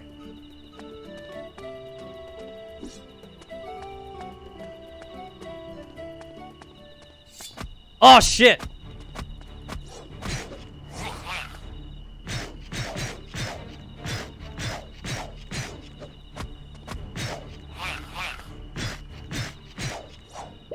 Oh yeah, fucking kiss my ass.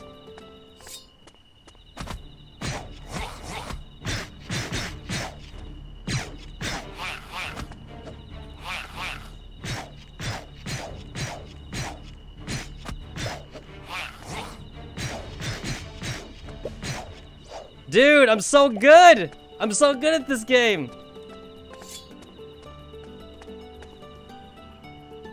Up. There it is. Okay, I guess I gotta go back now. Is there no quick travel? Where's the quick travel button? I don't see no quick travel.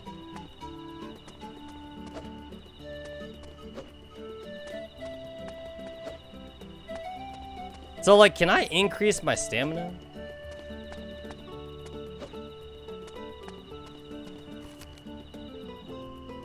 I don't see, like, a button I could push for quick travel.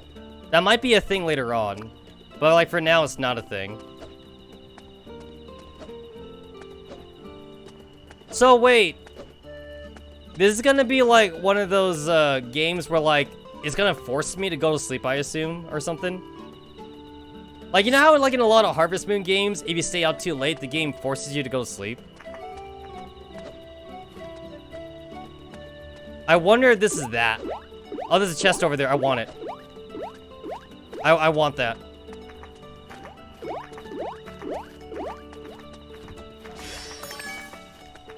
I got a croissant.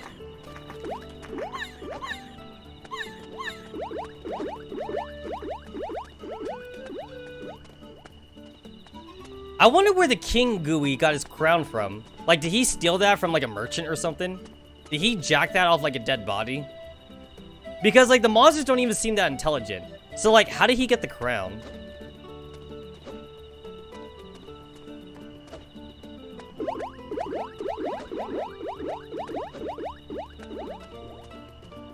Oh, shit, there's a chest right there. Got an apple.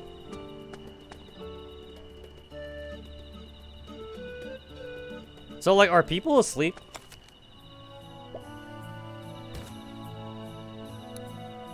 Restores 5 hit points. Doesn't seem like that's worth it. Oh, look at now I could quick travel. Oh, okay. It doesn't look like I have a quick travel, though, to get back to the farmland. So, I gotta, like, go the old-fashioned way. Do you need anything from me? My store is open from early morning into early evening. Okay, good talk. Oh, the signs is closed! Oh, shit. So in this game, the stores actually tell you when they're closed. That's cool.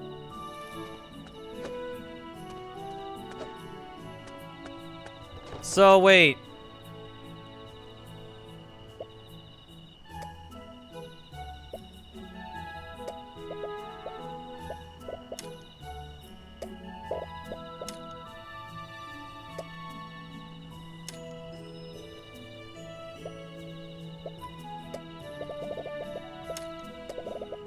How do you do this? E, hold to split. Oh, there we go. I want to sell that just to see how much money I make from that.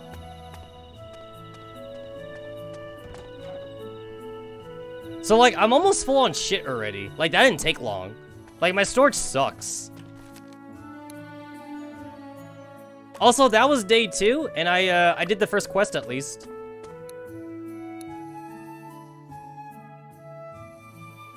You know what? I've always been jealous of, like, video game characters, like, fall asleep instantly.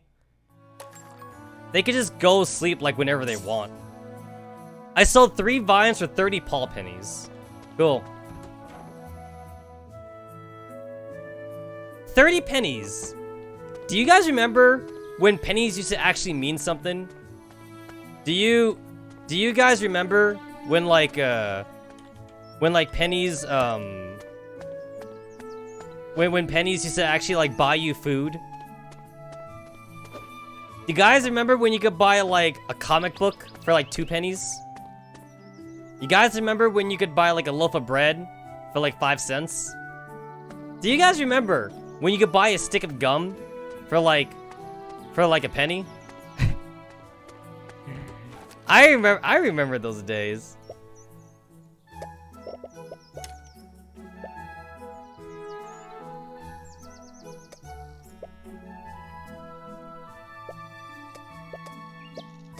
I remember those days. Dude, these storage chests suck.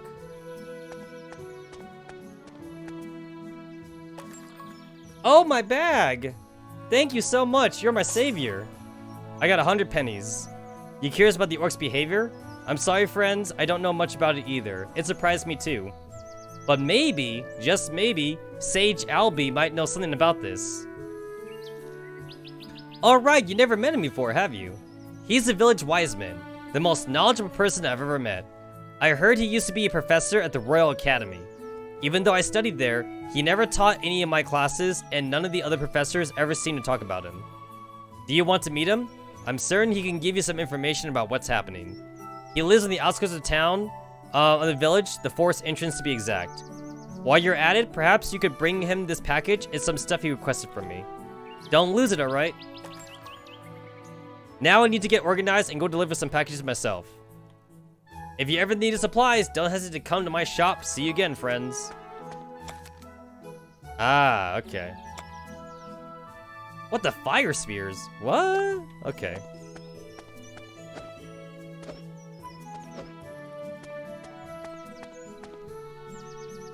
One of the perks of living in a small city is the air is natural and fresher than the city. Of course, they have more advanced technology in the city, bah.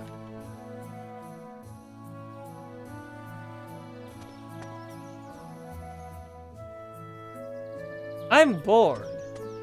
Good talk.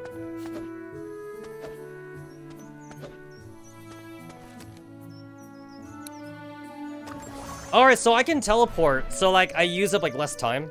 That's cool. I just gotta find all the save points.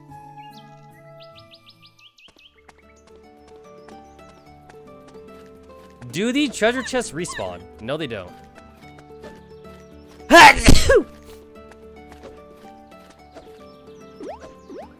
Oh shit! Oh, there he is. Never mind. I was gonna say that I thought the king gooey guy didn't spawn anymore. Shit, I think I went too far. I think I know what house he's talking about. Which means I gotta go backwards, actually.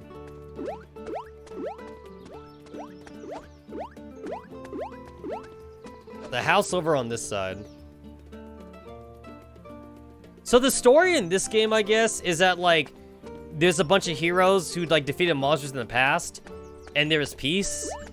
And now there's no longer any more peace anymore because the monsters are getting, like, all dangerous and shit. So, we are gonna be the next heroes, I guess. But we don't know that right now, obviously. We don't know that, but that's gonna be a thing in the future.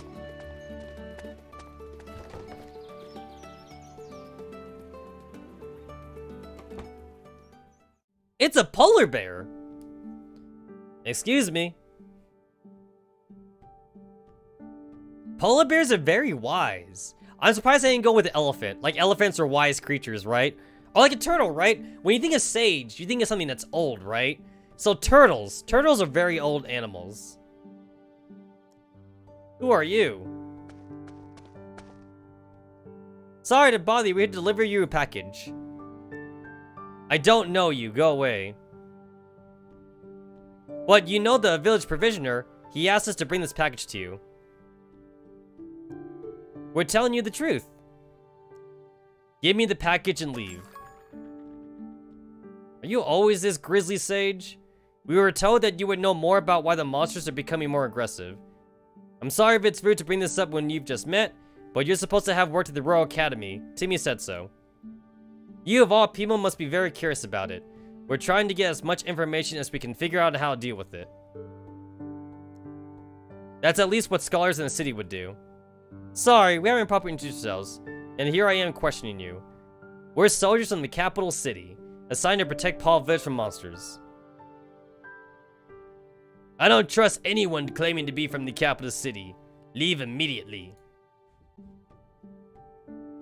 But why? What happened? As far as I'm aware, the Empire rules well, both the city and the wider territory.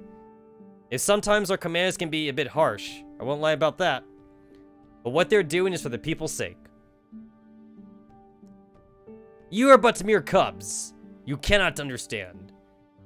The only thing that matters to the Empire is power, and how to conquer the world with it. You are their subjects. You say you're here to help us, for now, but in the future, who knows? Perhaps they would tell you to arrest someone who defies them. What? Look, Sage, I don't know what happened between you and the Empire, but I assure that our purpose is to protect the people. We promise to maintain peace. If you find out that we're lying to you, you can drive us up here by force. Seriously? Question mark, question mark. ...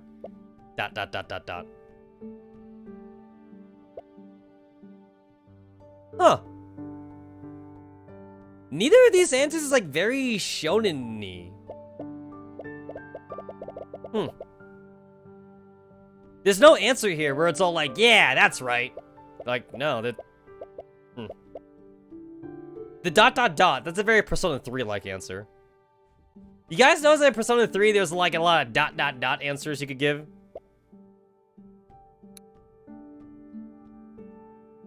It's the only way, Neon. Otherwise, you'll never trust us. Why have they sent you here? We don't need any help. We can bear the responsibility of defending the village ourselves. Oh, no, you can't. It was Chief Oliver who sent the request to the Royal Guard in the first place. He is worried that people won't be able to live normally if the situation continues. Why were we assigned to this place? Because I lost a bet with the Commander Blue. You what?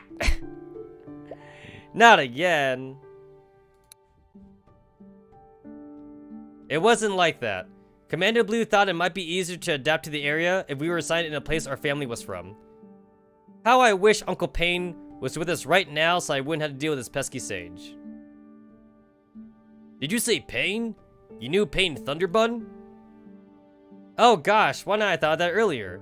Yes, we knew him. You didn't know he had a grandchild? Now you believe us? Grandchild? You're his grandchild? Me? Do I look like Uncle Payne? Was he round and pink as I am? It's Nyanza, of course, though you might notice you're from different species. I assure they're the same I'm so confused! Wait! Payne Thunderbun is not the same species as Nyanza? What? So how does that work? So are you telling me that like different animals can hook up and they can have different species for kids? Is that how that works in this game?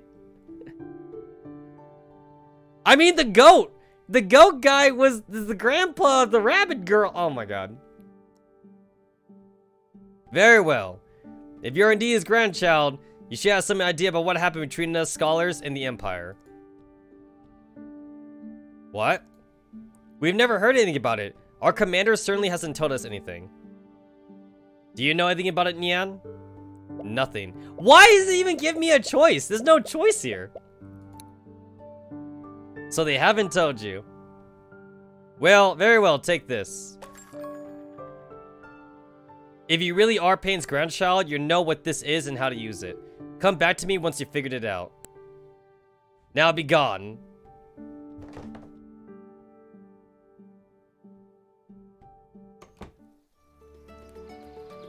Ugh, that annoying, arrogant sage. Why would he be so rude? This doesn't look like an ordinary book. Any idea what it is? Should we ask Timmy? He may know something.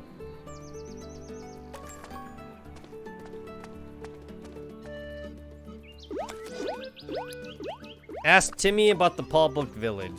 Okay. There needs to be like a fast travel option to get to the village. There's a fast travel option to get like to the dungeons, but not the village. Maybe I like unlock that later on or something. Maybe. I don't know.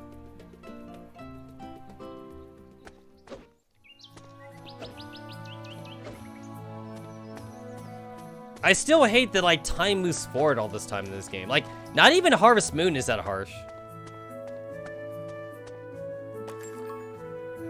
Mumble. Oh, hello friends, looking for something? Huh, you're not here to shop? How can I help? Assessing a mysterious item, you say? Let me see.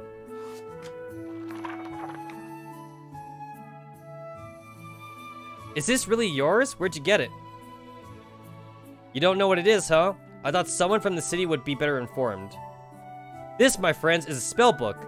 Items like this are forbidden, you know. You must have heard of magic wielders, surely. They are no mere rumor. I tell you, if they were, why would the Empire make some ridiculous law forbidding magic use? Simply owning a spellbook is breaking the law. You could get accused of attempting treason. Don't worry, I'm not going to report you or anything. Besides, you're more likely to report it to your superiors. But I beg you, please don't do that. I knew someone who could perform magic, and he wasn't evil at all. He kept the village safe from monsters after the city decided to abandon Revivo Fortress. That's why I know that magic isn't something to be feared. It's not like what you hear in the city. I don't know if I could tell you about much more about this. I suggest you go home and read the book, see if it changes your mind. At least then, if you decide to arrest the owner of the spell book, you know precisely what it contains. Not just because you're following some stupid law. A spell book? Magic is forbidden in this universe.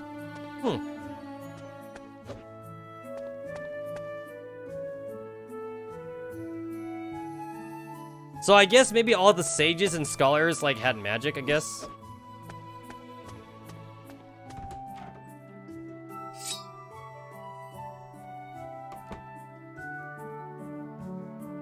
Dude, that chair is comically huge, like compared to the character.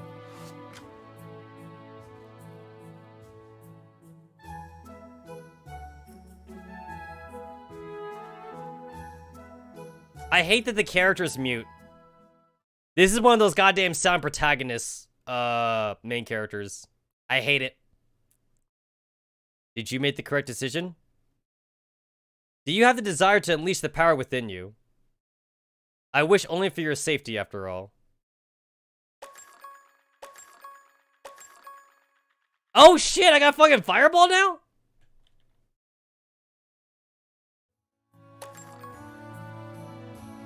Oh, the game autosaved for me.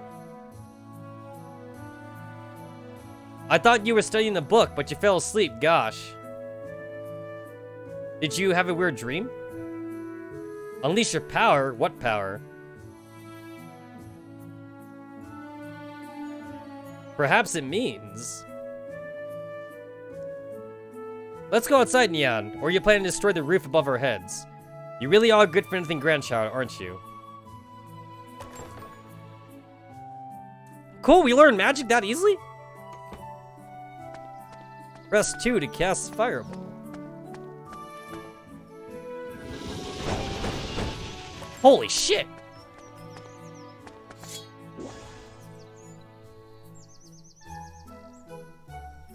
Gosh, Nan, you just used magic. Does that mean that Uncle Payne was? The Pesky Sage must know. Let's go find him. Oh, wait. Is that why our uncle fucking died? I thought that was Grandpa. Never mind. So our uncle died because maybe he was treason for learning magic? Damn. That's some serious shit.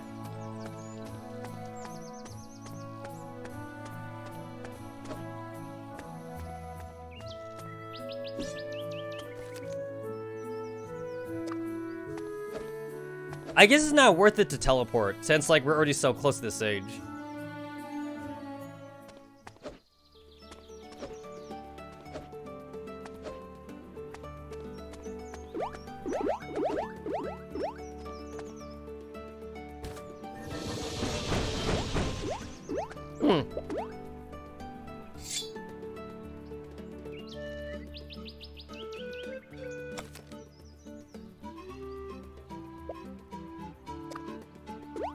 Should I sell that? I don't know what else to do with all these green goo shit. I don't know what else to do with it.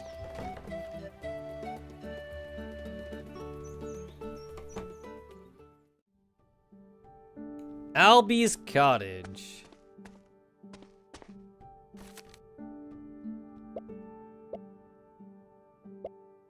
Fire magic, water magic, wind magic, earth magic.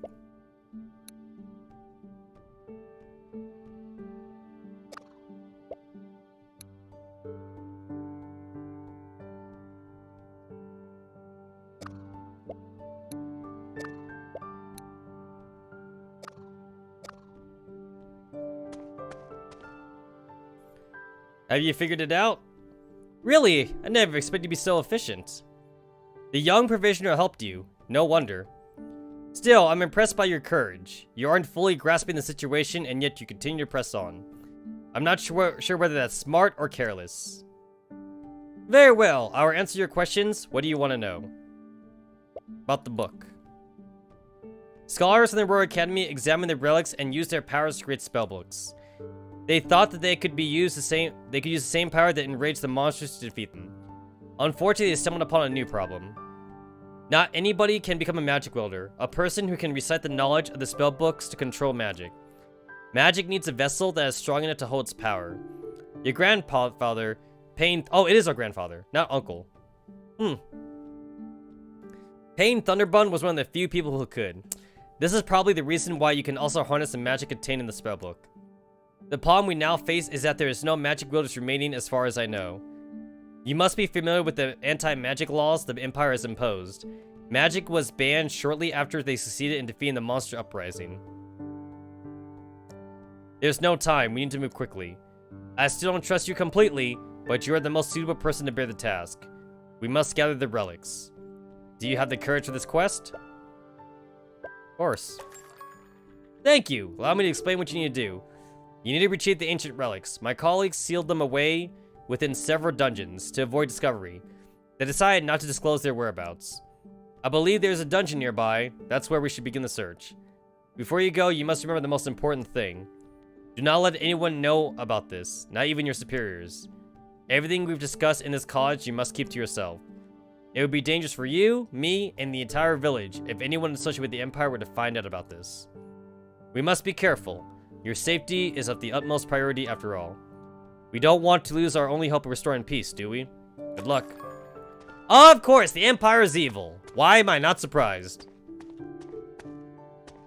Man, the Empire is always evil.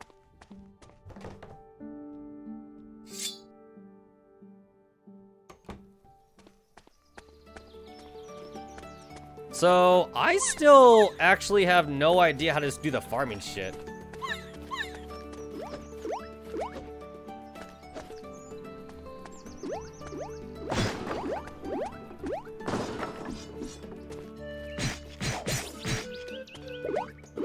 Yeah, I still have no idea.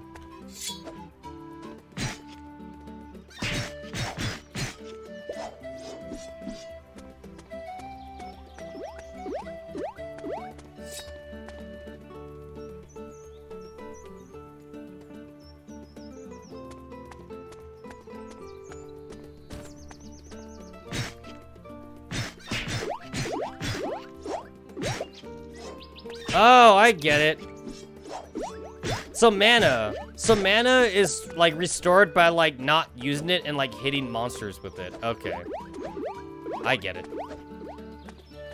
I was a little confused. So I thought the mayor would like give us like farming tools or something. He hasn't. Or maybe like I need to go talk to him again or something.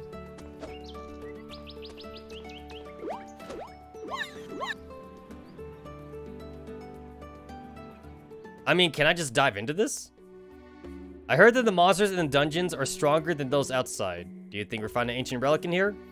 What if we've been tricked and died in vain? I won't let that happen. We need to survive Nyan and show the sage whether we're capable of the task. I still have no idea what this guy is. Is he he has like a light bulb on his head, so I think he's an anglerfish, but I have no idea.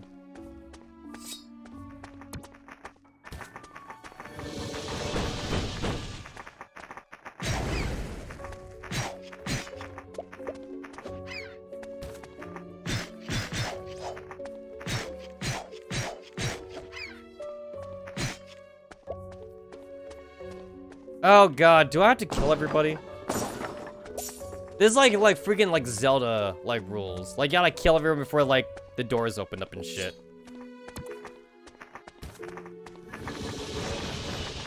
You son of a bitch.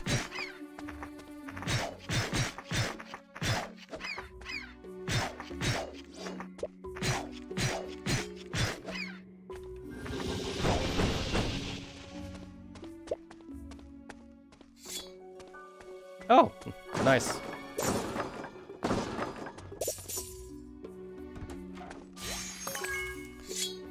I got 3 apples.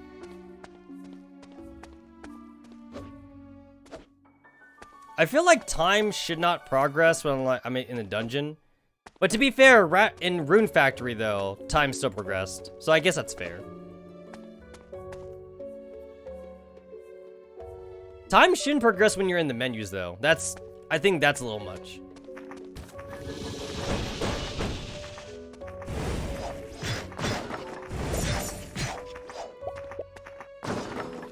Hold up.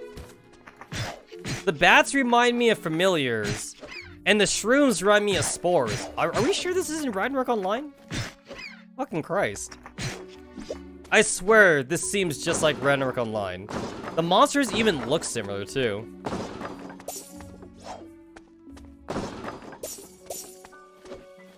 That monster really does look the same. Wait a minute! Those bats make the goddamn same sound effect! They do! It really is the same sound effect.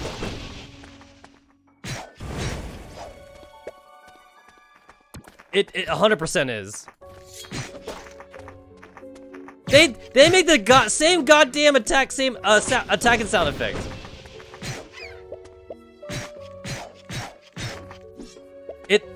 This is entirely Ragnarok Online. This makes me want to play the game some more.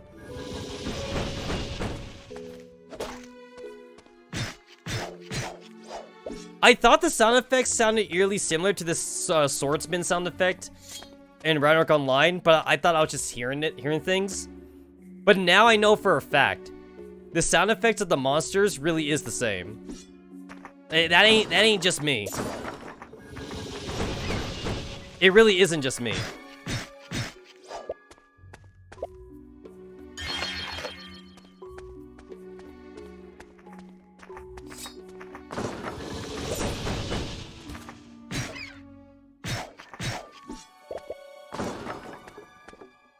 At least the,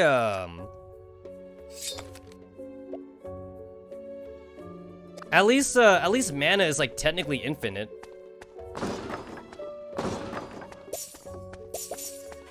Yeah, mana is technically infinite. As long as, I hit shit.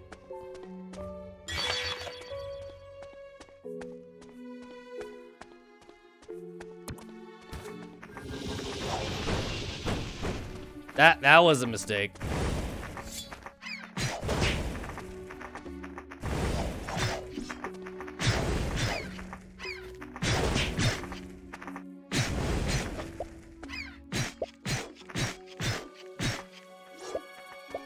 I'm kind of sad that this game doesn't have a class system.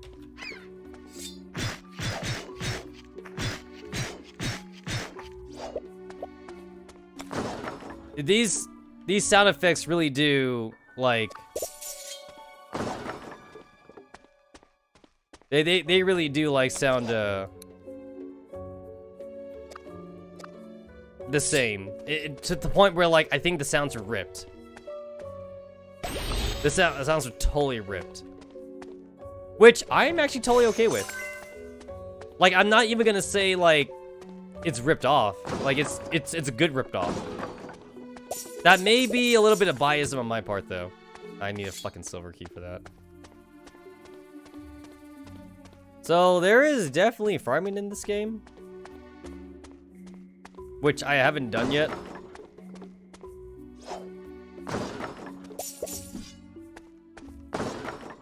And so far, I haven't found a reason to buy shit yet.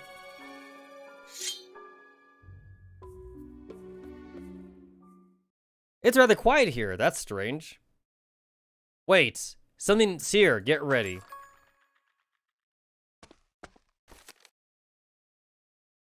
Okay, cool. There's a checkpoint.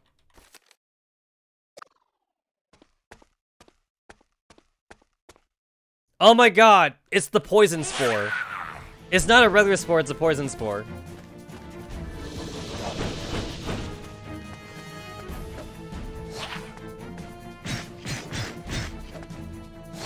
Oh, shit.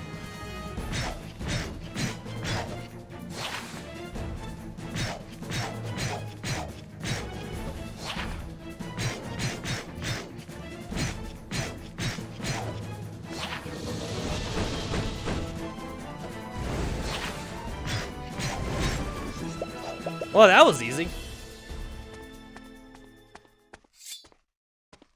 The thing's not fucking open, though. Oh, there it is. I gotta wait for a cutscene. That guy was no fun. I'm guessing that every relic has a guardian like this. We should ask the sage about this. Let's retrieve the relic and get out of here quickly. I mean, this was the first dungeon in the game, so I guess it's meant to be easy.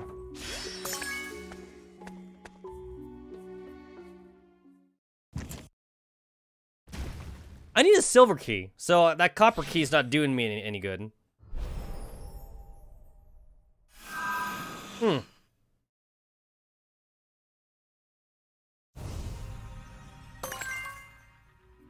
I got the Relic of Power.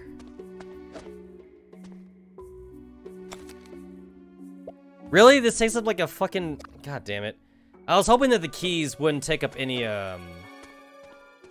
They wouldn't take up like any inventory. But I guess I was hoping too much. Oh, really? These guys fucking respawn?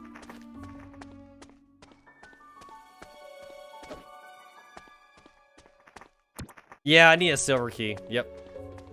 I didn't find any chest in here that uses like freaking copper keys. So I guess I'm just not gonna worry about it.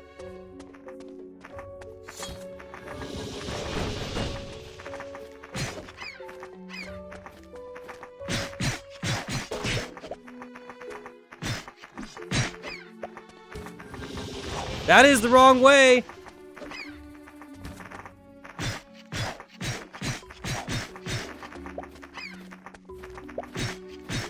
Fuck it, I'll take you guys on. It's kind of bullshit that I can't hit stun these guys. Because, like, these guys can hit me, like, through my attacks. Yeah, that's kind of bullshit. I feel like if I'm in the middle of comboing them, they should not be able to attack me.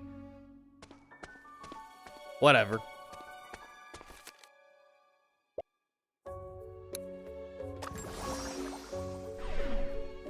I should see if I could actually farm, because I haven't tried farming. I should go and check that out.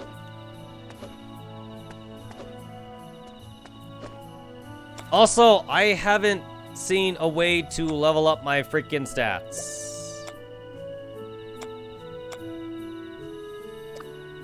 Also, it seems like using my spells doesn't like increase my proficiency with them.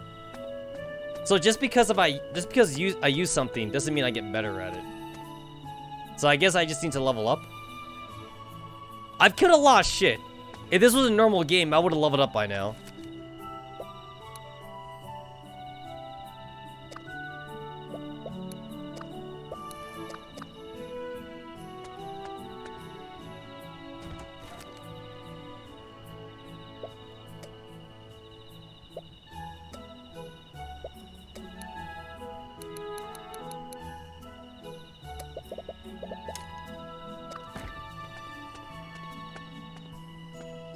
I need a fucking chest inside my house.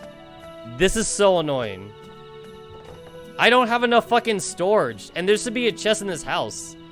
That seems to make sense to me. Why is there not a freaking chest in this house? I have to access a chest like outside the house, which seems very backwards. I need to farm too. How the hell do you farm in this game?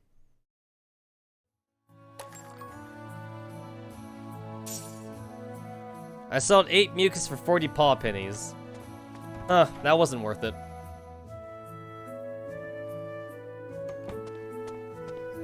That was, not worth it.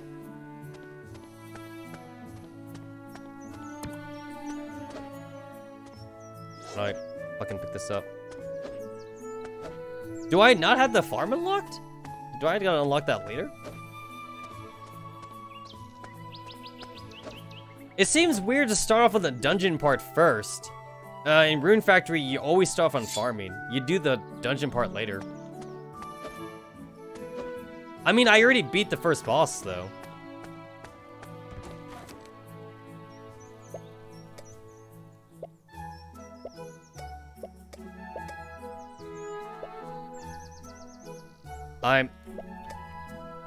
This fucking chest is full. This freaking chest is full.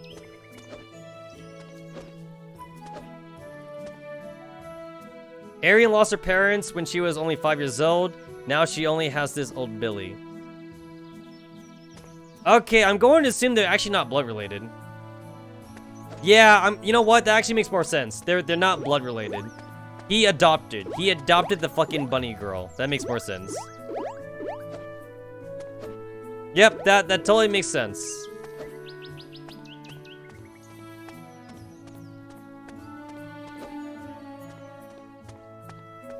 Okay, where's the fucking blacksmith dude? Silver axe. I can't even make a fucking watering can. Okay, wait, this is all the fucking upgraded bullshit. Oh, I can make keys. Oh, shit.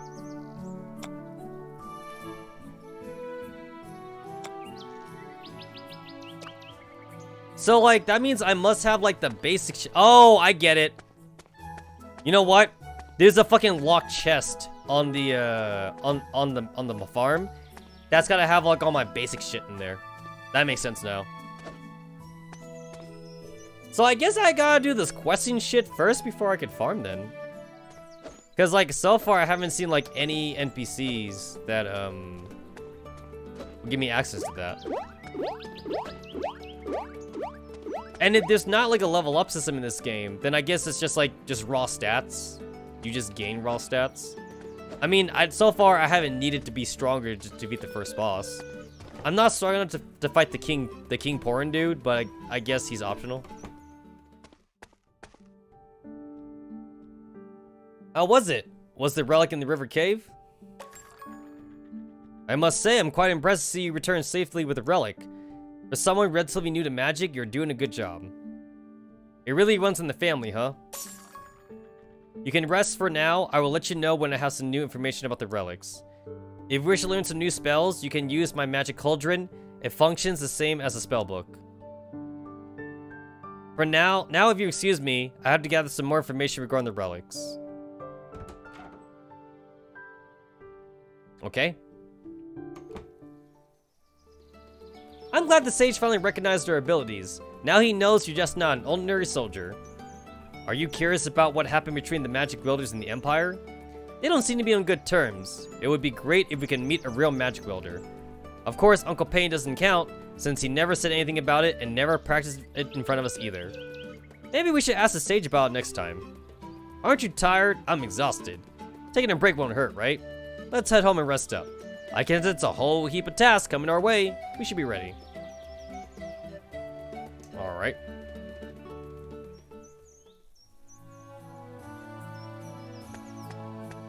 Oh, am I gonna get to farm now? What is it, Chief? Did something happen? Do you need our help? Hello, young soldiers. Are you doing well here? Oh no, 'tis nothing like that. I couldn't give you some help. The area around the village are teeming with monsters, of course. If you need some supplies to replenish your health after a fight, you can buy them from the village provisioner. Our cook, Miss Apple, makes delicious dishes if you bring her the right ingredients. You needn't use them only to replenish health. Selling these dishes at the farm is a way to replenish your pennies as well. Please also visit our beloved blacksmith Shamrock. He's very passionate about his work and loves to help adventurers craft new equipment. Oh, that sounds great. What do we need to do craft equipment, Chief? First, pay a visit to Shamrock and see which materials he requires. After that, you have to find those materials and bring them back to him. The most common way to get materials is by defeating monsters. If you have excess materials or items you do not need, you can put them in the selling box. I will arrange the trade for you and deposit the pennies in the morning. Remember to visit the shops before selling your materials here. You don't want to accidentally throw away some materials you need, do you? How thoughtful, Chief. Thank you so very much. Did you know that your grandfather was an accomplished farmer? Really? We never knew. Yes, he was quite the farmer. Kiki has taken much inspiration from him. She is the village's only remaining farmer and seed seller. You should pay her a pay her visit. She'll be very happy to share everything she knows about farming. Perhaps she'll help you fix up the farm a bit. Well, that's all I want to say. I apologize if I've been talking for too long, kids. I hope I didn't miss anything. Rest well, young soldiers. Alright, cool. Let me go and, like, fucking unlock farming. Because, honestly, I kind of wanted to do that before I got into this fucking dungeon shit.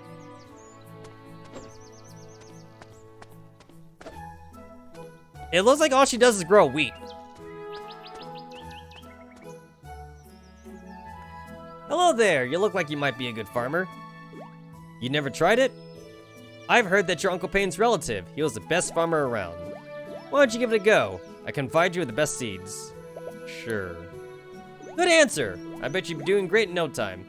Here's some carrot seeds to start. I won't mind if you take your time growing them. Just make sure you report back to me after the first harvest. You still have your grandfather's old tools, don't you? You can use them to tend to the farm. Good luck. Alright, give me the shit.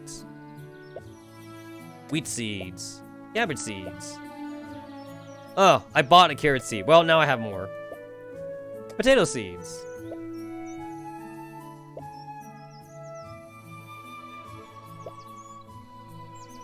Alright, cool.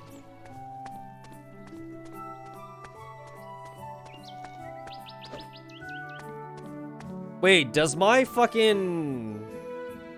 like, farm tools take up, space? I hope not.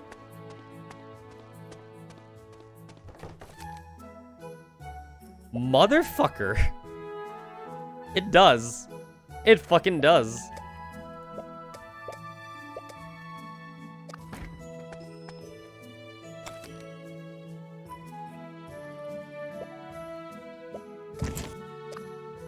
There's gotta be a faster way to hotkey this shit. There's gotta be a faster way.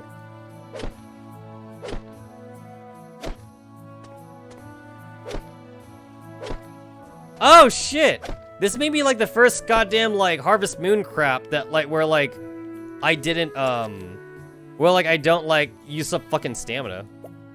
Yeah, this may be the first time.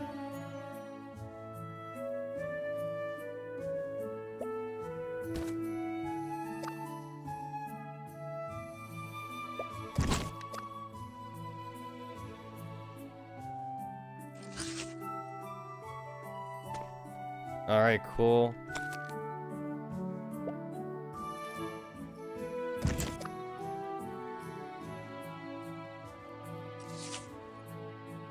Wheat seeds.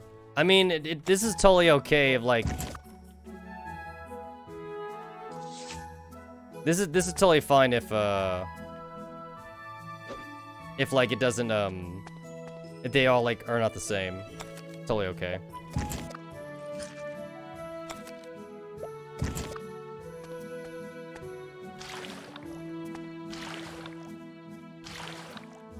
Alright, I think this is gonna be similar to like how I felt during like Monster Harvest, where like I wouldn't actually upgrade the watering can, because it takes fucking forever to like fucking water shit. Log, stones, and coal. Why the fuck do I need coal to like build a new chest? That doesn't make any sense to me.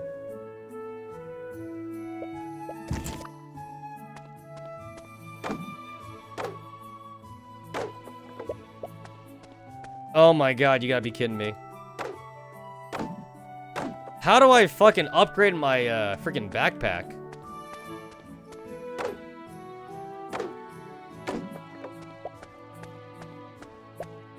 Yeah, I wanna freaking upgrade my backpack.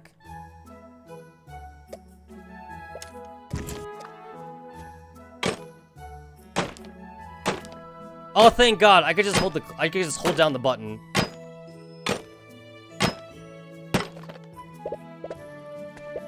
Oh shit, you get coal from that? Huh.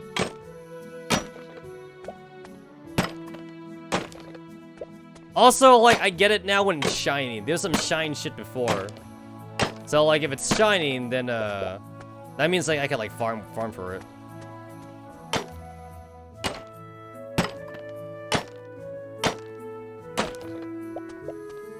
You know what? I already lowered the sound effects, but, like, it's still a little bit loud.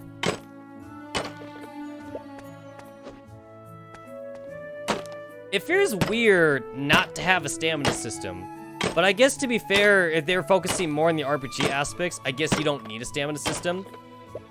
It still worked actually kind of okay for Rune Factory though, so I guess like, it's not all bad. Oh, this chest is fully upgraded.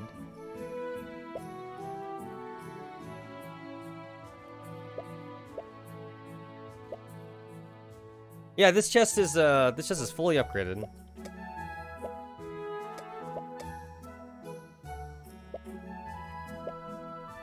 I guess I don't need that then.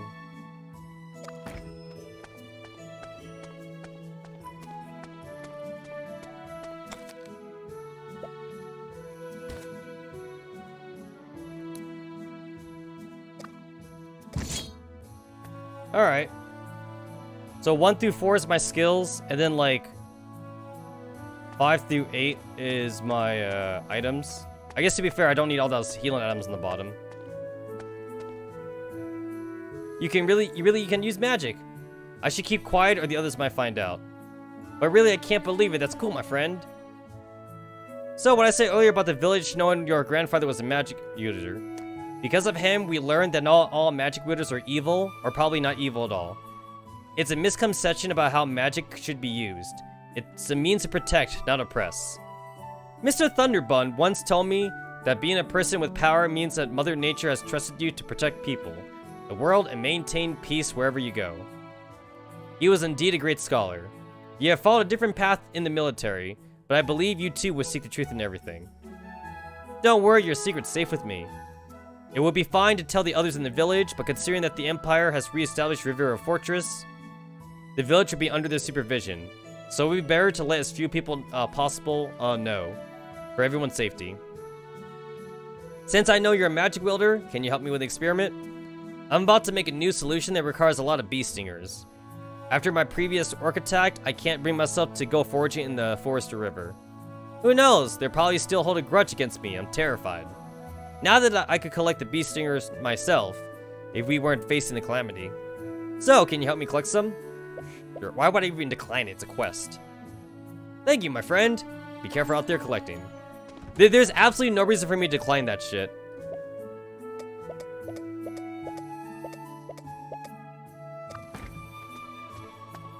Fucking Christ. I need to, I really need to upgrade my shit.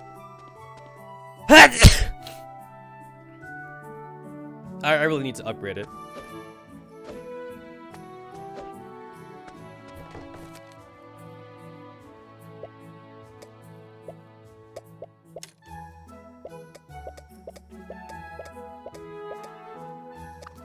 Also, they say, the developers of the game say you should use this to play a controller with.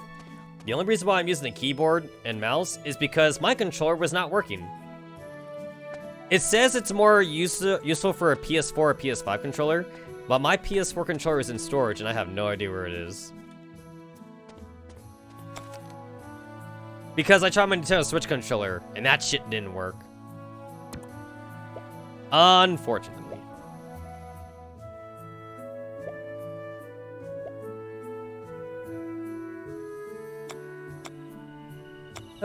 Not sure if a bow would be better for me.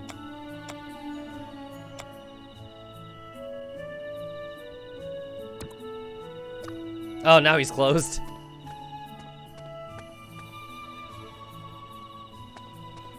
Huh.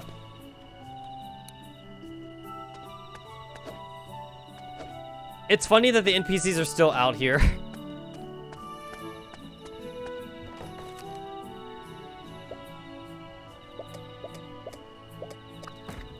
I didn't know the kids were over here. You like bugs? We should go catch some together. Miss Apple always tells an interesting story. Most of the time, Rose, blah, blah. Living with Auntie Apple's heart. Everybody here is a fucking different species.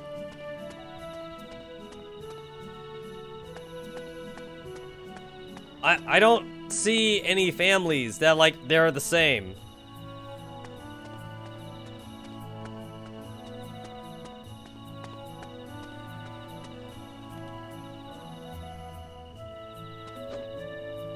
Actually, wait, Rose and Timmy are the same, it seems. But, like, everyone else is so different.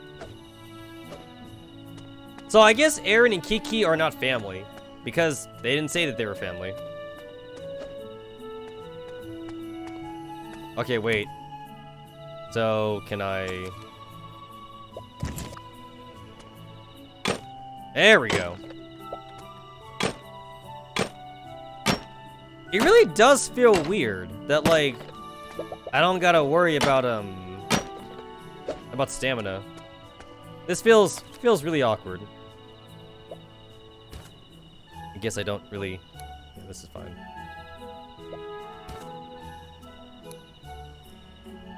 This is fine, I guess.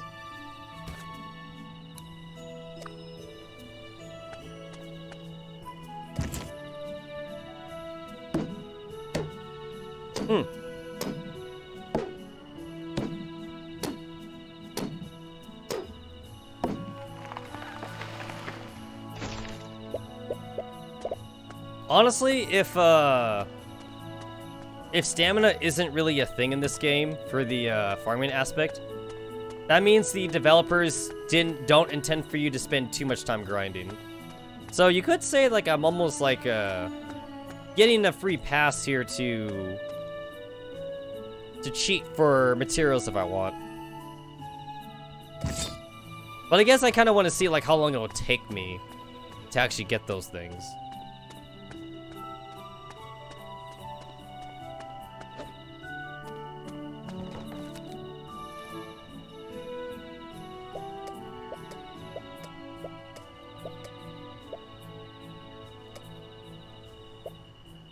I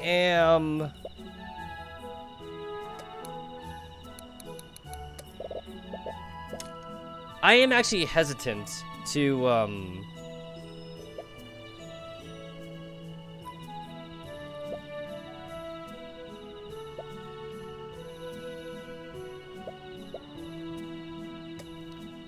I'm hesitant to like sell anything because like the RPG game player in me wants me to make sure that I have stuff for like quest items and shit. It's like I never want to use them.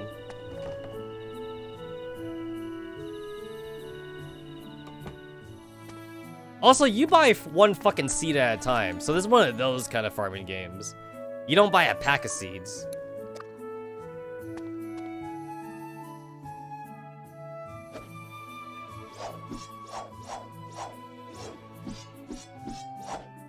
I wonder if I should be using a bow. Might be better for me to use a bow.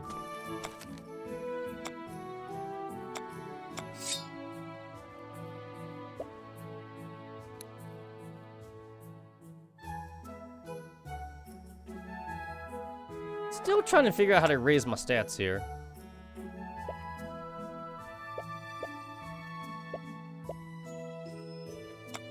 Like, I'm not sure this game is, like, all about equipment, or this game really has a level system. I'm not seeing that in here, though. I'm not seeing any kind of level system. So I guess it must be all based on equipment. Oh, the game even tells me, like, where the quests are at.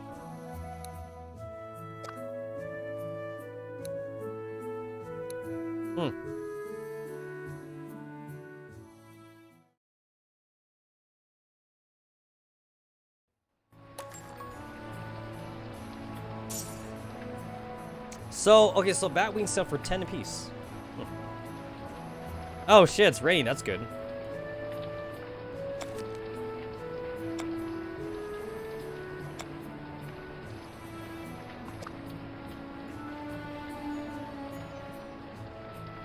Huh.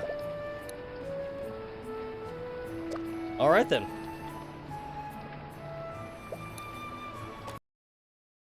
Okay. Well, even though I spent, like, legit, like, half of this stream ranting, I guess it's kind of on par for curse for this channel. I will see you guys tomorrow for the Girls Frontline Gacha stream. I'm actually gonna continue playing, Kitaria Fables or whatever. Seems kind of interesting. But maybe not tomorrow, though. Tomorrow might be a free balling day, since I'll be doing some Girls Frontline Gacha. But I will continue playing it probably Tuesday or something. So, I will thank you guys for hanging out with me for the Friday's live stream. Sorry for the late live stream. I had problems trying to, like, rehook up my computer again. So, yeah, my fault for not being more prepared. Anyway, I'm going to go finish off the rest of my pizza that I bought earlier. And, as always, thanks for hanging out. So, laters.